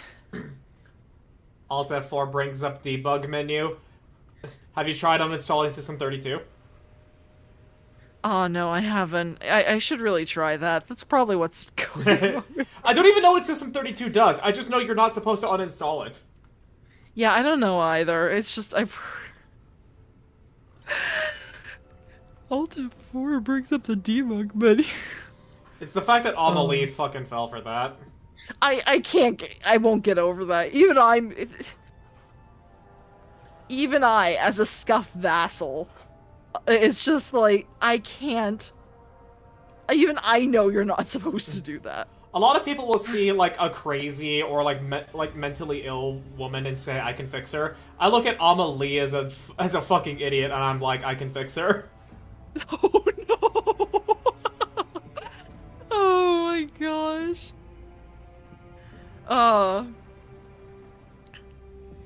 No, I look at her and I'm like, she's beyond saving.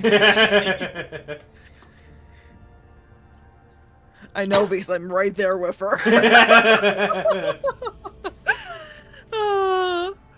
Anyway. Gosh.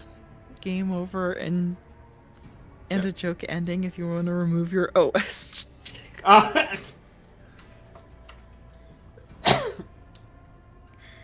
Yeah, that'll do it. Oh my gosh. Alright, let's see him.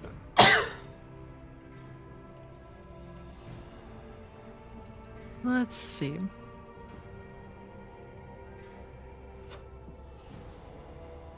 Am I still unworthy of discussing your world and your kin? She nods curtly, saying nothing. Oh no. Your character just smacks her lips. Understood. Okay, I understand. I'm still gonna ask you a few personal questions. I refuse to discuss this. What do you wish to talk about? Okay. So tell me about yourself. Who were you before you came to Giannis? I followed my path. I'm surprised I didn't do any of Do these. you know what path is to the children of Asurion? It is more than a chosen, what do you call it? craft. The path is how each of us moves through the labyrinth of existence, inside and out, in life and in spirit. It is both a journey and a fortress. It protects us from she who thirsts. To stray from the path is to fall into her dark embrace. Oh my gosh. System 32 is a critical folder in Windows operating systems that contains essential files necessary for the system to function properly, including drivers and systems why can I not say this word? Executables. There we go. So basically, deleting it will cause your machine to forego how to live and commit not alive. That was an excellent description of what System 32 is. Thank you, Ravax. Now we Because know. I actually didn't know that. Yeah, no. That was good. Anyway, remove the instructions for how to make the... Wait. Make the lightning... Wait. To make... I don't know. Huh? Were you trying to say light... Yeah, no, V is next to G. So, remove the instructions for how to make the lightning make the rock alive. Yes. It turns back to rock. Lightning. Okay, there we go. I was... Okay.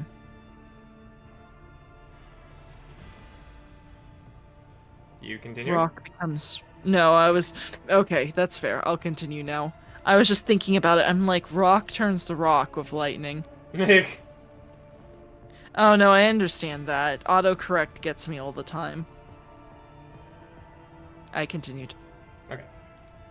The first path I walked was the path of awakening. It granted me the ability not merely to look, but to see, and to take notice of what I saw. My second path could have been that of a warrior, but I chose differently. For the ability to see called me beyond the boundaries of my homeworld. Though not everyone was pleased by this decision, I stepped onto the path of the outcast. I gained the freedom to choose, to question, to doubt where the others merely bow before the wisdom of a farseer who dictates the will of destiny.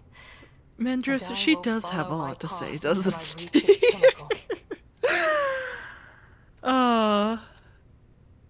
Oh my gosh. She's not really my pet, though. More like my sleepover buddy.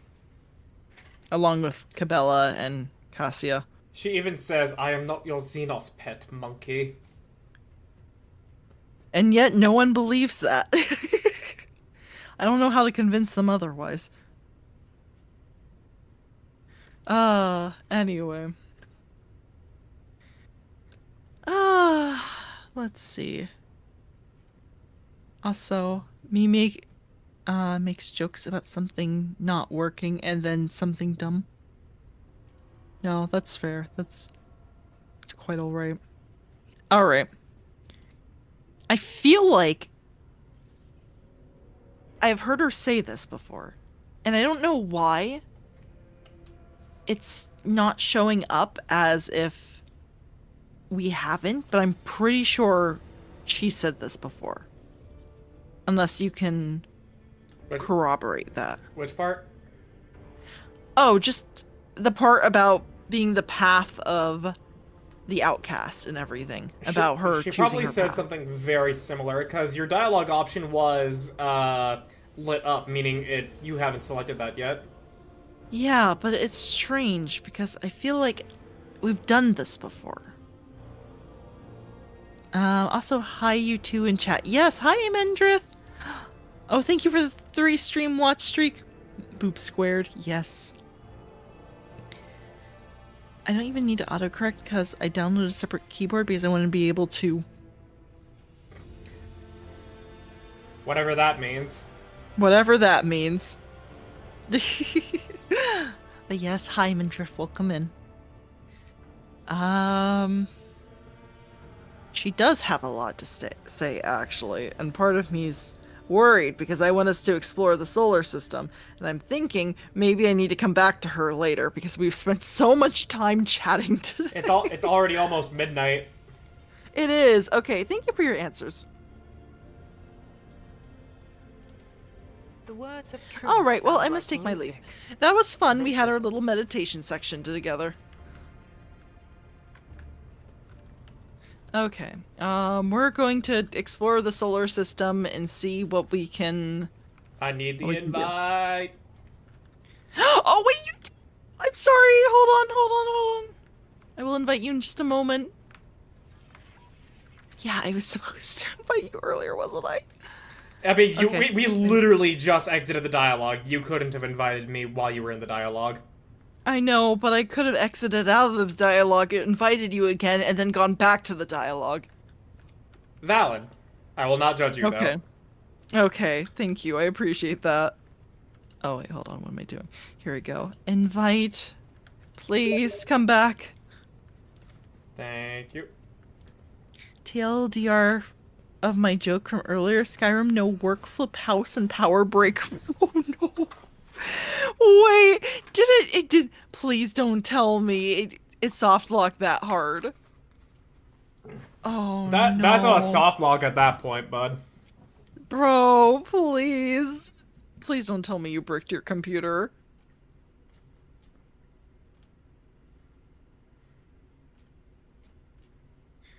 Oh, okay. Imagine if in the pursuit for whatever it is you had in mind for Skyrim, it resulted in your PC being broken. No, I don't even want to think about that. Oh, gosh. Yeah, I was wondering, you normally start around 3 to 4 mic time. I just assumed it was a typical crash. Yeah, it was a crash. No, we started around 7 my time, which Yeah. is 7 p.m. PST. And yeah, it didn't quite work out the way I wanted it to. Anyway, we're gonna go visit this. Oh, that literally translates to can speak Japanese. So Nihongo Josu on the keyboard. Oh my gosh.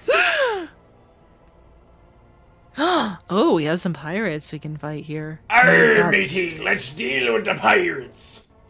Yeah! Yeah! Hey, Do what you want, cause a pirate is free. You are a pirate. Yeah! Fiddly-dee, being a pirate is alright with me. Do what you want, cause a pirate is The free. pirate is free. You are a pirate. I was trying to match you, but I think I was failing. yeah, we don't actually know the delay levels on the Discord call here. Yeah, that's unfortunate. Gosh. Shame. We can't do karaoke just yet. The darkness. Oh wait, we forgot to do the warp channeler. we kept forgetting to put the post back on. Okay, that's unfortunate. Let's see. We have 3 losers to fight. Yeah, actually, just 3 bitches. Okay, cool. Let's see. If we go here. Means Japanese. Yes, I was making a joke, Nara. Uh-huh. Well, we do get all 3. Oh, look at that Starbreaker lance weapon range. Oh my gosh. The Starbreaker lance weapon is so good. And then maybe we can... Okay. Alright, I think we move here unless you're like, no. No, that's fine. Okay, cool. These are some bitches, so it doesn't matter. True.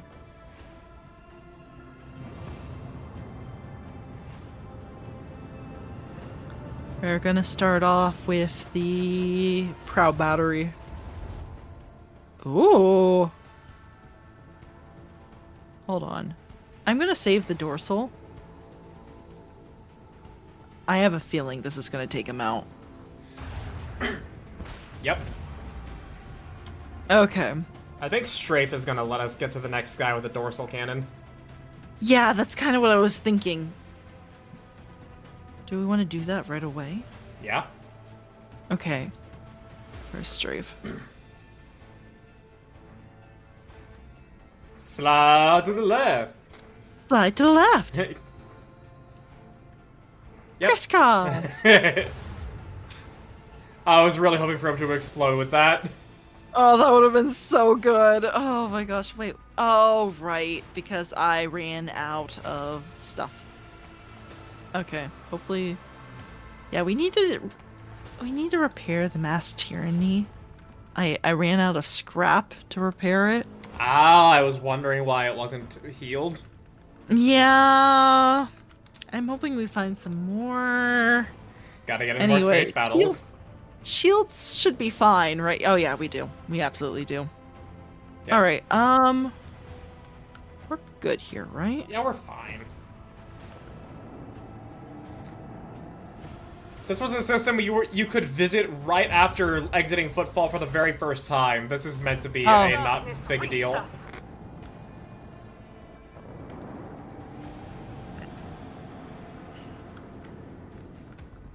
Oh, he went. Wait, did you just go into our port? Yeah, look at this bozo. I know. Okay.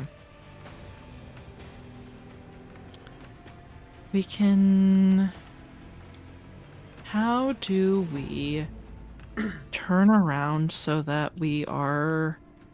I was gonna say just hit him with the dorsal. Never mind. I was gonna say just hit him with the dorsal and then turn around to shoot the other guy with the lance weapon. True, the doors. Oh, this is where we make him explode. Mm-hmm. I was hoping that would make him explode. Darn! Oh, he's so close. So close. Yeah, but you're right. We could hit the other guy with the... But now that means this other guy's gonna get away, and we can't have that. No, that's true. Actually, Hold on. if we do new heading, Okay. we can then do prow to shoot him. Oh, good. Die! Oh, that was nice. Okay. Do we just spin around this way then, so we're facing this other guy? Yeah, he's so far away, I don't think he'll shoot us on the exposed Okay. side. Okay, very good.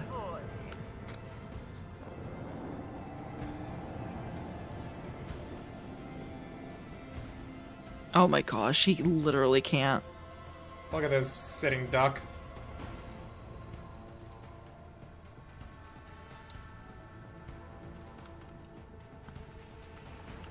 The destination is known.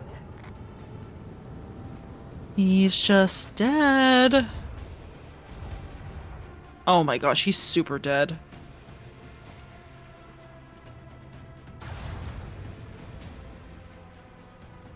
Oh, okay, that wasn't enough.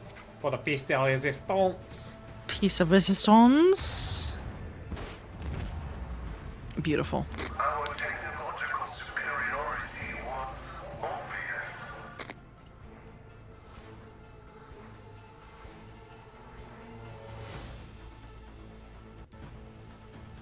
I mean, rogue traders are kind of pirates. Are we, though? No, Only if... Pirates specifically steal and, you know, trade it back. Rogue traders are sanctioned by the Imperium. Yeah, that's right.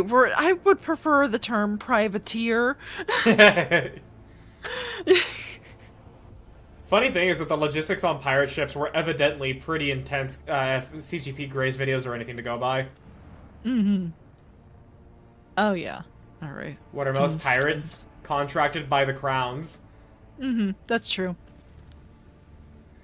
I mean, after Queen Victoria and Queen Anne kind of shut that down. I mean, after their passing, it was kind of shut down a bit, but then you had like a bunch of privateers that didn't know what to do, so they were just like, you know what? Let's just hang around the Caribbean and like just rob whoever comes along, and then they kind of created more problems for themselves because yeah, it's like that's what they did.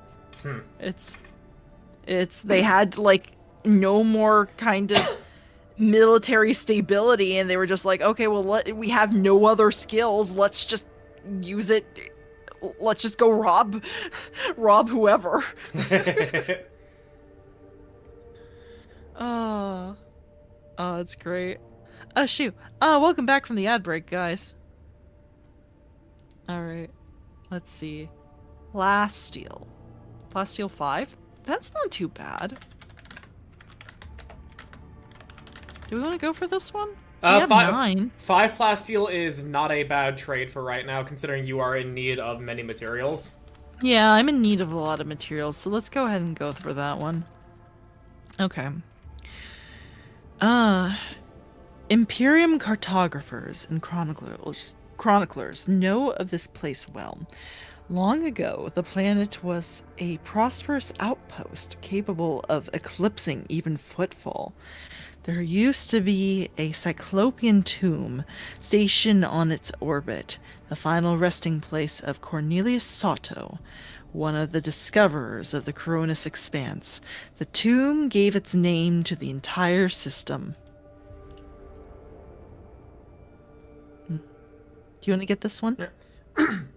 However, about 400 years ago, an unknown cosmic body rammed into the station, causing it to collapse onto the planet. Not only did the catastrophe kill the settlers, it also made the world uninhabitable for centuries. The crater formed by the station impact can still be observed from orbit. Sato's tomb becomes a sepulcher for the entire planet. Yeah, I thought I was about to say sepulchral, but no, it's just sepulcher. Oh, that's fine. Yeah. So yeah, rogue traders are kind of pirates. Maybe. But that's not because I might have once been a crime lord. It's okay though. Oh my gosh. This sordid place has neither life nor loot, but knowing the nasty tricks that life can pull is a treasure in its own right. Wait, that was it? That was it. Oh. Huh. I thought we were gonna get some kind of puzzle or something. Okay. Sometimes it is just, yep, this world is fucking dead. Yeah, okay. Except, hold on, I can repair. Oh, right, and hold on, we need to put someone back on... Yep, posts. Where is it? You need to do the ship management. Either press V or just click on the ship icon. Let's do V. Alright. Post, there we go. Hey, look at that, Adira has the highest warp floor. Oh, wow, would you look at that? She really does?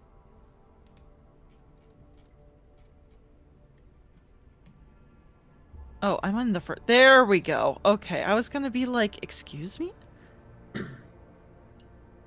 There we go. Welcome back, Adira. We can even upgrade it if we had the scrap.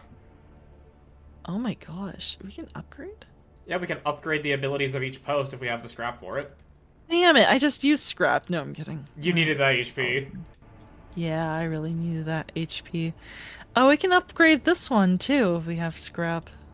And this one. Alright. You require goods hostile for the Imperium and therefore it's legal. Yeah, exactly. It's legal. For us. Okay. A Hulk. What is this? That was the inevitable triumph. We have discovered its fate. It became a Space Hulk, and we plundered it. Cool. It grants the wearer plus 15 bonus to commerce. I like my pinpoint visor, so I'm going to put this in cargo, unless you might want it for something. Wait, what did it do? Oh, it just gives plus 15 bonus to commerce. No, I would say take that, because since we don't have Jai, someone's gotta have commerce, and I'll put that on Cassia. Oh, fair enough. Okay.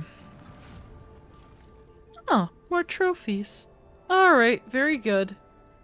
We have cleaned this world right up. Yes.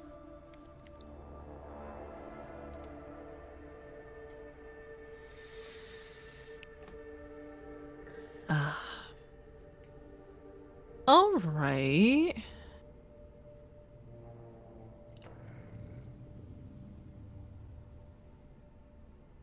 Oh, hey, I can go to Avoris. Yeah. All right. And then do you think we can like start going towards Cradle of Kefri, Palatum Stelos, Forgotten Twins? And then I don't know. If it's not too much, maybe we stop there for the night. Depends on what we Oh. encounter here. Unless there's like a one more thing. Nope. Okay, never mind. Yeah, nothing happened. Nothing happened. Wow, it's almost like... Huh. Oh, this is a... Huh. The solar system doesn't look quite so eerie. Mm-hmm. Hmm.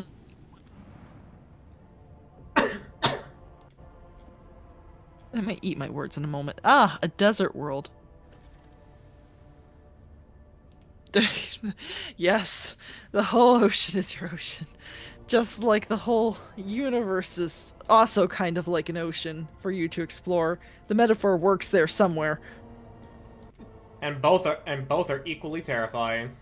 Mm-hmm. Yep. I mean, imagine out in the Warhammer universe, they don't have a whole ocean, so they have to be scared of all of space, and space is a lot more vast than the ocean. So, How's the ocean terrifying? Matthew, get on a boat. Go out to the middle of the Pacific. Look down. There you go. it is kind of eerie, but at the same time, I don't have like thalassophobia like a lot of people do. So it's also, if you don't think about it too much, like you don't start leaning yourself over the boat, at least for me, it's like, it's not that creepy, it's just interesting. But I know a lot of people don't agree with me on that, so. Yeah, no, Anyway. like I'm not scared of what could be down there in the dark. I'm scared of just looking at that endless abyss.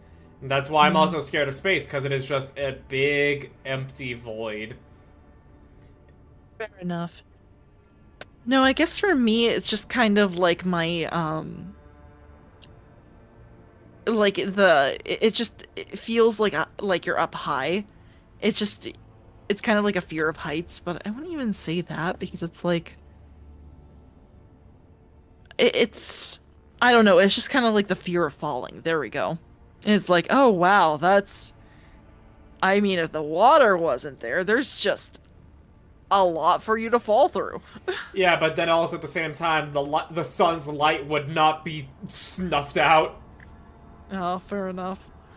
Ah. Anyway, I have thalassophobia. Oh yeah, I know that. But waifu Cthulhu, seek help. It's great that you say that, Matthew, because I might just be playing, might just be playing something that's right up your alley. In November. It's gonna be a whiles away, though. Anyway. Falling is a primal fear, valid. Oh, thank you. I guess. Thank you. Yeah. Anyway. No, it's just... I don't know, it's just kind of like... I've been going up a lot of ladders recently, and that's been kind of like, oh yeah, that's not a big deal, you get used to it. But I'm kind of thinking back to it's like, oh yes, but what about that time you've been suspended over like a rickety bridge type of thing? Mm-hmm.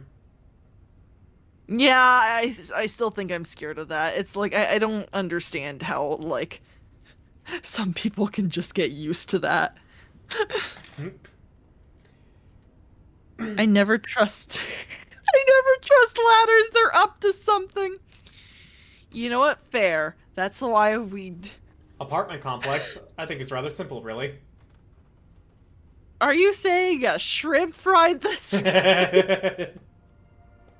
Oh my gosh. Stairs too. Ah, fair. Yeah. That's great. Okay. They always get to the bottom of things. You gotta admit that. Oh, fair. Okay, this one gives adamantine, but it's only 2. Nah, that's not worth it. Not worth it, got it. I always choose things that are Alright. a value of 5 or more, unless I really fucking need the thing. Fair. Okay. Oh, gosh. Sounds like you watched that one Wild as F anime from decades ago. Naruko-chan, Crawling with Love. I think I know what you're talking about. I haven't actually watched it though, but it was on my list for a little bit, especially when I was getting into Lovecraft. At least I think it's the same thing. But if it's a hentai, then it's not the same thing we're thinking about. Hey.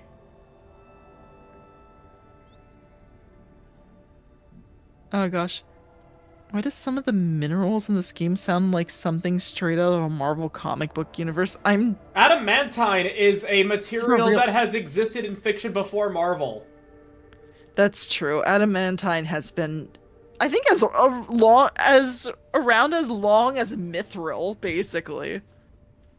Yeah, I think vibranium is one that is entirely devised by Marvel. Oh, right, yeah. She's literally Nyarlathotep, the Crawling Chaos. Oh gods, no. No. Oh my god. I know it's midnight, but I got a fun story. So as I was showing one of my play groups the how to play Call of Cthulhu, I used a scenario that was going to be the premise of, I think, Blackwater Creek, which is an adventure that is honestly not that good if you don't like spend a lot of time prepping it. But I didn't even run it like as is, and I had Nyarlathotep show up, but I had him show up in a specific form to where he is literally black as night, not like an African American who's got like ebony skin. I mean like that like slightly blue tinged black as night with the piercing yellow eyes, and he posed himself as God, the Christian God to the players. And when doubt was cast upon him, he healed an injury one of the players had, and they were like, "Oh man, oh fuck, this guy's legit." And then he just vanished.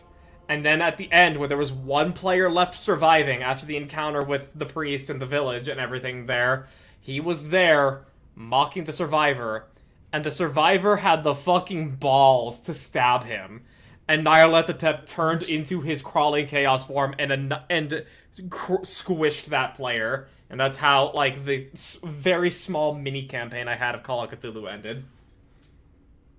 That's neat. That's very in character for him. Anyway.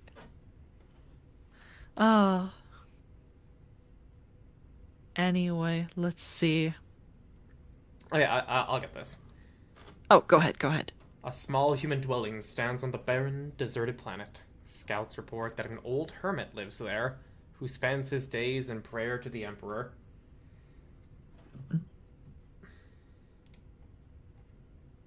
Ask the old hermit for a blessing.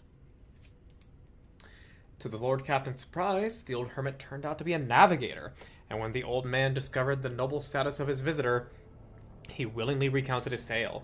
He had retreated to this planet long ago, back when he was still in his youth, after he had realized that his mind would not withstand frequent forays into the Immaterium, the realm of the arch-enemy. The hermit spoke with pride about how he had worshipped the Emperor each and every moment of his life, but when he mentioned the golden light of the Astronomicon, his voice quivered. When his guests left, he stared after them for a long time, his gaze filled with sadness. Oh, that's interesting. I want to know more about him. Okay. Well, You can't just give me that little excerpt and then be like, and then you left, and then he gazed after you, implying something happened with the Astronomicon. You can't just say that. I wanna know. Yeah, anyway, let's go over to this void ship. This is an explorable area, Oh, okay. and it is not Oh. going to be quick. Okay, hold on. Before we go in, are the other places explorable? I don't think so. I think it's the void ship. Okay, I'm just gonna scan the others real fast, and this is probably the last thing we're gonna do for the night. Oh, Cabela just said something. Yeah, you can check the bottom left of the screen outside of here to read their whole excerpt. Okay, here, let's see. It's beautiful. The ardent views in the void, the likes of which I could never have imagined. A single vivid world, bleeding flames, yet so much substance for my thoughts. Alright. Burning world, everyone. Yeah. And she, as well as the Cthulhu Mythos characters, are into Japanese pop culture, so every manga cover had her doing Kamen Rider poses, and I'm living for it. Oh my gosh. Okay, I need to go check that out. I think that is the same thing that was on my list a long time ago. Oh my gosh. Alright. This one looks like it could be... Oh. Oh, provisions. Considering you're at 1 provisions, I think that's worth it. Yeah, okay. Let's see. Oh, there's a few things. Frag grenades, crack grenades, medikits. Yeah. Oh, this place is loaded. Oh my gosh. Yeah, okay. Here we go. Okay, we have provisions now.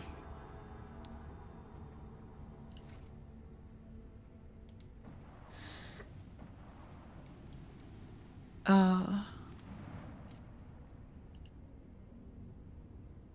feel like Cthulhu Base Games Marvel Midnight Suns is good. I have not heard of that. I would have to look into that. I don't think I have ever heard of it myself. I'm gonna write it down though. Marvel Midnight Suns. Because I was planning specifically, well, Call of Cthulhu is one of the games I was planning to play because I have played that one in the past. I thought it was very fun and I wanted to Do you mean... do another. Are you referring to Dark Corners of the Earth or the more recent one? The more recent one. I do have Dark Corners of the Earth, but unfortunately, because Bethesda is Bethesda, there is a point on the PC version where it will crash, and I need to figure out And then you can't get past it. Yeah, so I need to figure out how to do a fix on that before I can properly stream it. I need to do whatever I did with Hitman Codename 47. Yeah, I also really want to play Dark Corners of the Earth because it looks like it has the proper vibes. It does. Oh, well, I will say though, the new one is good too. But yeah, the old one definitely has the proper vibes. But anyway. But yeah, it's a bit disappointing though that Bethesda messed up the code yet again.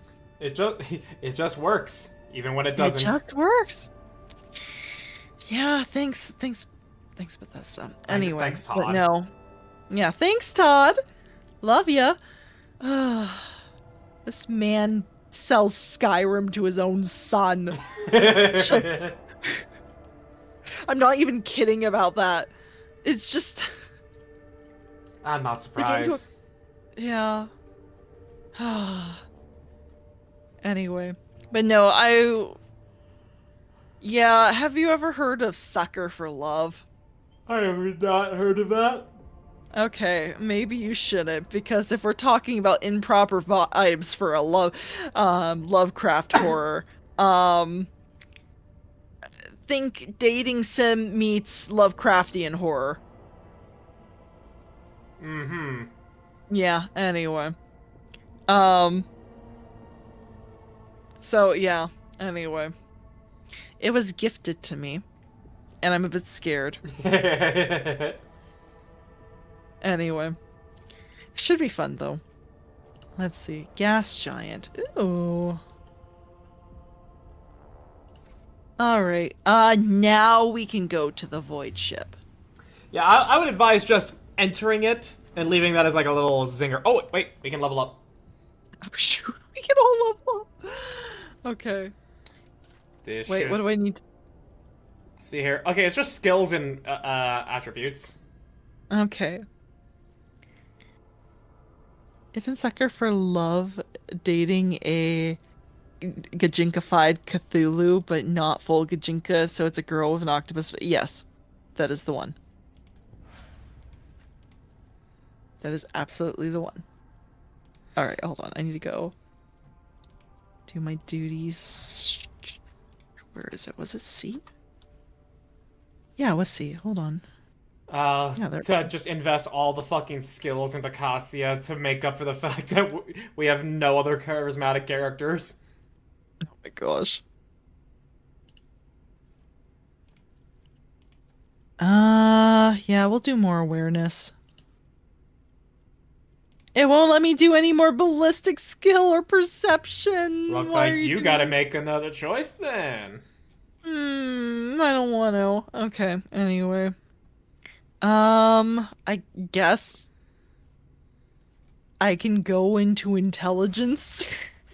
Agility gives you more initiative if you are out of perception and ballistic skill. Oh, that's fair. We'll do that then. All right. Cool. That worked. Okay. Let's see. What do you need then? Let's see. Do we do ballistic skill or agility?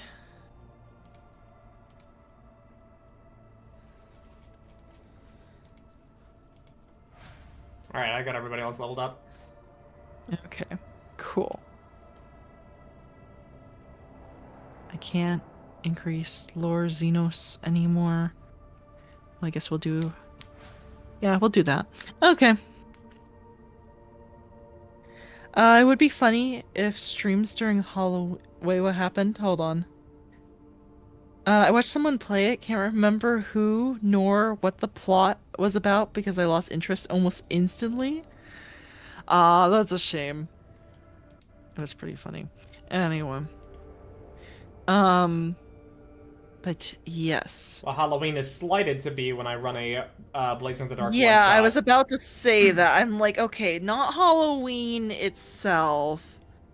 However, because here's the thing with all of the Lovecraftian stuff. I have that all planned for November. I would like to start doing a running tradition where November is Lovecraft month, basically.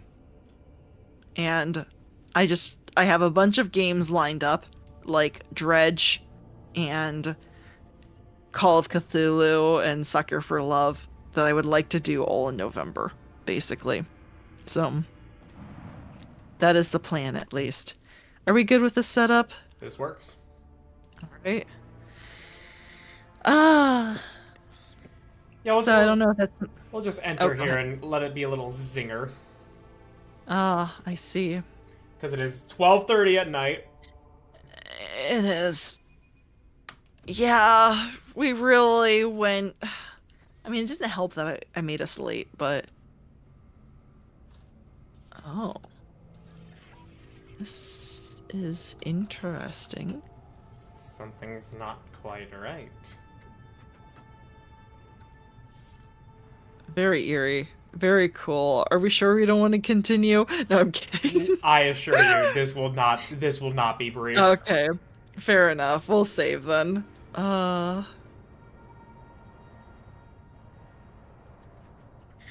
Okay, very good. Alright, guys. I'm going to go ahead and pull us into the parlor then. Wonderful. Alright. This is gonna be awkward though, because I still have that problem with my OBS. It should be fine though. Alright, do we have a target? Let's see here. Thanks to Twitch actually doing something cool with their update, they actually now have a suggested collabs tab, so it can also be valuable raid targets. Oh. That's true. Yeah, I've got one person who is a stream acquaintance of mine playing Silent Hill F right now. Oh, I think I know who you're talking about. Yeah, we Azure can go Alex. over there. Azure, yeah, no, I was about to say, it's like, I see that too. We can, we can definitely do that if you want. Yeah, we can do that. Yeah. Now, Alright. ooh, let me get that in there. Anna's still on. Oh yeah, Anne is doing Uma Musume, if you wanted. Oh.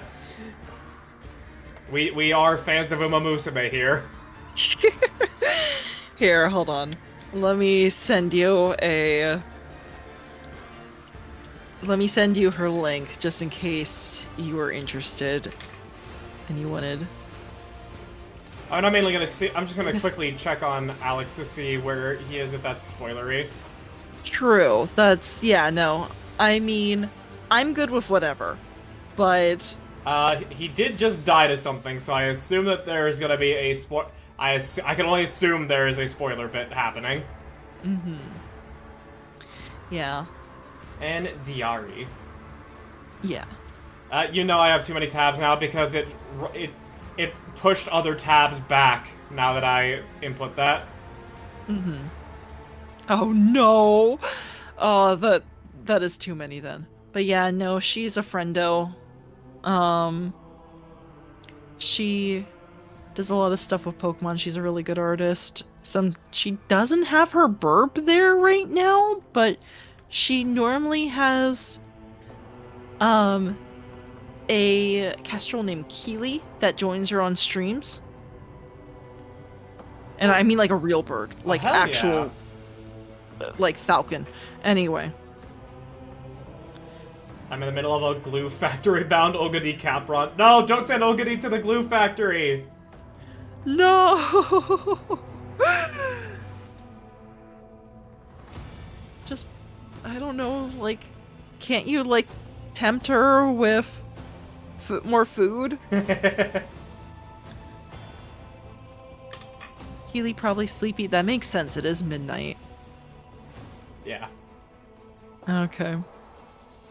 Well, I shall initiate the raid for NDR. I don't want to, but she Okay. keeps going that way. Don't give up on Ogadi! It's alright. It will be fine. Okay, yeah, we're gonna go say hi to Anne, which we haven't in a while. There's my Alright, raid messages. Okay, yeah, no, let me get my raid messages in first. And then grab raid. And once we finalize the raid and do some of the like in-raid talking, you still available for me to help with Foundry, or are you also pretty tired? I think so, but I don't know if it's gonna be...